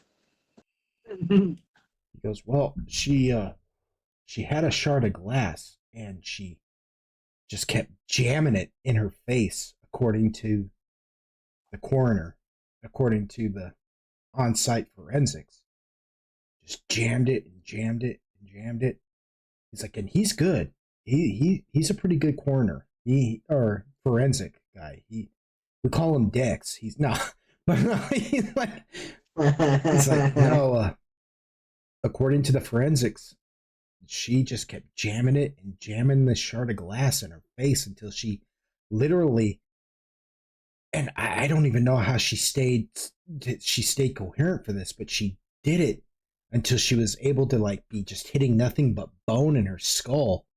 And then like you know what a melon baller is? You know, it's like an ice cream scoop only for melon. It was like she used the glass like a melon baller and literally carved the skin and meat from her face and pulled it out, leaving nothing but the skull there.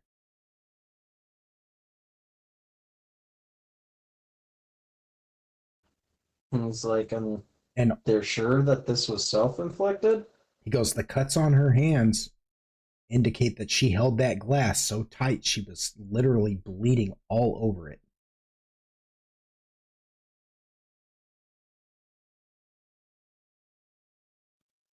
He's like, well, I'll give my family the nice version.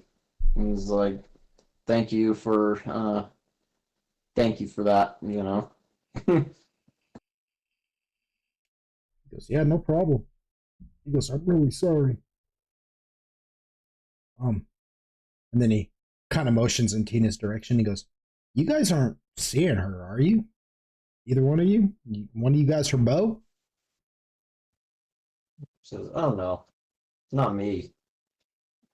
He looks at you, Santiago, and kind of like raises his eyebrows, like, huh? You her man?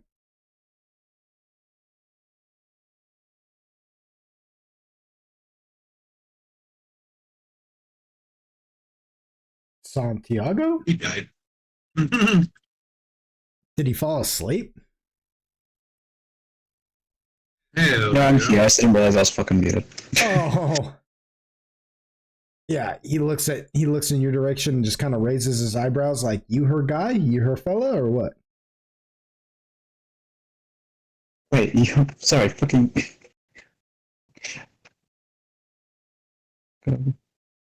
No, what did you say? That's like. He's curious if you're dating Tina. Oh, okay. No, I just don't fucking speak that language.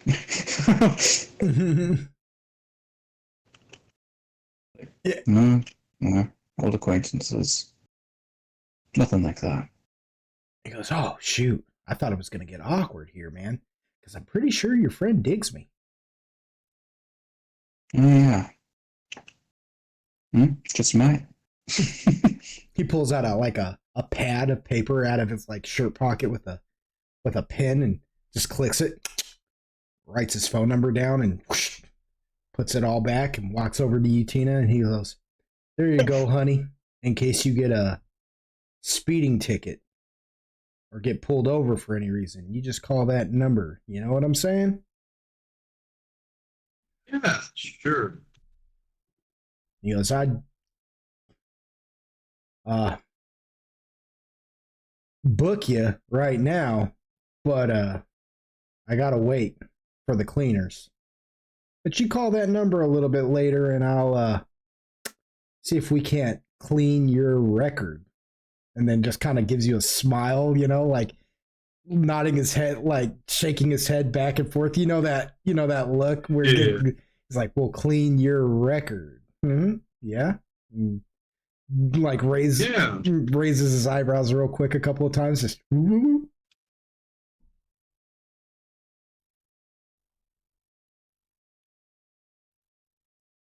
Yeah, she just takes it and just, kind of smiles, plays the part.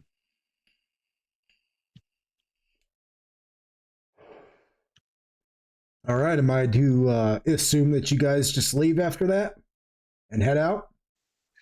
Pretty much. Yeah. All right. Where are you headed to now?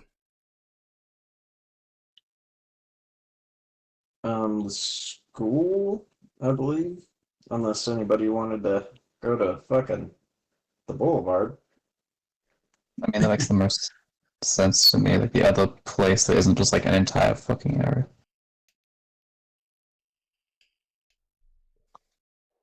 So you guys head to the high school, Sunset High School, huh? Yeah, I am fucking. I'm gonna be honest. I'm kind of like losing focus. It's just been a while. Can we either make like another time? Because I feel like this won't be over too soon. Or I don't know. I'd probably need like 30 minutes. You need 30 minutes. There's like a thing or two I've got to do, and I didn't expect us to run for like 7 hours.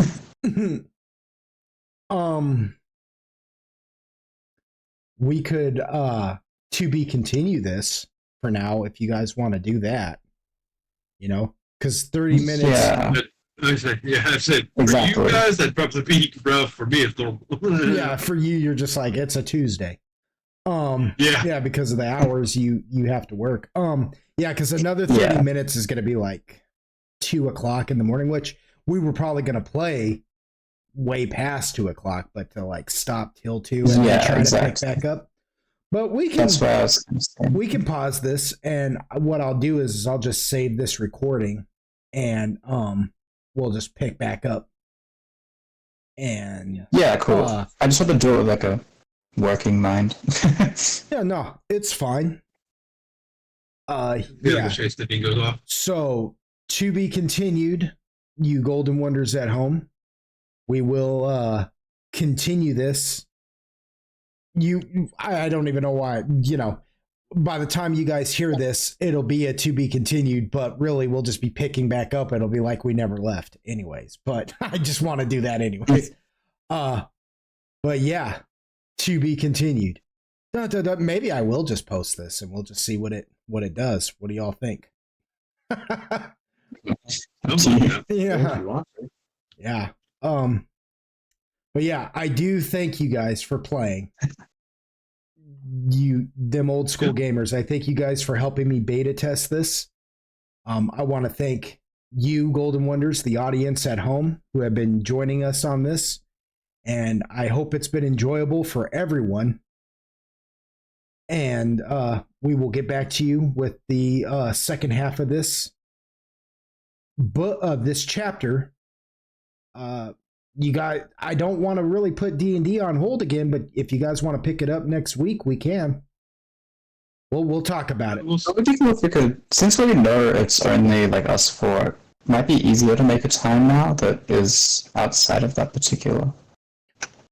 Like outside of that time. But I don't know if that's really doable for you guys. Just.